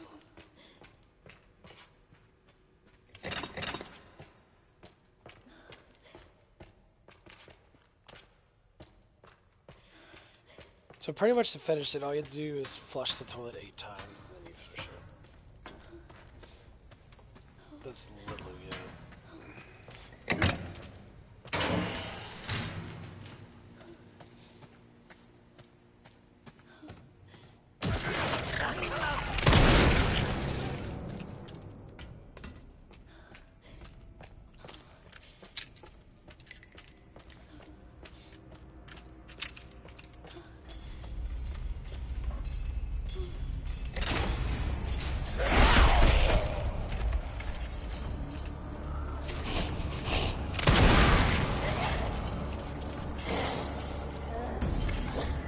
I'm not gonna lie, your fucking flashlight is terrible in this game. Yeah, your flashlight barely sees like 10 feet in front of you, like I said before, a little while back. Like, that's so fucking stupid. Like, a flashlight light doesn't just stop. It spreads out to illumination, but it's never really stops.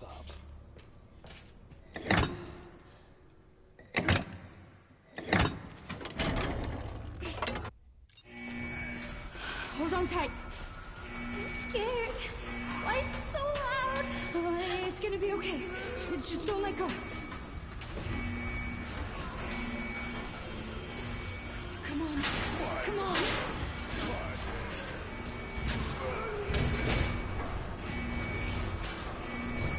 It's just pinning you down.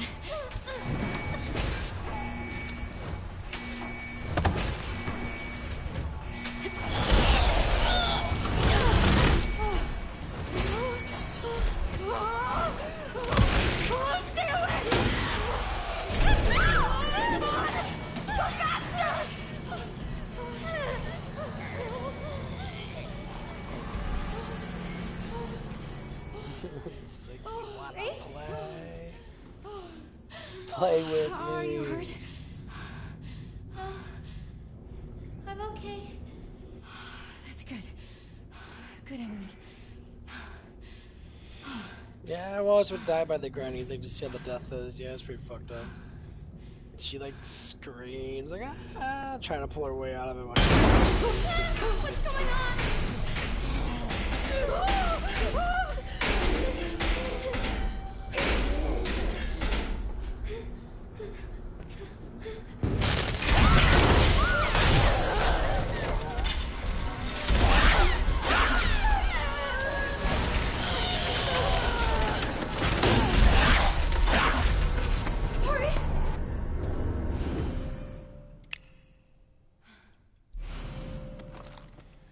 Okay, so I gotta put her down. Hey, Emily. Do you maybe want to leave with me? It's not safe here.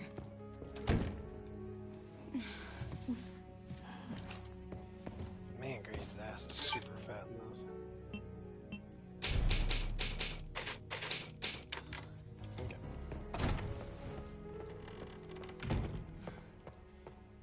So I got a bathroom.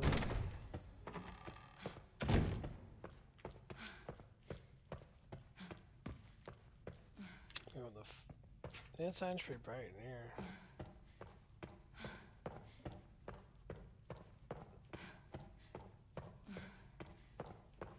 First flush it.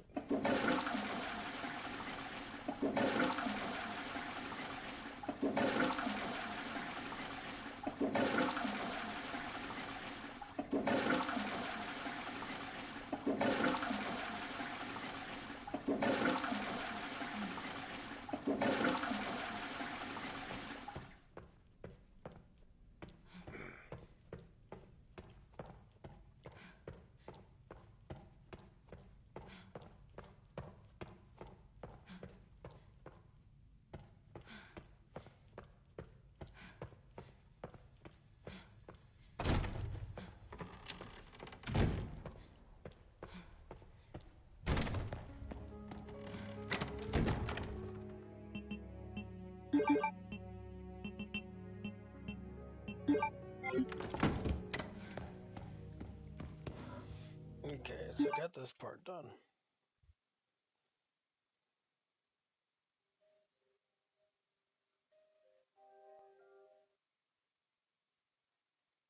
One for the key and one for the doll.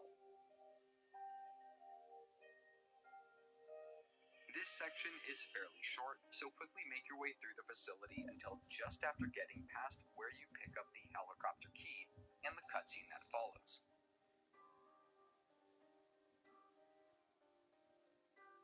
We can then walk through the nearby door to find a save station, and I recommend saving here just in case you somehow fail to pick up Mary's doll.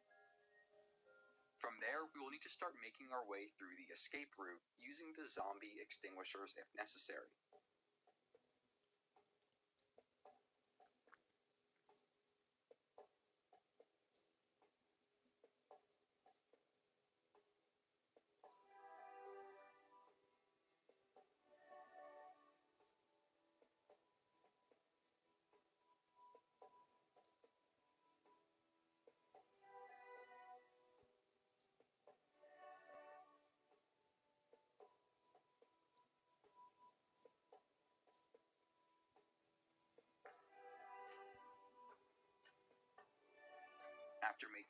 the second room, a short cutscene should play out in which a giant vat of blood shatters to the ground, and this is the moment of truth.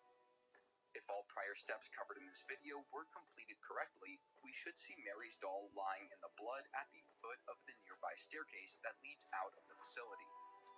Unlike the other dolls in the game, this version of the doll will be added to our inventory, assuming we have room for it. This brings us to the next conundrum for completing the final puzzle. We now have Mary's doll, but we've already passed the point on this save file where we need it in order to complete the final puzzle. Because of that, the next step we need to complete is to get Mary's doll to be permanently added to Grace's storage container on all save files. For that to happen, we will need to complete the rest of the game on this save file, the one that we picked up Mary's doll in. That's another reason why completing the challenge on an easier difficulty is recommended. It will make getting through the rest of the game a much quicker and easier process. From my own experience, I was able to get through the rest of the game in about 1 hour and 30 minutes on casual difficulty by just rushing through. Also, I'm not sure if it's crucial to getting Mary's doll to show up in all save files, but I also made sure to have Mary's doll in Grace's inventory when beating the game, and I also chose to release Elvis for the final sequence of the game. So if you want to play it safe, then make sure to do the same. After beating the game with Mary's doll in our possession, we should now find that doll in the storage container while playing as Grace on any and all save files. We now have all required pieces in place to complete the final puzzle. All that's left is to do it. If you'll recall, I recommended that we create a manual save just after rescuing Emily from the underground and picking up the severed hand. This is where that comes into play. We can now load up that save and go to our storage container to find Mary's doll. With Emily in our arms and both the severed hand and Mary's doll in our inventory, we are ready. Okay, so I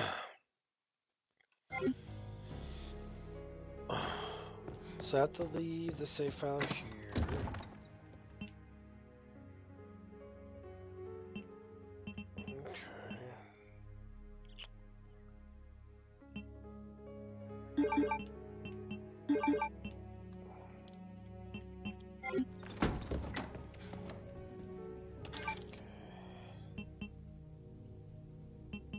That one's a save point from there. I got that save point. So.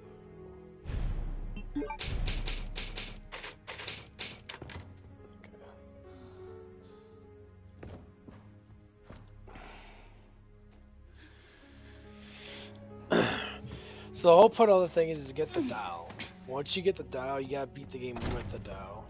And of course, once you beat the game, then all the save files will have the Dow, I guess.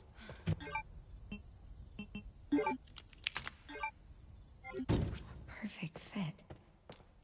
Guess I need 2 more. I never got the rest of them. I skipped all that shit. Oops. God, Grace got a big ol' ass in that dress.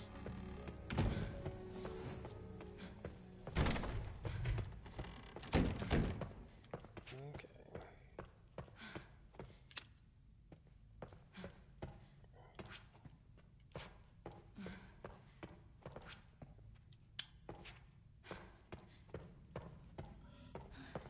Run through this, go upstairs, grab that.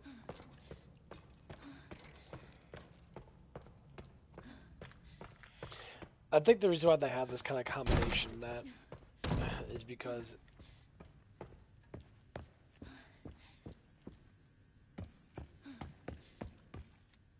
I guess it kind of makes sense.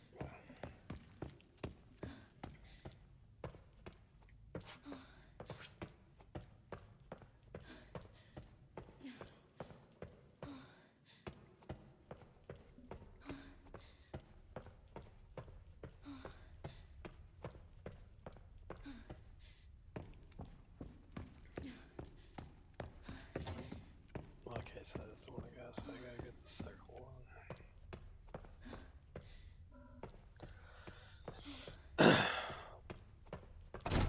I believe they're in my safe. I think I got the... Yeah, I got the first one in my save. Forgot about that. That's the third one on my fifth one.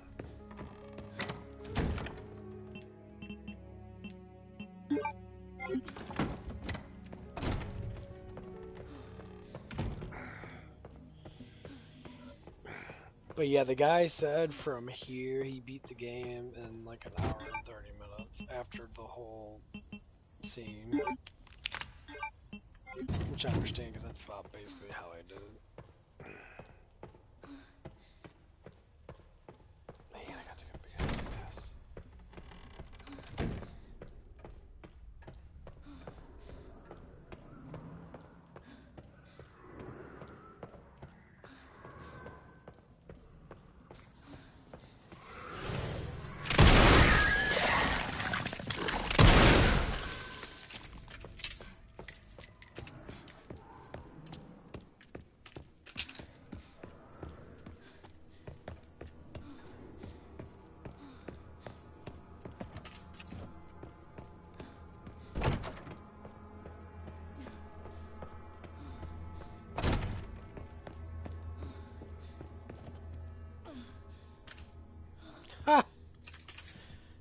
I never melted that. I never even finished the whole thing.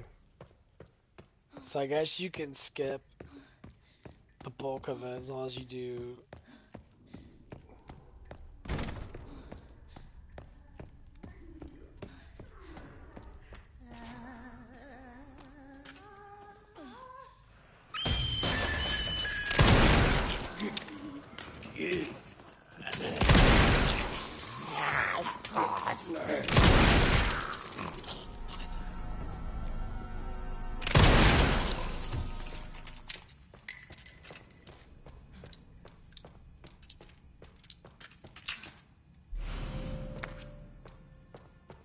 So I guess you could do the whole entire part and then you could do the rest of this later. You don't have to do everything.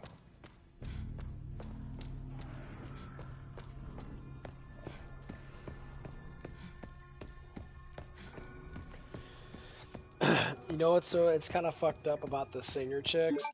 So there's a lure on them. So basically the lure on the singer girls, they all have like attention disorders.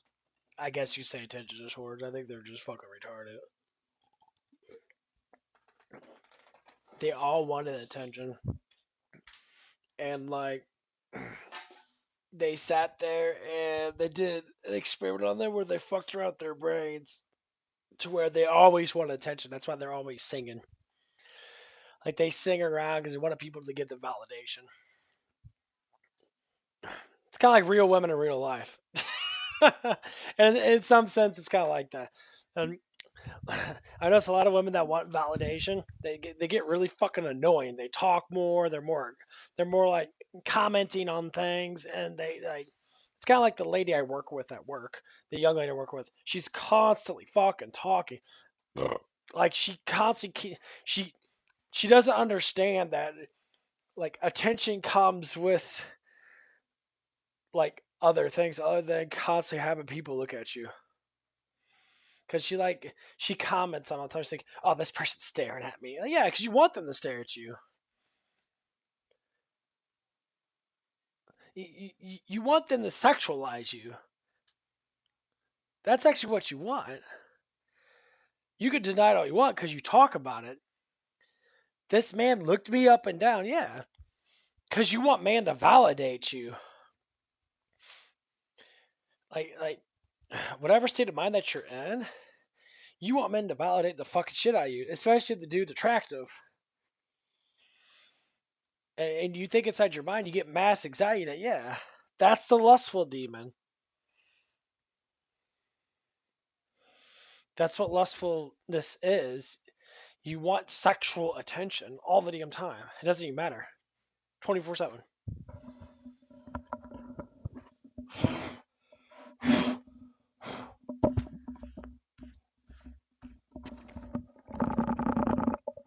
There's nothing wrong with attention. My God, even much. Get back.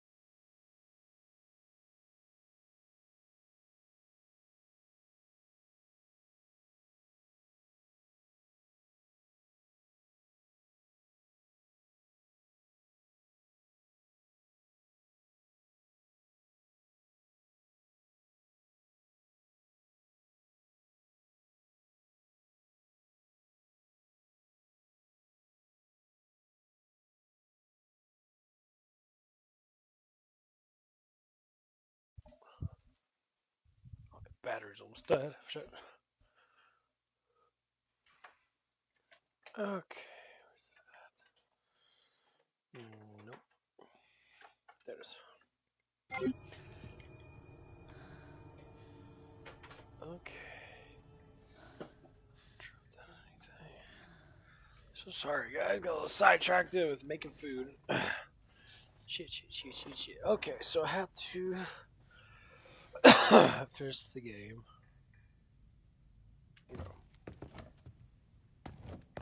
I'll try to go in here.